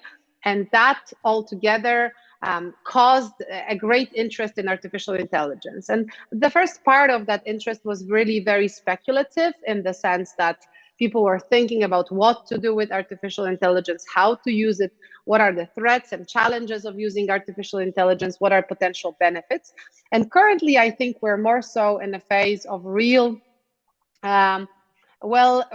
realization of that interest. So people, in fact, businesses, organizations, institutions are investing in artificial intelligence, are very pragmatic in thinking about how artificial intelligence can support them, together with other technologies, because obviously it's not the only emerging technology of interest.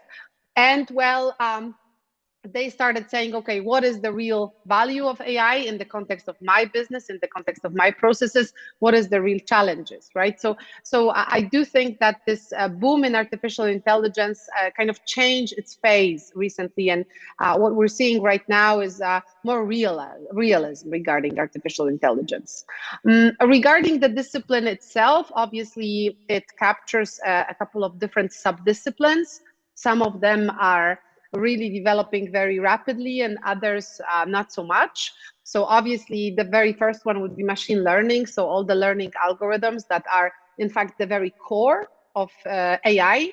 And here that comprises obviously more statistical approaches to machine learning, regression, classification, more controllable, maybe also simpler types of algorithms, and deep learning, which is kind of this newest phase of artificial intelligence algorithmics. That has been very spectacular recently in image processing, in text processing, voice processing. Here, deep learning has revealed a very big value. And on top of that, we obviously have other types of disciplines within artificial intelligence that are essentially supported by deep learning and machine learning, where deep learning and machine learning are the really foundation of them. But at the same time, well, they use specific parts of those algorithms or specific types of algorithms to do what is supposed to be done, right? So in terms of language processing, we have different algorithms that are very good for translation. That has improved recently. We have very interesting algorithms that are capturing the essence of a text or summarizing it. We have algorithms that are very good at dialogue management with humans, right? And that goes hand in hand with text-to-speech and speech-to-text algorithms that are unraveling human voice to binary code and are capable of responding well through obviously various intermediary layers, again in natural voice.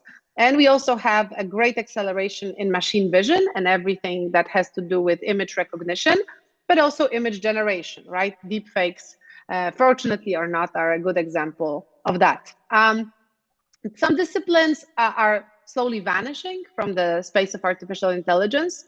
I would say that expert systems are one of them. And there are also disciplines within AI, like robotics, that are still emerging, right? When we think about robotics, here you see an example of a Boston Dynamics robot, which is obviously very, very advanced. It uses deep learning to adapt to the places where it's supposed to maneuver and be mobile, right? So in fact, these are most advanced robots that are able to perform well in very noisy environments. But there are not many of such robots, right? And not many of such examples. This is, I think, the beginning of AI-based robotics. It's a very hard endeavor. It's a very hard part of artificial intelligence because you have to introduce systems, AI-based systems to our physical world, which is changing very rapidly and all the time. And that requires completely different approaches. But I think the future of AI is in robotics, and that will be a very important part of AI. It will also be a very important part of collaborative AI, right? So everything that has to do with working together in close relations with humans. In fact, Elon Musk some time ago has shared that he now has a newly established interest in robotics, and he's going to build a Tesla bot which actually will be very much human-like and should accompany us in the future. And what was revealed was actually a real person dressed up as a robot for the presentation of the alpha version of the bot. So if you are dressing up a human as a robot, I guess that doesn't mean much and shouldn't be taken all that seriously. But nonetheless, I think the future will show whether this is a real endeavor that Elon Musk will be pursuing, or will just drop it like some other things that he's done in the past. But nonetheless, I think the future of AI does belong to robotics to a great extent, and will be very, very important part of AI in the coming years, an important part of building competitive advantages against others, right? So whereas you can think about software and data as those most important competitive edges for companies, organizations, or even states today in this whole technological race, I think physical AI-enabled infrastructure will be something that will be a big competitive factor in the future, right? So coming back to this, obviously we have those different disciplines developing at different paces. But as I said before, the core is really machine learning today, developing in many different directions, more statistical directions, right? Like classification, regression, supervised algorithms that are very understandable, very clear to us, have interesting use cases like, for instance, weather forecasting, but for some types of goals that are more ambitious, maybe are insufficient. On the other hand, we have unsupervised learning, and here there's also a lot happening. There's also the space of self-supervised learning, very interesting algorithms, a bit more messy, a bit perhaps more autonomous in the way they perform, but very often the very core of various recommendation systems, Netflix, Spotify, and others are obviously using them to recommend products to people, next movies to watch, next films, and whatnot, right? So this is very important. And here we have another discipline called dimensionality reduction, which essentially serves to understand what's hidden in big data and how to visualize what's essential in a heap of data, right? So this is something that together with all those efforts in data collection is a very essential part of having smart data policies, right? Big data as opposed to smart data that really gains and gathers insights. So that I think is developing quite well. And then obviously regarding deep learning, we have those newest disciplines like reinforcement learning that are, well, notorious for not being explainable, notorious for not being clear, but also very well known and spectacular in how well they can capture various tasks, right? Like, for instance, learning new skills, acquiring new skills, learning how to play strategic games, learning how to generate images and whatnot. This is a very important part of artificial intelligence. It's a black box, but I do think that it's the future of AI in many different, or across many different domains. And I've already said a bit about robotics. I think that is very true, that robots are a very important part of artificial intelligence, but obviously not the only one. So without any further ado, I would perhaps say a couple of words about what I think is very relevant for AI and also for collaborative AI in the future. So first of all, obviously, I think a trend that we are all experiencing and seeing is certain refinement of artificial intelligence. AI becomes better and better at what it does. And that is clear to everyone that there are certain tasks at which it can outperform a human as well. Here you see generated synthetic characters, right? So AI generated characters of people who do not exist. They are meshes of different photos that AI has seen. And I think they look very much human-like. When I think about them in the context of the metaverse, for instance, in the future, probably, you know, there will be many of them in that virtual world, right? So AI will become that engine for fueling the metaverse with different types of characters that will be animating certain situations there. And many of those characters won't be human players, right? But instead they will be AI generated, right? So that's an interesting overlap between AI and VR. As much as I am not a big fan of the metaverse, I think this is what's going to happen.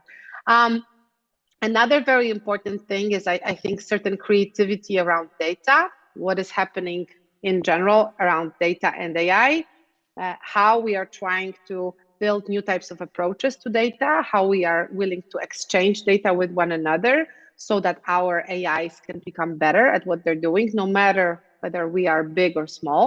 But also, for instance, approaches like minimal data, right? Today, you have such advanced AI engines that they don't need that much data. In fact, you can narrow your data set to only those things that are relevant, right? So you have a narrow data set and very specialized one instead of huge load of data that you are putting in that system, which is, well, when you look from the perspective of ESGs and eco cost, not a good idea, but also doesn't have to be a good idea when it comes to learning new tasks by systems that have been fed with huge amounts of data for the past couple of years and really don't need that much more. Another, I think, very important phenomenon, and this is something I will come back to later, is simplification, right? So artificial intelligence, I think, to a large extent is truly democratizing right now, or it's in the process of becoming more democratic in the sense that we are decreasing or lowering the access barriers to artificial intelligence. When you can use artificial intelligence without coding whatsoever, you are just building, let's say, a prediction model from certain blocks that look like Lego, and you can visualize it very well. And you don't need to code, you just need to understand the idea behind it. What type of question do you want to ask the model? What type of answers do you want to get? What is the data that you're going to use? But you don't want to code it all, then that's doable today, right? We have low code and no code approaches to artificial intelligence that really, I think, are contributing to mainstreaming of artificial intelligence in the future. I was always thinking that AI is like internet, right? To a large extent, we can't live without the internet already today. It's an essential technology and it's very accessible, right? You don't need to, I don't know, learn certain things to have access to internet and use it well. And with AI, perhaps a similar trajectory is ahead, where with no-code tools, you'll be able to use artificial intelligence without those extra barriers that were problematic before. Yet another thing that I think is going to contribute a lot to what we will see as AI landscape in the coming years is, in fact, everything that has to do with regulation of artificial intelligence and perhaps its ethics.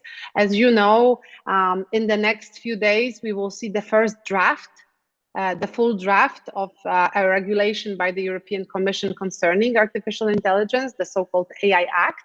And here, this AI Act looks at artificial intelligence from the perspective of risk, right? And that is also, I think, very interesting, where majority of applications of artificial intelligence will be considered minimal risk, whereas there will be those that are considered limited, like deepfakes. You will have to always label AI-generated image in order not to create confusion, right? So whatever is generated by AI has to be signaled to people so that they don't feel confused about whether they are speaking to a bot or to a human.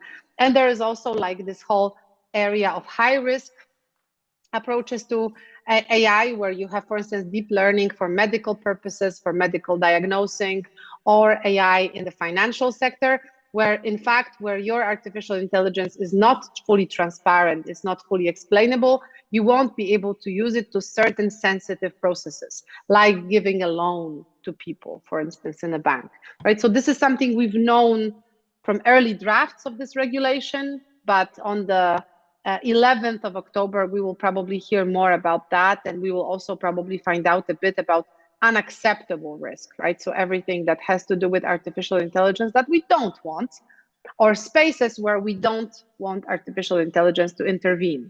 And we know from this early version of the draft that one of those spaces would be recognition of human faces in public spaces by artificial intelligence. That this is something that we don't want in Europe, where we are trying to build trustworthy artificial intelligence. So that, I think, is quite interesting.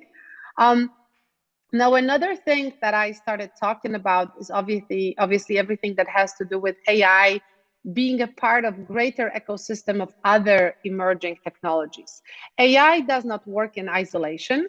First of all, obviously, AI is heavily reliant on humans, but AI also co-develops with other technologies like VR, like mixed reality, like blockchain, or like sensors and the Internet of Things, right? If you want to have a good artificial intelligence that will tackle the issue of, I don't know, traffic jam on the streets, then you need to make sure that you use real-time data, and that real-time data can be only retrieved from sensors that you have placed in various areas, because only then you're able to solve that problem truly well, right? Without real-time data, you can only have a prediction machine that will essentially work in void, right?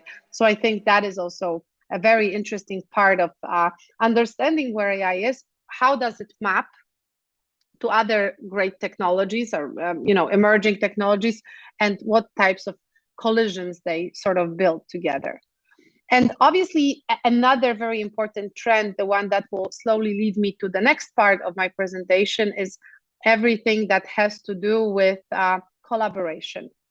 Probably some of you have seen that on Kaggle, we've had for a while now this function that is called Copilot. And Kaggle is this big data scientific platform for programmers, code developers, and whatnot. And Copilot functionality allows you to program together with artificial intelligence. And it's truly a remarkable example of collaboration, cooperation, where you are not coding by yourself, but it's also not the case that the system is coding something on your behalf or instead of you, or that you've delegated fully coding to it. In fact, it's really co-coding together. And that, I think, is a great example of how AI can fuel our work and how we can start thinking about patterns of collaborative action together with artificial intelligence, where human is in the loop or even in the center. But AI is really this big cognitive technology that supports human in their work. And that is something that leads me to this second part, where I will tell a bit more about the project that we are currently pursuing as a team, also with Harvard, because we are, well, very much inspired by GitHub Copilot, but we've decided to focus on a different type of work. So nothing that really has to do with IT or programming, but something that perhaps is a bit more creative. And here, let me start by saying that obviously we've seen very interesting growth in the field that is called conversational artificial intelligence, right? So conversational AI is or has always been a very important part of natural language processing, but for a couple of years now, we've seen a great revolution in this area, right?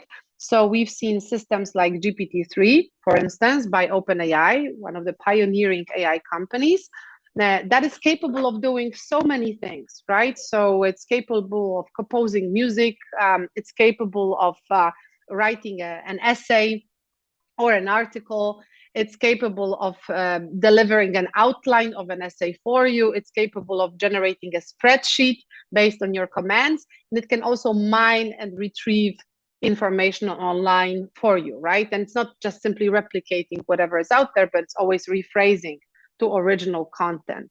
So here you can see the example where you ask it to recite the first law of robotics, and it's such a context-aware system that you don't have to say which book exactly you mean and that it's by Asimov, but you will still get your good answer, right? Most probable answer in this context, and it's proper, right? So systems like that started like developing 2-3 years ago, and currently are really, I think, mainstreaming at a very fast pace, but it's also because of another factor that I've mentioned before, which is simplification, right?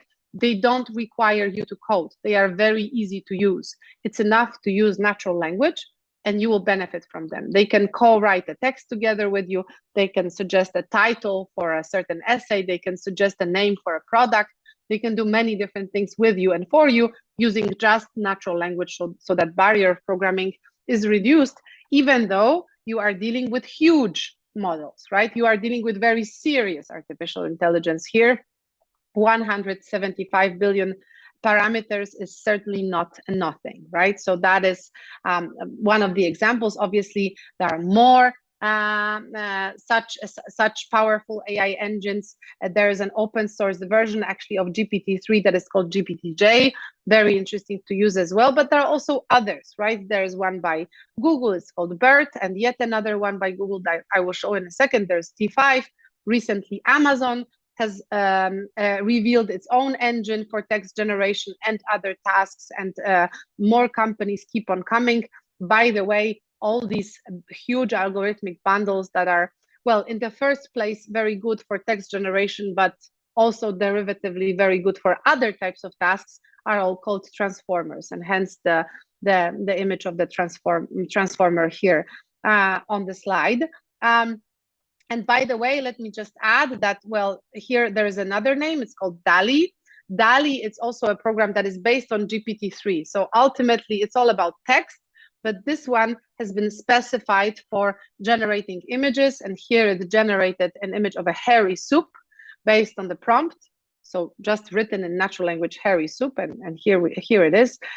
You can write any prompt whatsoever. I here wrote a letter A, and I got those crazy images that are somehow, according to DALL-E, associated with the letter A. So that is, I think, quite interesting. It's probably a very compelling thing to use those image generators today. Obviously, what they do is associate text with the image, right? So you are the text provider, you are providing a description, and then they work kind of together with you based on your prompt to generate an image, that will kind of suit what the prompt was about. So I think it's a big revelation. I'm very curious about how that's going to unfold for graphic designers and artists, to what extent they will use this tool, to what extent they will reject it, but perhaps on the other hand, to what extent some of them will adopt it as a new technique of generating their crafts and arts, right? So that is, I think, very, very interesting. But based on those new things, new phenomena happening in the space of language processing and the emergence of transformers, we started getting interested in how, for instance, such a powerful algorithm like a transformer could be used for humans who work in managerial professions, for instance. And we were very much inspired by Professor Tom Malone, who wrote about the power of our collective intelligence combined with artificial intelligence. And he worked a lot on professions of the future and, what people will do with artificial intelligence in the coming years and decades. And I think essentially you can summarize his work as the search for synergy, right? Where can we find synergy between, what AI can do for us and ourselves, contributing, delivering, collaborating with others.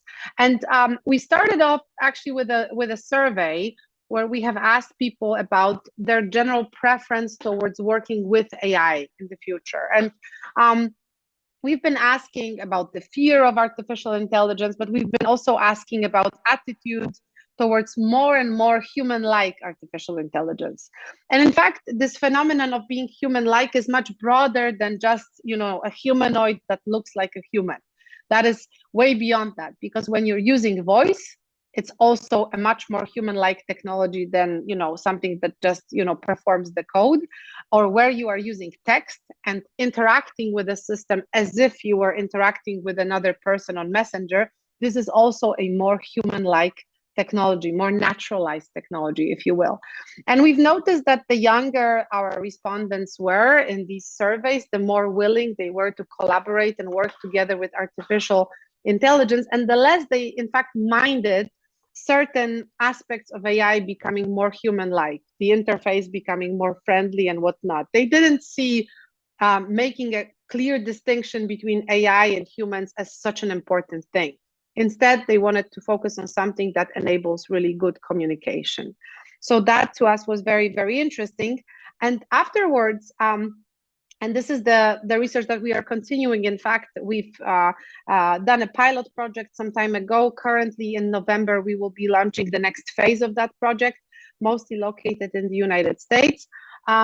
What we've worked on was understanding the needs of a very particular professional group, and these were marketers.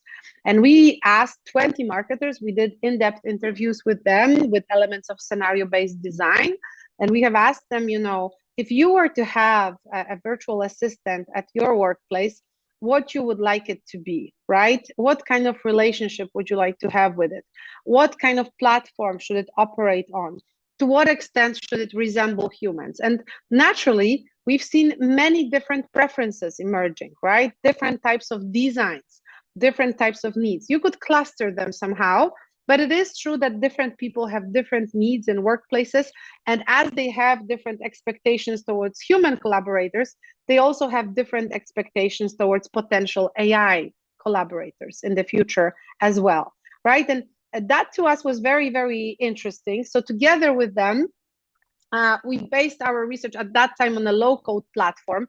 We now jumped to GPT-3. Earlier on, it was another framework for simpler bots, but we designed together an assistant that could contribute to their work somehow, their daily routines. And please bear in mind that they are marketers. So obviously we focused on drafting, for instance, new types of campaigns or product launches for them. So something that is very typical of their work. And what we have done in the experiment is, in fact, as I said, we've designed this assistant that was very, very simple, very easy to use, very much a low-code approach that anybody can use, as intuitive as the usage of social media. And we've confronted them with a problem. We took those 20 people, we've divided them into 2 smaller groups. 10 people were working with the assistant of their choice and preference that we've built together with them. It was collaborative building too, and that's important, that you contribute to the technology that you will eventually use, that you as a user are also co-creator of that technology. And then the other 10 people were just working on their own. The problem was, something that was known to them, launching a new product to the market.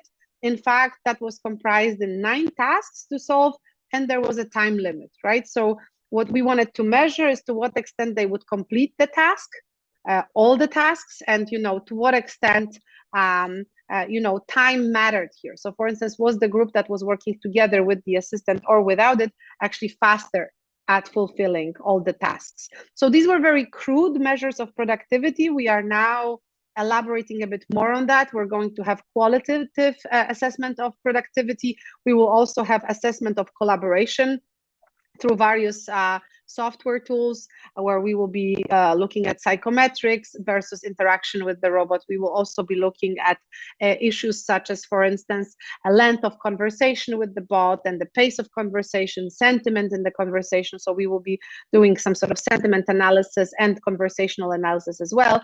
But these early measurements were very crude. We just wanted to find out whether people were working more effectively and faster when they had AI at their disposal. And we didn't really look all that much at their preferences in the context of happiness with the bot, but general satisfaction of the tasks that they've done. And I will share the results with you in a second.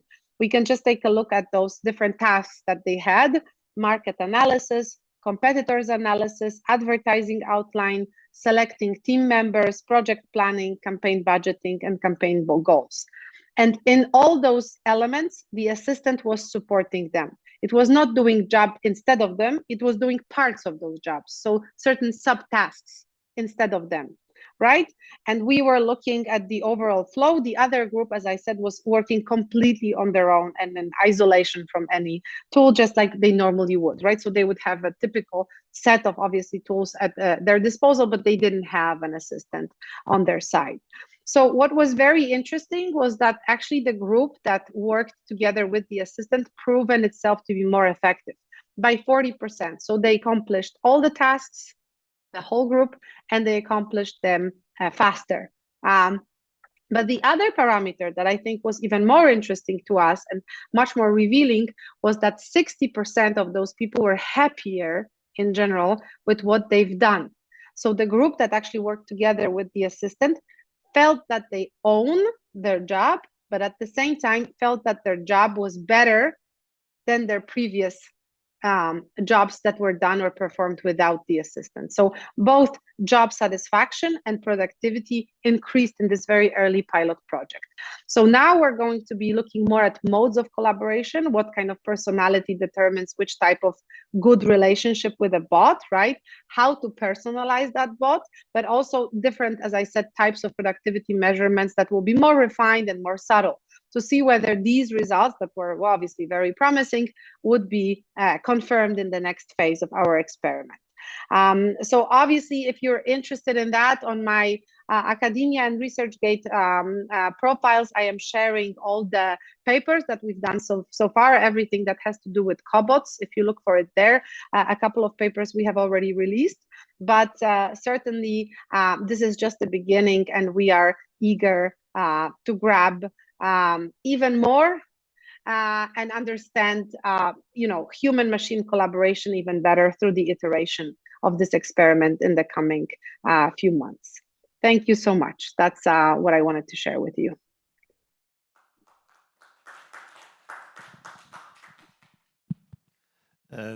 Thank you very much, Professor, for this very actual presentation, also referring to present presentations which were also somehow focused on AI. I'm not sure whether we have some time to ask just a few questions, or... Well, I would have like 5 minutes only, I guess. I understand. So, is there any questions? Happy to take one or two. Maybe just one question, if we don't have time. You've mentioned this European regulations about different types of level of risk of AI. Maybe how you could maybe expand or comment about this this level of high risk related to AI. You've mentioned one of the problematic issues related to face recognitions, and maybe you can just to mention maybe some other aspects that could be somehow allocated to this high level risk. Well, we will see, right? Because the full draft will be more revealing than what, this scattered sort of versions that we have seen so far. But certainly what is mentioned in high risk, or actually unacceptable risk, because that's not just high risk, but it's unacceptable. So unacceptable risk should also be related to everything that has to do with subliminal recommendations. So recommendations of which you don't know that they are recommendations. And I think what has fueled this particular statement is related to Cambridge Analytica and the trauma of Cambridge Analytica. So we don't want any types of interventions. We don't want subliminal content recommendation that leads you to certain wormholes on YouTube or elsewhere. So this is something that should be banned, and we will see what else, right? There's obviously a big discussion regarding autonomous weapons. Not sure whether that will be there, taking into account also the current situation globally and in our region in particular.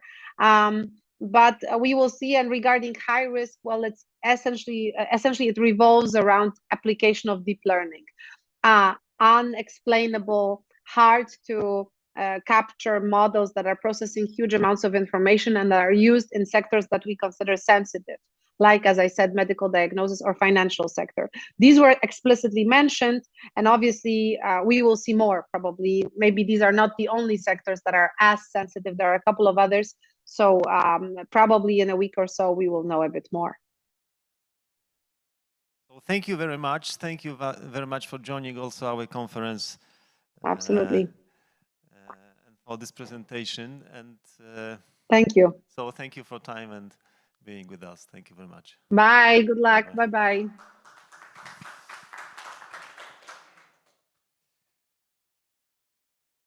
Okay, so now the last presentation before the lunch break. So Professor Evgenia Filipova-Korlusz from the MIC Management Center in Innsbruck. And the topic of the presentation, as you have it in the program, is focused on sustainability, possibilities and challenges of digital technologies for sustainable development. So please.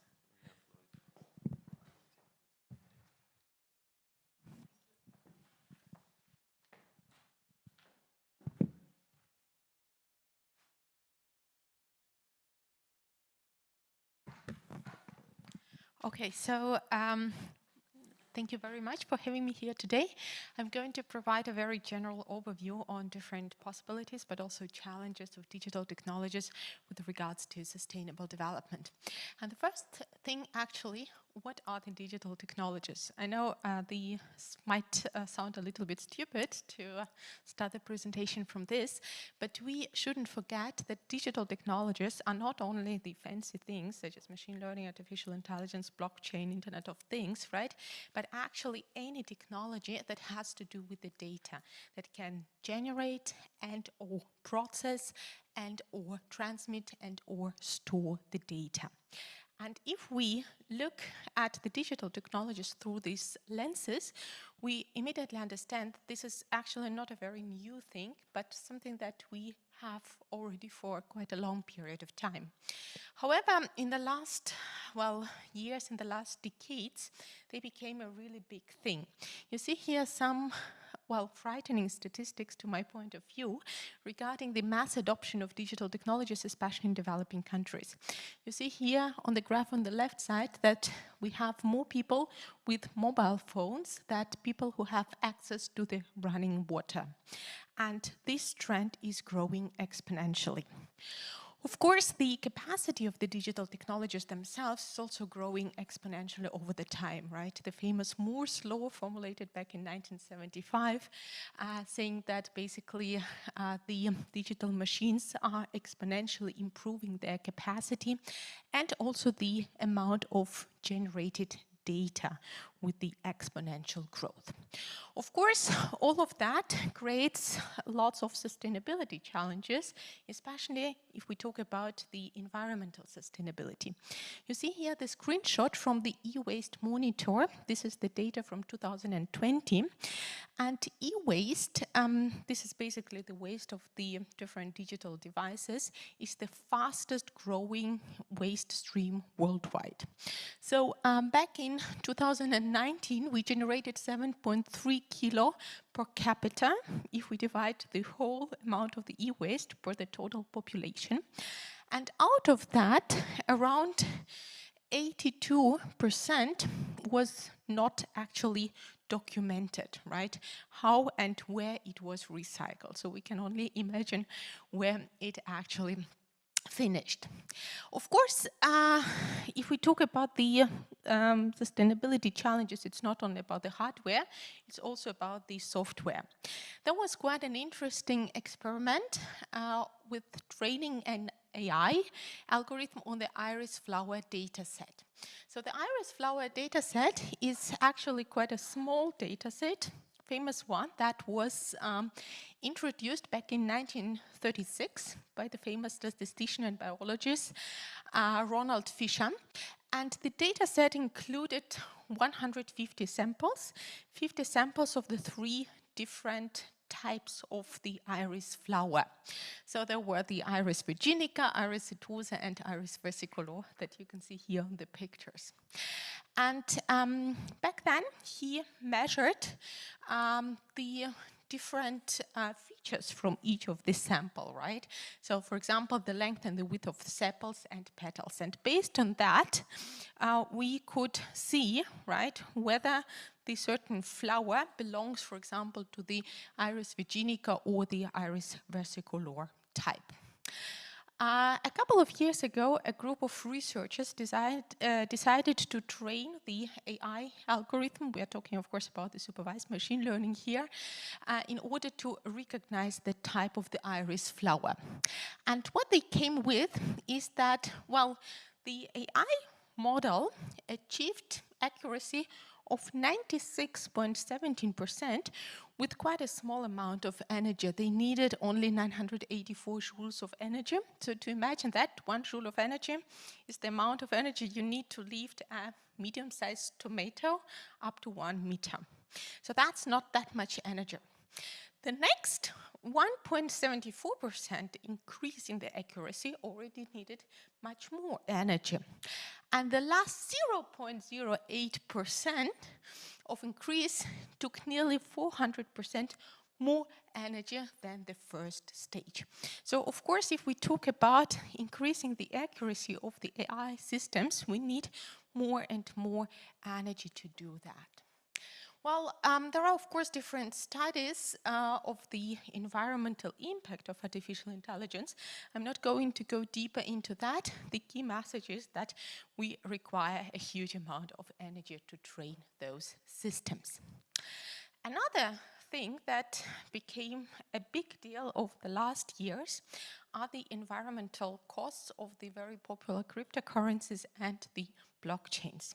So if we talk about the blockchains that have the so-called proof of work algorithm, we are talking about a huge amount of energy that they need.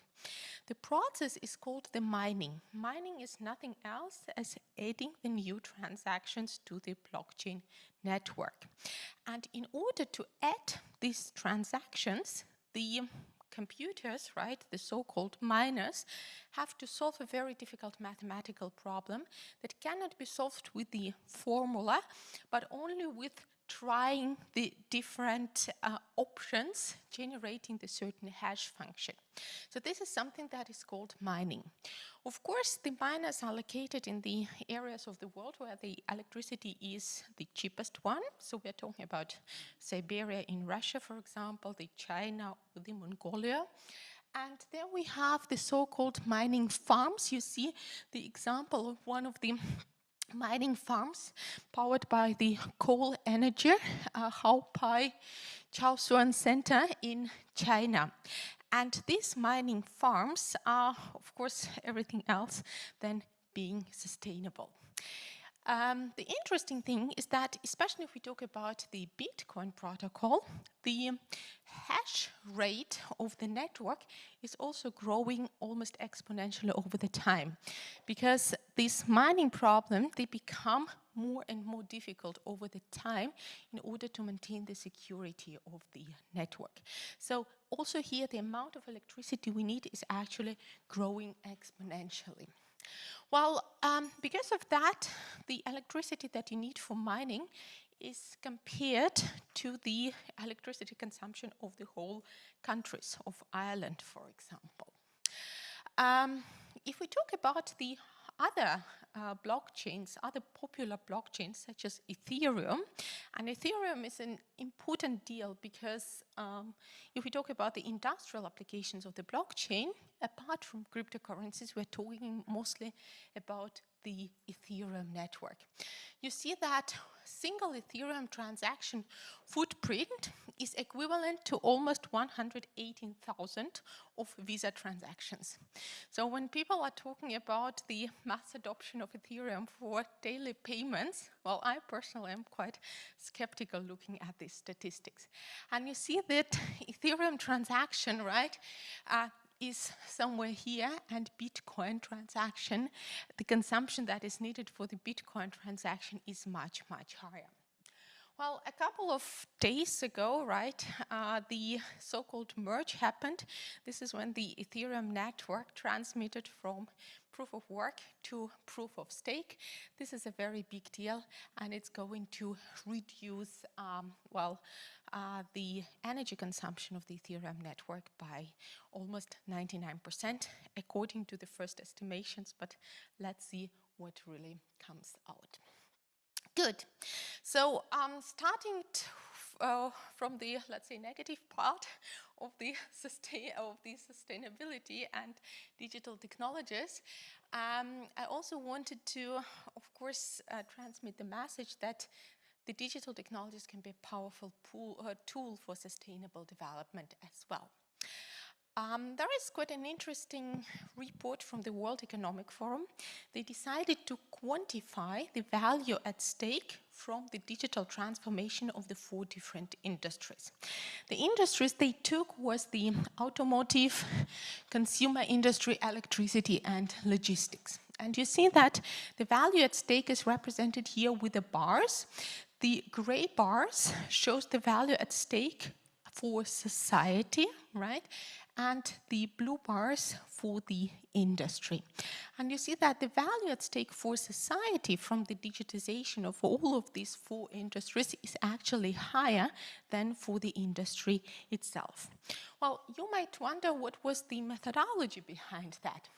Well, for the industry value, they basically looked at the increase in profits or the saving costs, as well as the migration of the value between the different players. For society, well, they looked for the value impact for customers, so for example, saving costs for the customers, the value impact for society, so productivity gains, the job creation, the saved lives, and so on and so forth, and the impact on environment that was about increasing or reducing the CO2 emissions. Talking about the digital technologies and sustainable development in, let's say, a more systematic manner, I might remind you about the Sustainable Development Goals, right? There is something that is called SDG wedding cake, because in many countries it's popular to make the different layers of the wedding cake. So the fundamental layer are the SDGs about the biosphere, right? So the climate change and natural resources. Then we have societal SDGs, such as no poverty, zero hunger, and so on and so forth. And at the top we have economic SDGs. So regarding the biosphere SDGs and the digital technologies, there are always two sides of the medal, right? We do have some potential positive impact, but on the other side also some potential negative impact. So a couple of examples from the industry. The first one comes from the chemical industry, from Clariant, which is the multinational chemical industry manufacturer located in Switzerland. And the chemical industry is quite interesting because it's not very sustainable on the one side. On the other side, 90% of products that we use in our daily life, they contain some chemicals. So a couple of years ago, Clariant developed a spin-off called the Navigance. And what this Navigance does, they developed the AI-based software service for chemical producers in order to optimize their production plants, in order not to waste a lot of resources. This is only one concrete example, but for example, BASF, right, from Germany, is also working on the very, very similar application. Another example here is the application, basically a digital traffic assistance. Originally it was developed by the Deutsche Telekom and later on bought by the Swarco group. So when we talk about the big cities, people that are looking for the place to park their car, they drive approximately 20 minutes to find a parking space, which of course creates some substantial CO2 emissions. So this Park and Joy is a kind of the digital assistance, parking assistant, right, that can tell you exactly where there is a free parking and you can drive exactly there. Another example comes from the Middle East, the company called Agility Logistics. They are headquartered in Kuwait and they operate some of the huge logistics parks across the Middle East, Africa and South Asia. So they developed a modeling tool that allows their clients, of course the B2B clients, to choose the low carbon shipping options. The tool became quite sophisticated in the last years and you have quite a lot of options to choose from. Another example is the so-called precision fishing techniques. So this is basically the system of the AI-assisted systems for the fishing industry. Well, I made a small table here that represents the different stages of the fishing. So starting from the detection and capturing where the fish is, then processing the caught fish, then reporting to the authorities, and then the surveillance and control from the authorities about the fishing. And at each of these stages, we can use the advanced analytics and artificial intelligence to assist with that. The interesting thing is the processing. So earlier there was the manual sorting of the caught fish. Nowadays there are the cameras and the sensors, and of course the supervised machine learning that can exactly tell you how much of which sort of fish was caught. The interesting thing, if we talk about the sustainable development, is the application of the precision fishing techniques for the authorities, because they can know exactly, right, how much of which type of fish was caught, and therefore the possibilities for unregulated, unreported fishing are reducing quite substantially here. One of the examples of the large companies that use it is the Aqua Beer Marine. They are the leading world supplier of the krill. Krill is the small animal like that one that you see in the picture. And this is a very rich natural source of omega-3 oil, for example. And the krill lives in the Antarctic waters, so very difficult zone to catch it. And they, developed the machine learning model to find krill that is based on the different inputs, right? Starting from the weather forecast, from the currents, from the historical catch, and so on and so forth.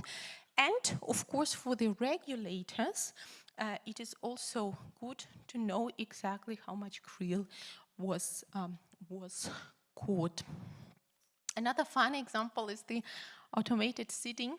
So these are basically the drones that are planting the trees. The drones are very fast with that, so 120 seed pods per minute. And also in terms of the biodiversity, you can put the numerous different types of plants into the seed pods to be planted. There are different startups that are working with that. I'm not going to show that because we do not have time, but there is quite a funny video again from the World Economic Forum about this industry. Good.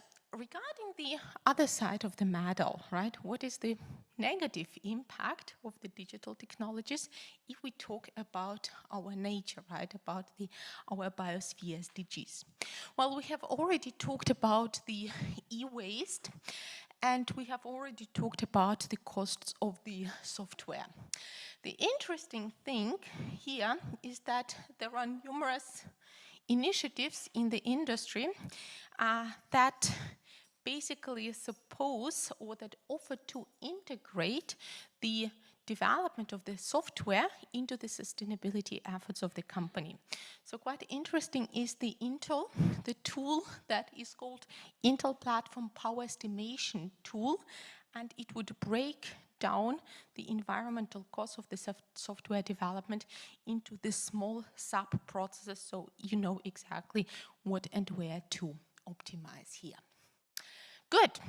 Moving forward, the second part of the SDGs wedding cake, right? The social SDGs and digital technologies. So here we have three different streams. The basic human needs, right? Zero hunger, for example, access to health, amenities and utilities, and a fair and just society.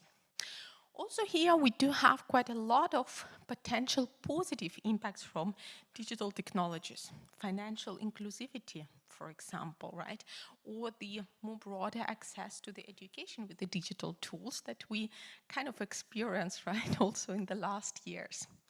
And we have also the negative impact. The whole topic of the AI ethics, the whole topic of the potentially biased machine learning algorithm, about the deepfake news, this is on the, let's say, negative side here. One of the examples, the classical example of the financial inclusion, and I think many of you are familiar with them, comes from Kenya, and this is a company which became quite a big company. It's called M-Pesa. Well, in Kenya, back in 2006, only 15% of adults owned a bank account, right? So that means that 85% were basically excluded from the global financial system. However, as you remember, right, from statistics, especially in the developing countries, we have more people with the mobile phones than those with the drinking water and then those with the electricity, for example. So what M-Pesa basically decided to do, they decided to make a kind of the bank account with the mobile phone. So the person could register with their system, right? Put some cash with more than 40,000 of agents across the country, and the users could basically use their mobile phone as a kind of the bank account, so sending the money, withdrawing the cash, and so on and so forth. M-Pesa originally was a startup, but they partnered very quickly with the Safaricom, which is the country's largest mobile operator. Of course, there are numerous other initiatives on financial inclusion. Quite an interesting thing is the Global Inclusive Growth Summit. This is the annual summit sponsored by MasterCard. And if you're interested in the topic, there are numerous startups, right, numerous companies that are dealing with this topic. Well, what about the negative side? AI ethical use. You see here the screenshot of the global news coverage on AI ethical use, and we see that things such as the racial bias, the gender bias are on the top of the agenda. Well, generally speaking, we need to have two things. The first one is how qualitative is the data that we put into our machine learning systems. And the second one, what are the assumptions that we make during creation of the algorithm? And these two things, they determine the quality of the prediction that is generated by the machine learning algorithm. What can happen here? The first thing that can happen is that the input data doesn't correctly represent the whole population. And the thing that comes out of it is called the selection bias. There are a couple of examples, famous examples, when these biases happened. So in 2018, Amazon developed the AI-based system to screen the CVs of the different applicants.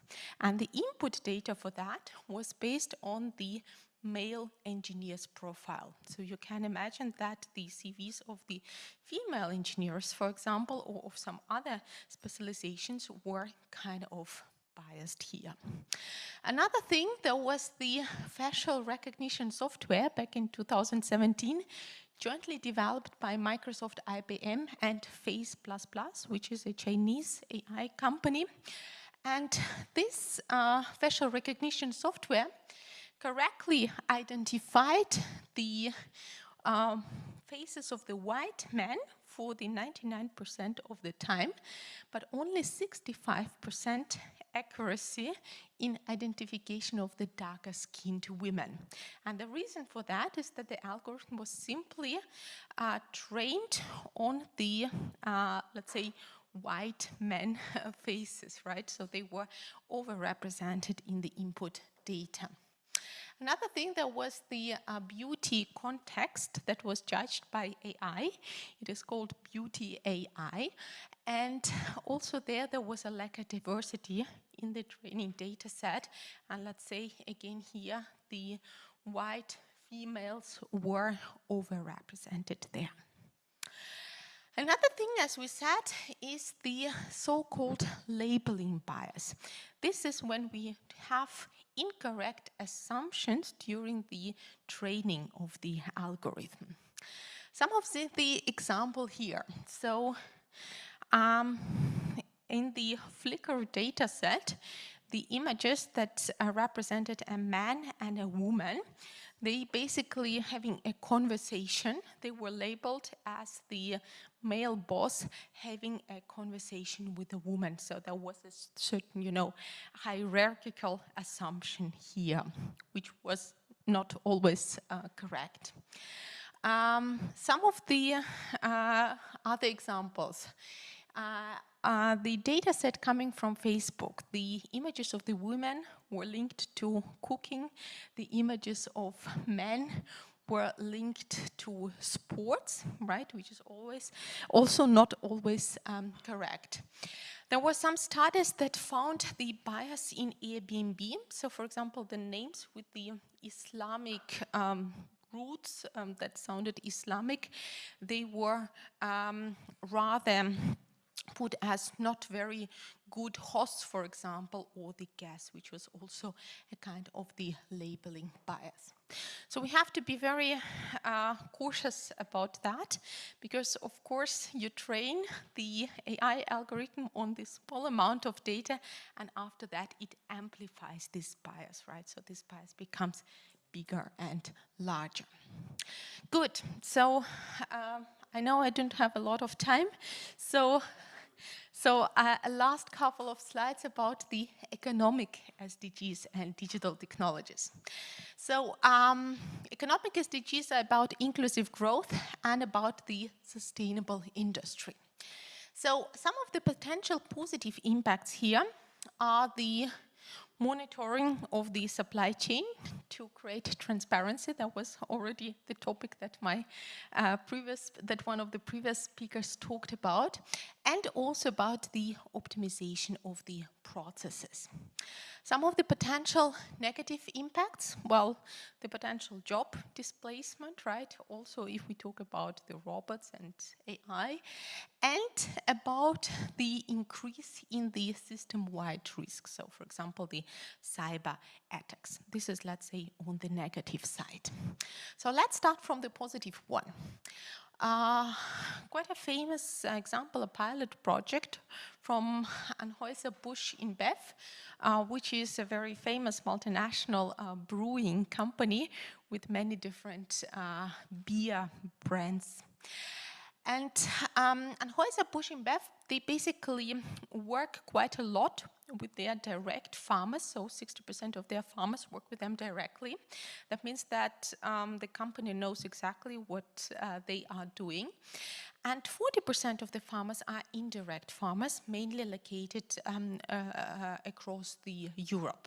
And for this 40%, back in 2020, they developed the pilot, right, the blockchain-based supply chain. Nothing new, we know many examples of that in the industry, but I just wanted to make this example because this is quite a big company that did that.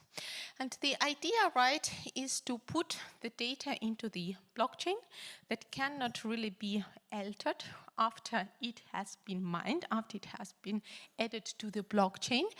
And the end consumer can exactly trace what happened, right, with the product starting from the very beginning. The interesting thing, together with the colleagues from St. Gallen Business School, we made a project not with the Anheuser-Busch InBev, but with the wine company. And we actually had a look whether the consumers do need this information and whether the consumers are actually ready to pay for that.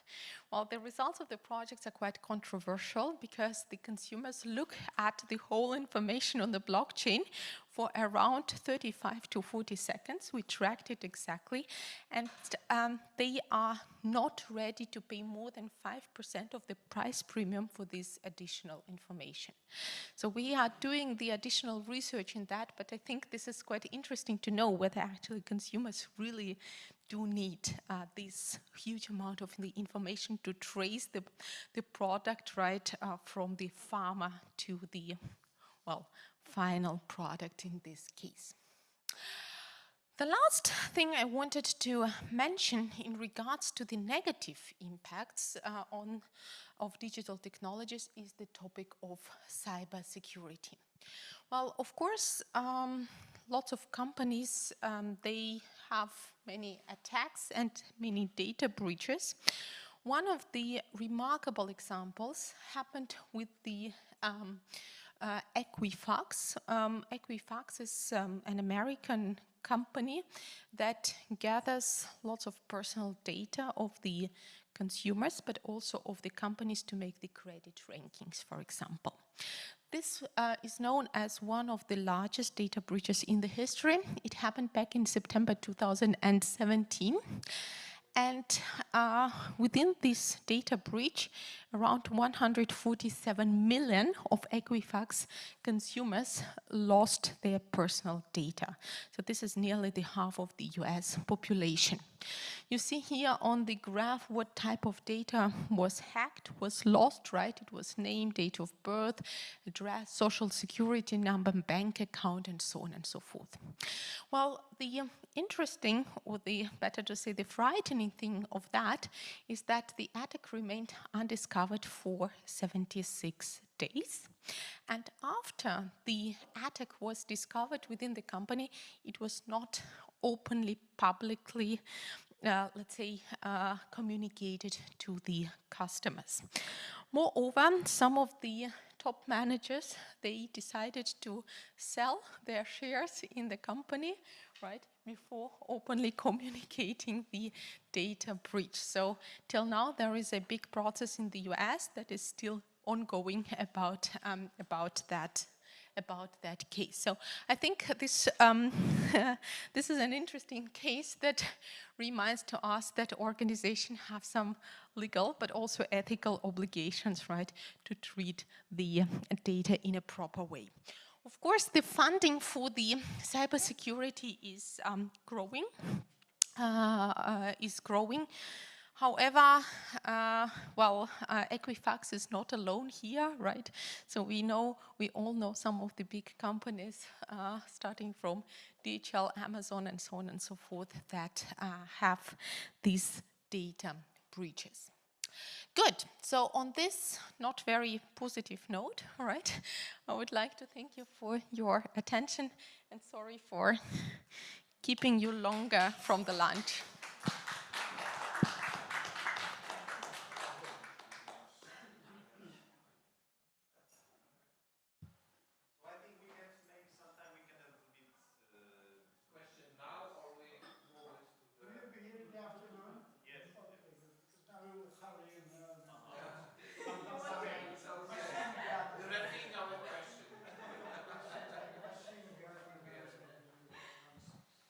So thank you for your interesting, excellent presentation. So now now that it's time for lunch, we will guide you to. This is the same place as yesterday, yes. But just in case, we will guide you. This is at the back and the main building in the new Senate room. But we will go together. So I think it's not necessary to give further details. So we have a lunch now, and after the lunch, the final session will be kind of a discussion, like a panel session, yes. New questions. Yes, we will be here, yes. The same room, yes. So thank you very much. Lead our last part of this session, the discussion and panel session. Maybe at the beginning, I introduced our guest, starting from Professor Evgenia Filipova. Next, Professor Dieter Hertweg. Next one will be the Vladimir Rankovic and Zoran Kalinic. We heard their presentation today, but before we came back to the question we probably have to this presentation, to the broadly discussion, I want to start from my question. My question not concerning exactly one of your presentation, but concerning digital transformation of digitalization as a whole. When I prepare to this session, I think about what aspect is important. And I think that we should start from the digital aspect, it means from the technology. When we are talking about digital transformation, we talk about artificial intelligence, machine learning, blockchain, Internet of Things, Internet of Everything, edge computing, artificial reality, and so on. Many technologies. Sometimes we can call this maybe not technology, maybe concept. The question is, how do you think? Do this technology are mature?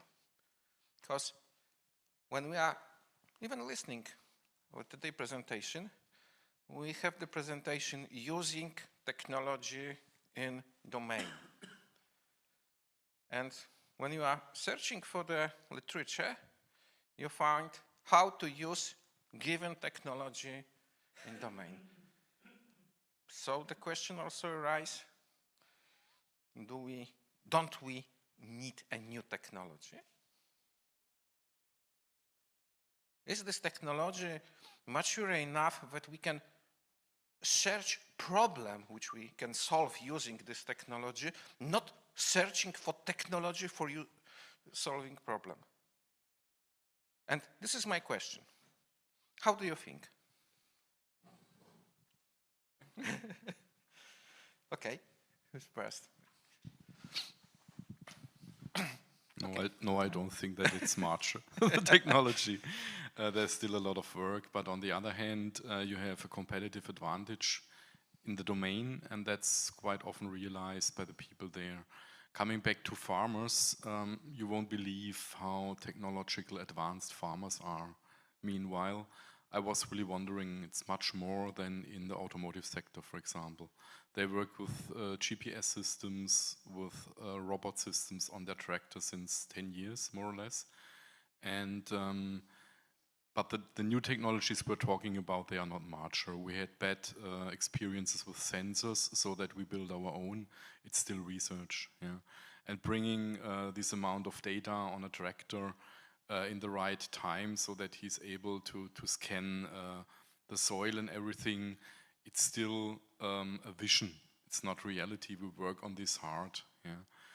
So you need the speed of a 5G antenna, and this costs 1.5 million, only one antenna.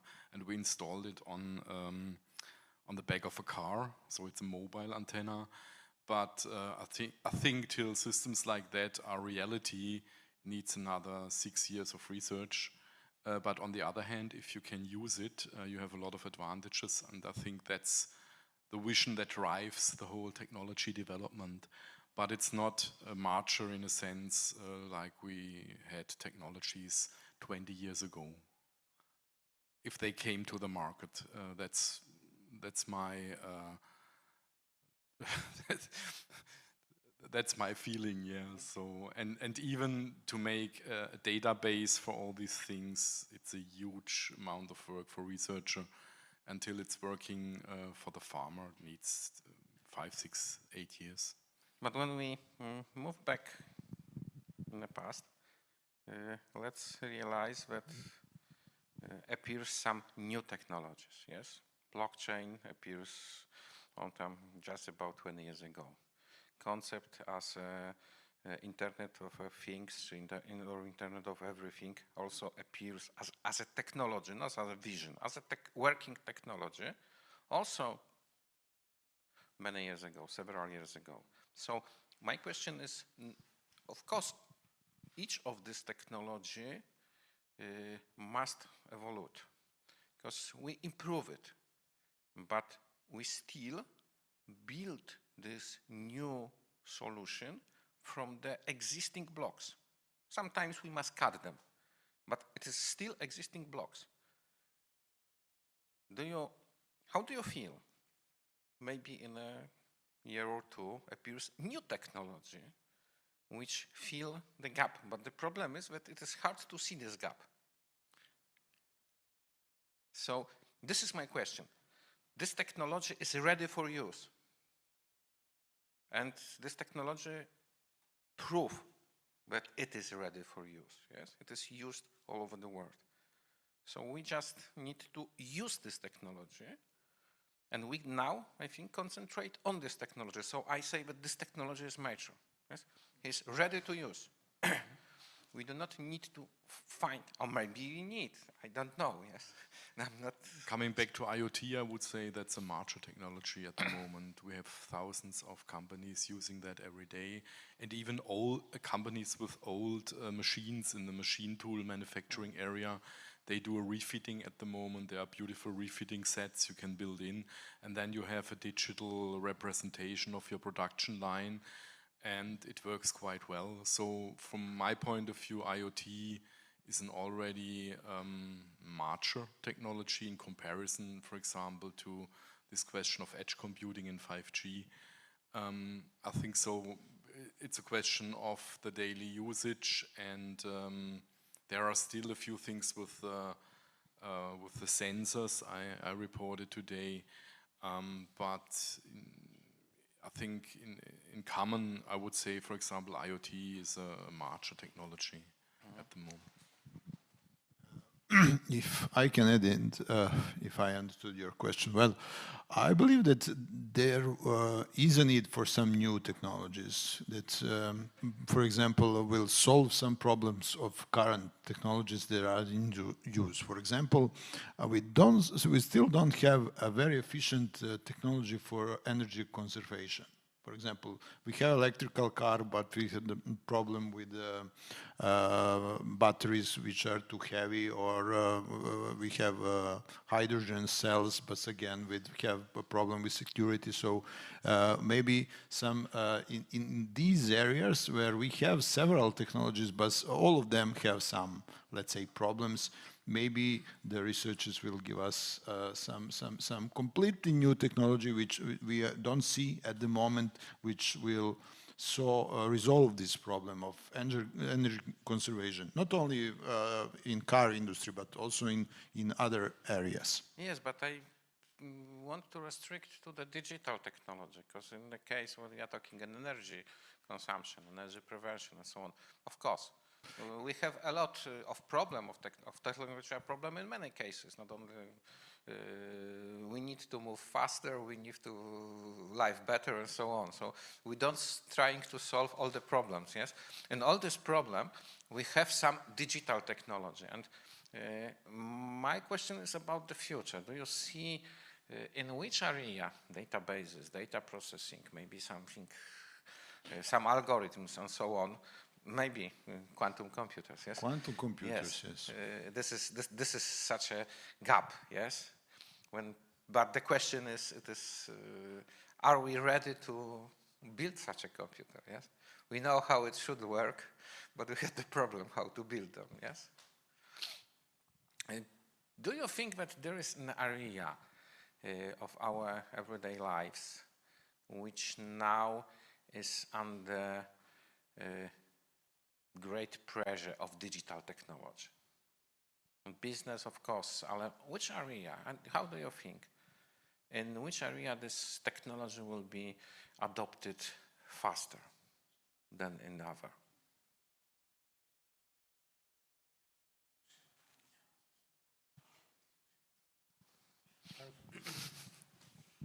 Well, hard question, but you know, the technology development, in my opinion, is driven by business or by military industry.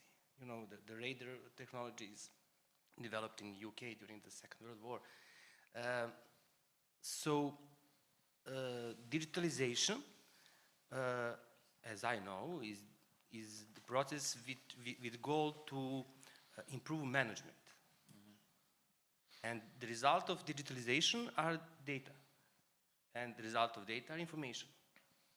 And artificial intelligence started to develop rapidly when digitalization took place and made a lot of data. Before that, the artificial intelligence, data science, was only in theory because there was no data. So What is next? Well, I don't know right now. I think that digitalization and new technologies will develop the most in the area where is the most money.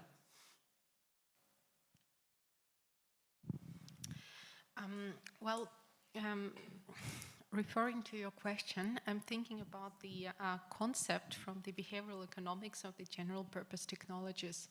And general purpose technologies are technologies that are characterized by three things. The first one is pervasiveness. It means that it is applied across numerous industrial sectors. The second one is the so-called innovation spawning effects. That means that the technology is not applied in isolation, but needs complementary innovations and fosters complementary innovations in order to be applied. And the third one is the scope for improvement, meaning that it improves over the time in its technical capacity. And if we look at the history, we do have some general purpose technologies, so steam engine, electricity, right, internet, for example. And a couple of years ago, at the Vienna University of Economics and Business, we looked at some digital technologies, such as AI and blockchain, whether they can already be called as a general purpose technologies. The short answer is no, right? They do have a potential, especially AI, but they are still at the very, very beginning. And regarding the blockchain, for example, there are comparisons of blockchain now with the internet in the 90s. And I have seen once the interesting graph of funding. The funding for the internet in the 90s was mainly on the application level, right? What can we do with this technology? What problems can we solve with that? If we look at the blockchain, the whole funding is on the protocol level. That means the technical development of the technology, but on the application level, there is quite small. And that allows us to say that we are still not there, right? Blockchain is a great tool, but where exactly it should be applied, right? Cryptocurrency supply chains are the most sophisticated applications that exist nowadays. All the rest, you know, you can apply blockchain everywhere from education to medicine. But do you really need it, right? Does it really have benefits? I fully agree with you in case of the blockchain. Searching the literature and interesting in this topic, I have a similar impression. So we are talking a lot about what we can do when we use blockchain, but nobody wants to use the blockchain. We are talking about that he has great capability of it to impact on the financial market. The financial market said, okay, he had the impact, we don't need it, yes? And this is truly sure. Yeah? Some of the technology maybe just wait for their time. You mentioned about the artificial intelligence, data science, and it can be said that we were prepared for the time when we have enough calculation power. But we are ready for this. Yes, we knew that we need the more and more powerful computers, and when we've got enough data and enough computer power, we can use all this theory which was ready to use. So the concept was ready. Based on this concept, we add to this concept technology. Now we can talk about the data science technology as a sum of concept and strictly digital technology. Yes, maybe in case of blockchain we are in the same situation. But I'd like Dieter to a little comments, because colleague said that there are only two elements, two sources of development: military and finance. At your and business, yes. Business means finance, yes. It means money. At your last slide, as I remember, there was, I still have a hope that there will be a third source, yes? But maybe this third source is the society itself. young society, young people who need to change the world, who want to change the world. How do you think? It is really only two? I still think that's a serious source of change, and I think it's a mission and a task for all of us. If I look at the education in Germany regarding digitalization, it's a nightmare. We want to have computer science as an obligatory lesson in school in 1998. And we subscribed a shared letter together with Austria, with Switzerland, and Austria did it. We don't. We have at the moment 3% of all the students studying an informatic or a computer science subject. In Austria, it's 13 or 14%, like I know. And these were totally political mistakes, and it's a bit mirrored by our education system. But so I think our mission should be to bring the interesting subject of digitalization to the people, to the schools, even to retired people who are interested in open our laboratories. We have 2 times a year an open day, open 3 days bar camps for our citizens in our city. And meanwhile, we have a good community of 300 people in our city working on projects on an NGO level. And I think we have to bring this to the society. Otherwise, I think if only digitalization is steered by industry or military, it can end not very good. Yeah. And so I think the citizens should be aware of what you can do, and they should, and if they are aware, they are good in political processes, and there can be an open discussion about. But if we miss this part, I think it will be not a future we're living in. You mentioned about the education, about the, I said that it is my opinion, but I hope not only mine. We made some research on this. The problem of using or adaptation of new modern technologies needs, the problem is based on 2 primary elements. First, the future user, the client, must know the capacity of given technology. Not in a detail, what was mentioned today, must know the capacity. Because then he can think about this technology as a way of solving his problem. On the other hand, we must have the developer, people who know this technology in detail and know how this technology works and how it can be used. Only in such a case, when such 2 people met, they can create new solution. The problem is that very often developer don't know what the business need, and the business do not know what the IT technology can offer him. And the problem is, mentioned in today's presentation, how to make the people interdisciplinary, how to make the people from the low level of education, thinking, knowing that we have such a solution, we have such a technology, we have such a concept, they have such a capability. To use the Bitcoin, I do not need anything, know anything about blockchain. But to build such a system, I must know about low-level programming. Yes? And this is gap. We can meet in the middle.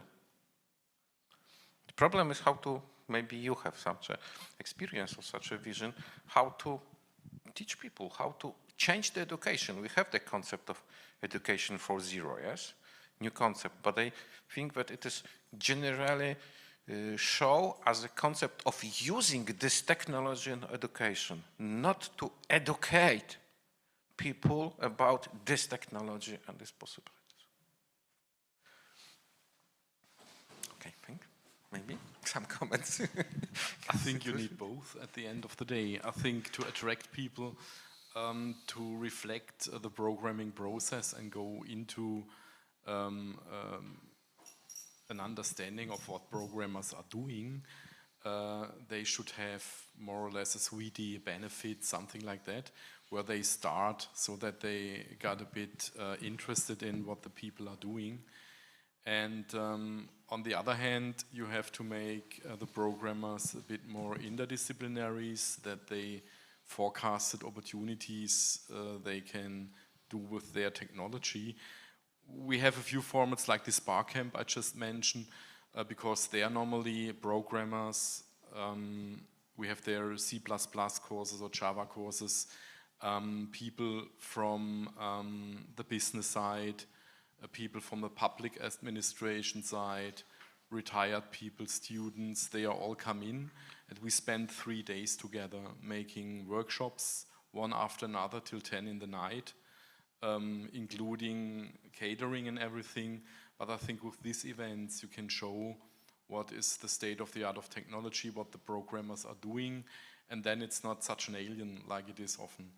And on the other hand, if you use formats like these citizen science format, we try to solve problems of citizens with our toolbox. We have a toolbox, and so if they said, look, we have a fishery association, our lake is going wrong, it's getting sour, the fish are dying, and then we are coming with our toolbox and we said, look, you can use the app Eye on Water. You can collect every day water data if you make pictures from, because they are fishing every day, and if they are there, they can make 1 or 2 photos.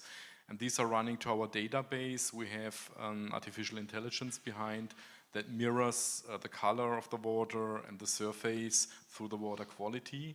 And then we mix their data with the observation data of our state-owned institute. And then we can start to build up compensation measures. And when they see that, they get really interested in how the system is running, because that helps them in everyday life problem. And I think that can be a bit the approach to go to the people and do this. And there is, meanwhile, it's quite easy. You make a picture, or the same thing with biodiversity.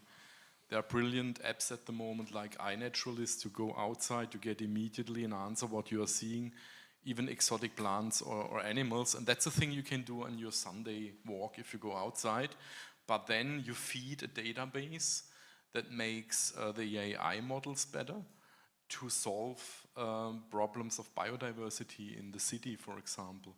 And if the people are infected from this virus, I also implemented it in my family and everywhere.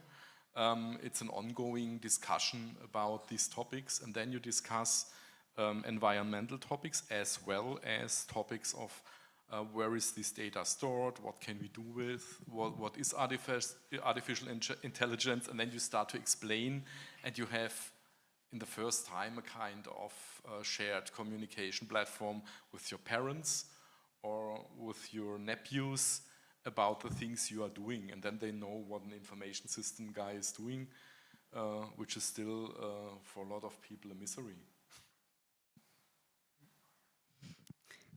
I do have 2 comments regarding, first of all, the teaching, right? So back in Austria, I'm teaching the course Fundamentals in Blockchain, for example, and I always ask my students, well, we go through the technical concepts. This is the course within the business administration program. And when we come to a concept of digital signature, 90% of the students think that this is when you make a signature, right, kind of on the touchpad or something like that. And I think that it's very important to bring to the business people the key technical concepts, because without that, it would be very difficult for them to explain the requirements for the digital systems to the programmers, because they do not speak the same language and there should be some common basis. I also have had a look at the curriculum of the master programs in digital economy at the leading universities, and I think the way is to design these programs from scratch. Lots of them are doing the first year programming and technical concepts, and the second year you go into the business concepts. Because the problem we have in Austria is that people who do business, they do only business, and they have difficulties in calculating something, or I'm not even talking about the programming, but to really understanding some basic concepts. And the people who are doing programming, they have no idea of what you can do with these systems, right? What are the problems they are solving? So I think the only way is actually to design that from scratch and to bring this together, right? Technical with the business within one curriculum, within one program. This is the one comment. And the second comment is about the research. When I was working at the Vienna University of Economics and Business, I was involved in the building of the Interdisciplinary Research Institute on the cryptoeconomics. We got the huge funding from the Austrian government, and the idea was very nice. This is interdisciplinary topic, so let's bring different people together, different faculties together. The problem is that in the classical, well, at least Austrian and I think German system as well, you are not really incentivized as a researcher, as a professor for publishing in the interdisciplinary journals, but you're rather incentivized when you publish in the high quality journals of your discipline. So when I was talking to a finance professor about the Bitcoin, he was saying me, well, that's for the criminals, why should I do that, right? I have my 5A journals, right, and I publish there, why should I bring in the new topic? They do not want that. And I think these incentives also in the research are very important, because the paradigm changed and all the topics that we are discussing today, they are interdisciplinary in nature, and you have to be incentivized as a researcher to do this kind of collaboration, which I personally see as not the case in the, let's say, German, Austrian and Swiss system, probably. I think that maybe someone wants... We are a silent crowd, you know, yeah. It's like a little bit ironical. We are becoming kind of silent crowd, you know, so that is, usually when I was a chairman, I was the last one, but it's another story. I think that you talk about a very serious problem. This problem is based, depending on, we have the same situation in Poland, yes? So publish in high-pointed journal, and this is the clue in your discipline, because in our case, it is, that doesn't count on you, yes? To you. But I think that the problem is that now, even in IT technology, we have the very narrow specialization. IT specialist 30 years ago known everything, from the building of computer, programming, teaching users, writing documentation, everything. Now we have few hundred specialization. Some of them are very narrow, not because we are lazy, because this is so, it needs so a lot of work, so amount of knowledge you must have to be a specialist. So you must put an effort to gather this knowledge. And on the other hand, when you are thinking about the business, we have the similar situation. The problem is when we can make it together. How to be interdisciplinary when you must be a specialist in your own discipline?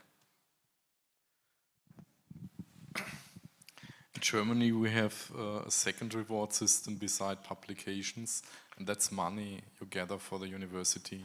And this money is gathered by research projects you work for the state, for different funders.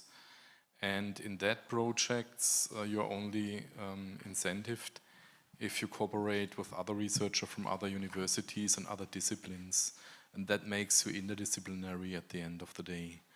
And that's the same reward system like publications.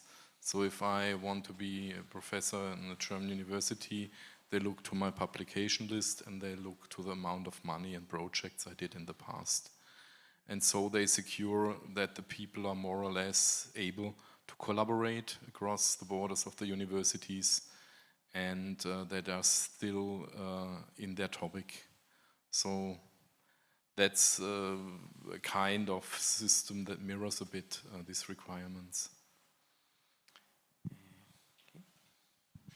If I may add, I think that we will probably need the big reform of the whole education systems because the technologies are changing very fast, and this current system, when we have primary, secondary, university, and then just going to business, will not be good in the future because, as we know, because of new technologies, for example, IE and other technologies, many occupations will just disappear in 5 or 10 years. So we will have to be prepared to have education system which will all these people who will be left out of the job quickly re-educated or prepared for some other jobs.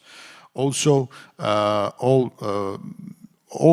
many professions should be now interdisciplinary. I mean, more technological-based courses should be introduced in medicine, in chemistry, and in this area when typically they don't learn a lot of about technology.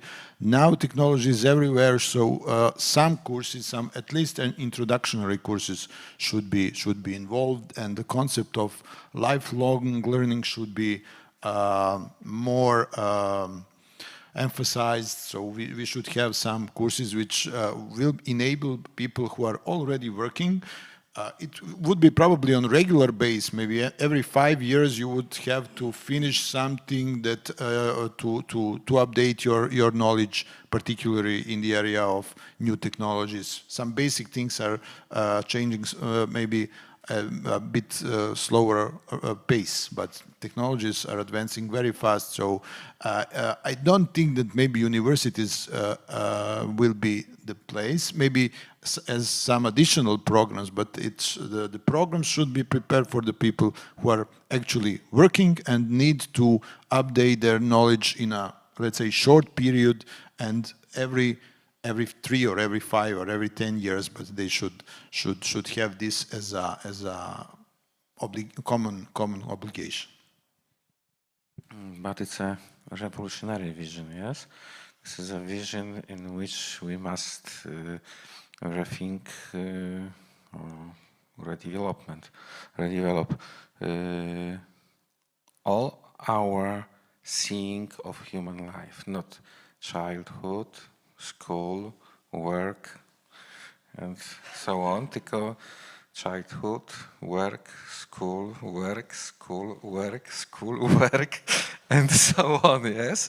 Because it is very hard to work and learn in the same time. It is maybe for young people, it's easier, but later is hard. On the other side, it's hard to to stop working and go make education holidays for 2 years. Maybe we should introduce something like that as obligatory, maybe just to lifelong learning, yes? Long life learning. Więc to jest this is the vision very often appears in a scientific paper. The problem is, was the society ready for this? Did this ready now? Will be ready in the future?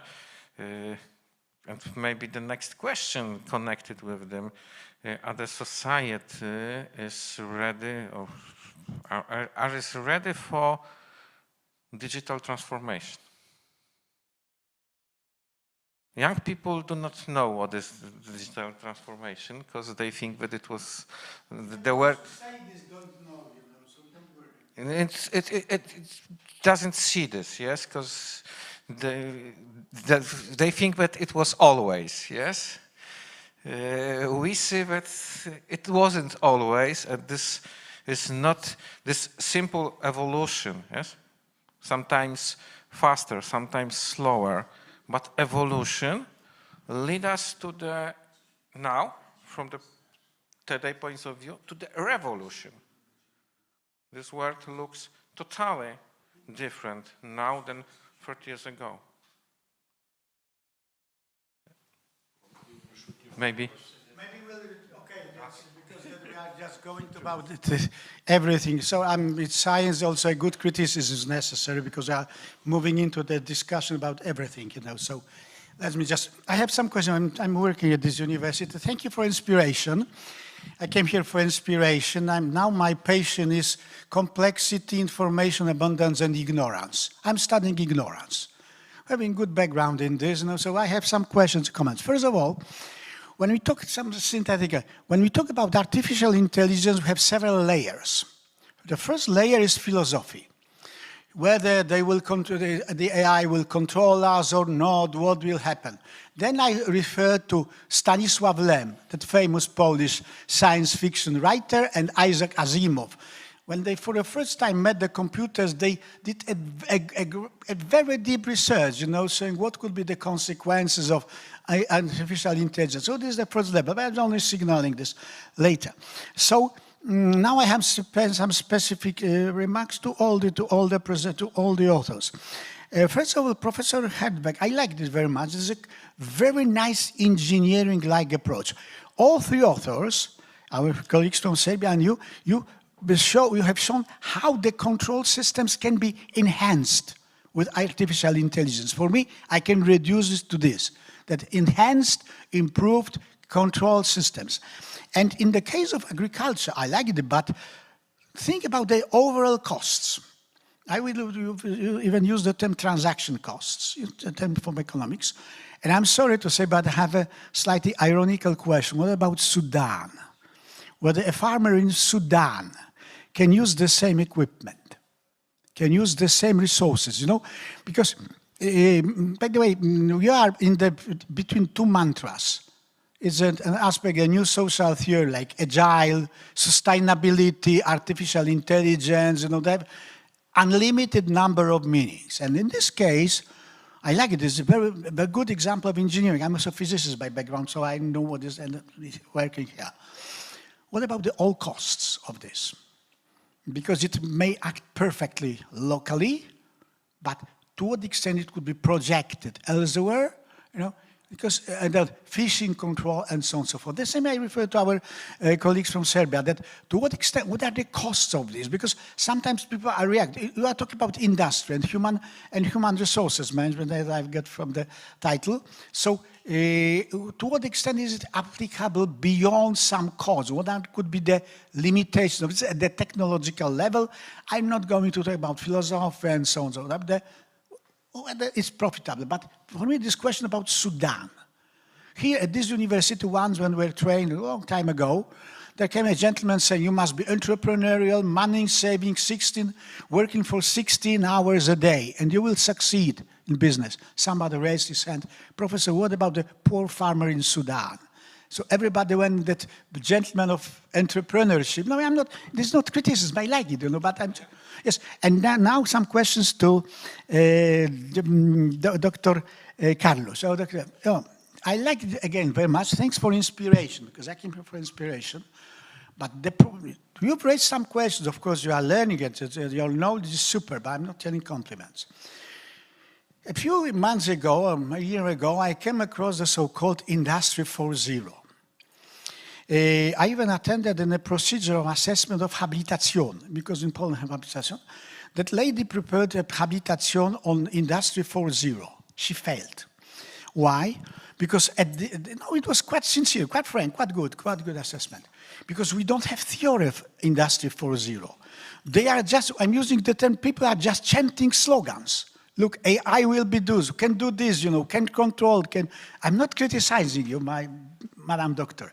But you know, phishing, you know, bitcoins, and so on and so forth. You are at the level of development, just gathering information. And what the problems that are challenging for your generation is to find a theory, to find whether there is a deeper theory to all those things. You know, how to, no theory of Industry 4.0. When you look at, let's say, traditional theory of the firm, IT systems, then we can look at resource theory and management, because theory can help us to predict. And just last, it's not a criticism, but just a kind of synthesis. In fact, once again, it was perfect. But, and then something interesting that you raised, thanks for inspiration, the Bitcoin and energy. There's a problem. There was a Romanian socialist, Georgescu Regan, who wrote about theory of value using physics, entropy. It's probably not possible to create value without engaging energy, Bitcoin.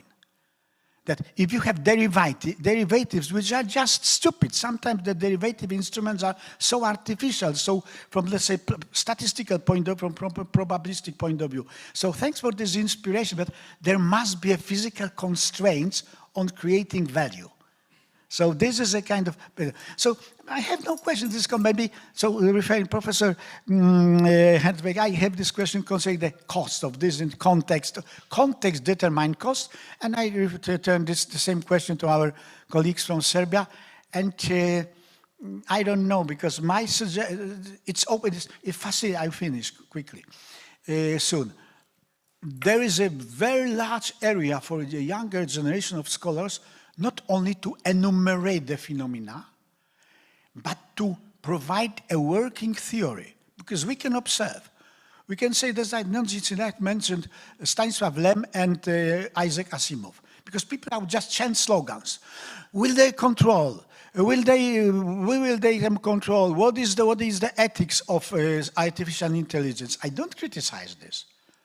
But we have to remember that a lot of things have been discussed earlier. Okay, thank you much. Once again, thanks for inspiration. Truly, I'm taking so much from this meeting. Okay, thank you. Okay, then I will say a few words to the costs and to the farmer in the Sudan. There is an exchange program between Baden-Württemberg and Sudan. It's not a joke. And there we also implement a few dimensions of these technologies. So what I was reporting about this 5G network, it would be not payable in Sudan.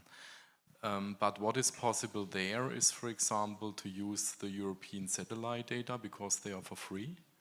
And you can make forecasts about the humidity and the dryness of your land to go into a much more informed nurturing and fertilizing.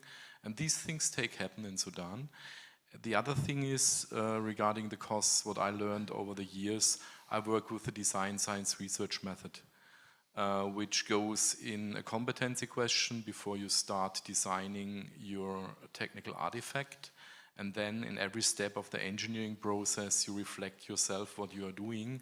And this includes also the costs of the artifact, no? And then, just let me finish. And what I learned over the time is then that you have to adapt a technological system to the regional requirements. And if this means that the people have no time and money, you have to look what elements of your technical system will work. And for example, when I was talking about this energy system we are designing at the moment for Bulgaria, this would be an energy system I would never implement in Germany because we don't have the preconditions for that. But for Bulgaria, it fits very well. And then you can look at the costs and the benefits, and they are there quite well. I'm an economist too, not only an engineer. And from that point of view, I learned over the years that you have to know exactly how you design an artifact, what are the steps, what are the costs, and what offers the environment you want to install or to develop for your technical artifact. And so the answer is yes, you can implement elements of the artifact in Sudan easily, and this is done. It will be done at the moment. But they won't be able at the moment to buy the whole system. It makes no sense there, because there they have no problems with land, they have problems with humidity. There are other rules there you have to follow. But you can use, for example, Leonardo pictures to really increase the success on a very low-cost level in Sudan. That's possible. You know, I'm not going to dominate discussion, but the key point, I have some contacts with leading scholars in Germany doing research with sustainability. So the key point in discussing with all those improvements is the lack of the total costs, you know, all the drone costs, for instance, the electric cars. Some say that, you know, then recycling of and so on. So I'm just raised, Sudan was a kind of, let's say, funny example. So when it was funny because we have already a cooperation with Sudan yes, in exactly. our state.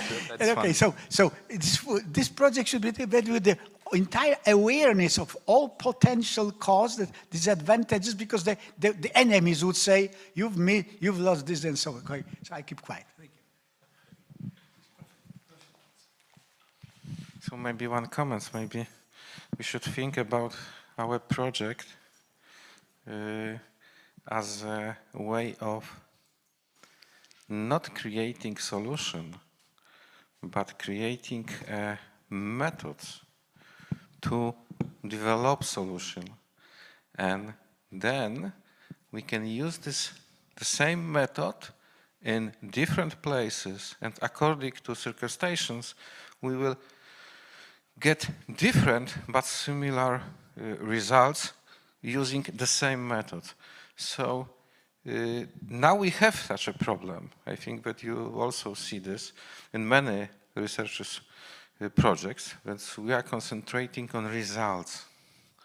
And somebody say, it's work or not work.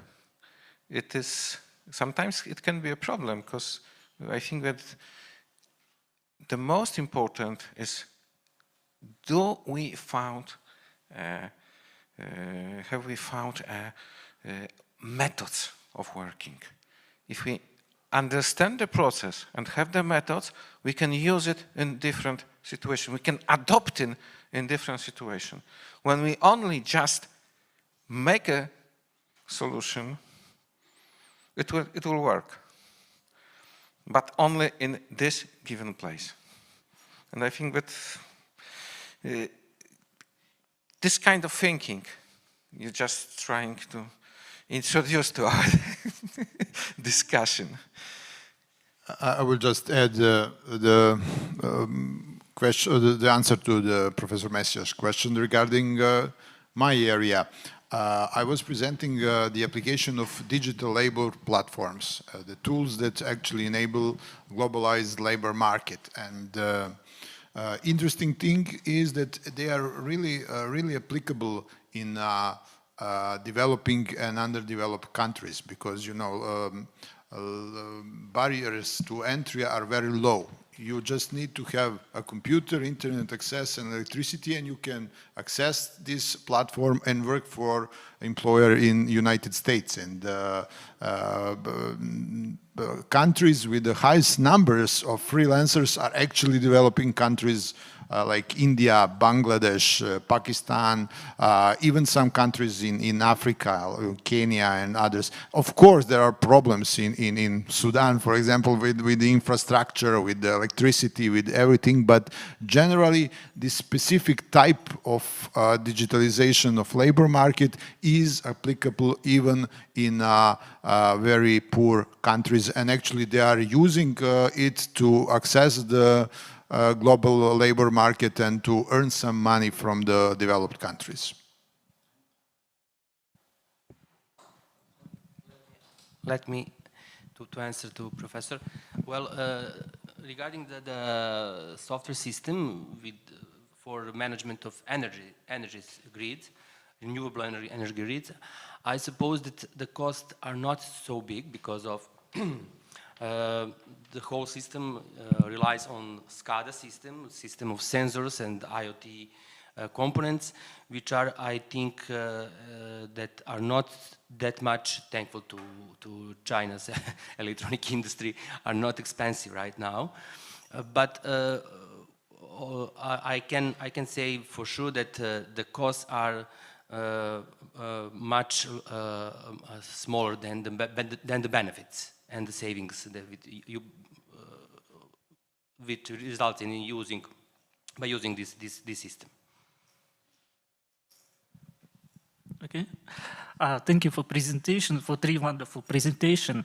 I'm PhD student in environmental protection engineering in Karl Francis University of Graz. And yes, I agree. Today, digitalization, they brings, like Evgenia say, they brings progress and also brings risk. For example, in energy sector, we see this sector use a lot of digital support, from standard computer to software program to some tools for modeling the system, analysis of system, and its impact on sustainable energy security. And at the same time, we have in energy sector, we have a number of cases of cyber attack or virus attack, as Evgenia say, in energy sector. So it's impact of technology, impact of digitalization. So, and also originally I'm from Kazakhstan. It's very interesting case because in Kazakhstan electricity is very cheap because country is very rich in oil, gas, coal. And some Chinese company, they bring business, bitcoins and mining business to Kazakhstan. And since collapsing Soviet Union, it's collapsed 30 years ago, last year we have first huge technical blackout because mining activities. We didn't expect this, but this is also how technology impact on energy sector and how energy sector impact on technology. And last point I also like from today's presentation, we need to think about interdisciplinary methods, interdisciplinary tools for assessments of this technology development, and also sector interconnection. For example, I see from a presentation of Dieter about water and energy interaction. For example, Kazakhstan, they have also planned to develop nuclear energy. The country wants to construct 2 nuclear power stations. And also the country wants to increase energy production, increase of oil, gas, coal production. And all these processes, they require a lot of water. And in case of Kazakhstan, like in many developing countries, Sudan, Kazakhstan, water policy, technology policy, energy policy, they develop and implement it separately, not together.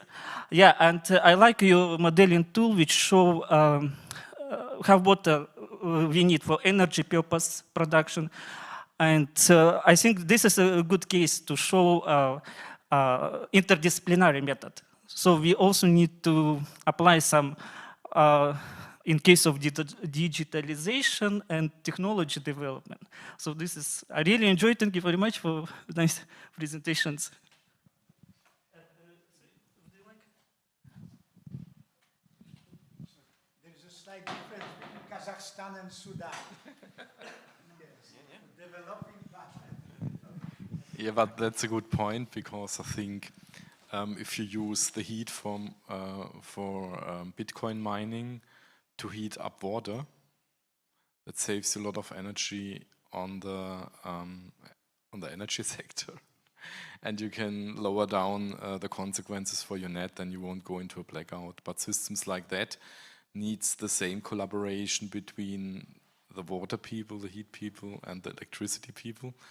We are working at the moment in a project with our local utility on a technology of a server that's embedded in oil.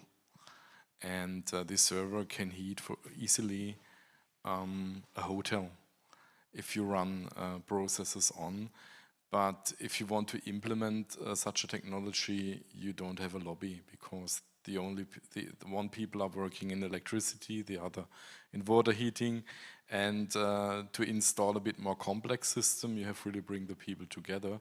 The same thing I would say with renewable energy. If you don't work with heat pumps, you won't never be able to produce as much energy as possible only by solar or wind. So you have to go to other grid constellations, but this needs that the different disciplines collaborate intensively in the planning phase. We did projects like that in the last 5 years in an energy network. We do there the business models and everything, but even between us researcher, we need 1.5 years to understand what the other is doing. And then if you think about policymaker who want to do policies for a bit more holistic approaches, you can imagine what this means for society and administration and politics. But at the end, we were quite successful. I wish all the success to the politicians and to the administration. But it's a long way to go, but it's necessary. We can't solve the problems in distributed worlds, from my point of view. Maybe like a kind of summary. You talk about interdiscipline, and I think that digital transformation show that interdiscipline is totally necessary. We think about the globalization very often like a kind of make the whole world the same. It's not making the whole world the same. It make many local many local elements connected globally, and locally you must be interdisciplinary. It means we cannot thinking about only the digital transformation as a computer's tools, as a software, as a hardware, but we must think about the water, about the technology, power, about every aspect of such a life. We must be conscious that we are here because we have the electricity, and for many people this electricity is something which is forever and given for tomorrow, yes, never ending. But we must understand that this is also the problem. I remember one situation when I was a project manager in one of the bank. I was responsible for installing new server. I was external contractor because I have my whole team. And one day I've got a phone that they bring this server to the bank and I should just sign the paper. I go with the project manager from the bank side because it was generally his server, yes. And he has the place where he wants to place this server. And appears third man. I ask, who is this? Building engineer. Who is this building engineer? Building just stay here for the 10 years. What he is doing here? He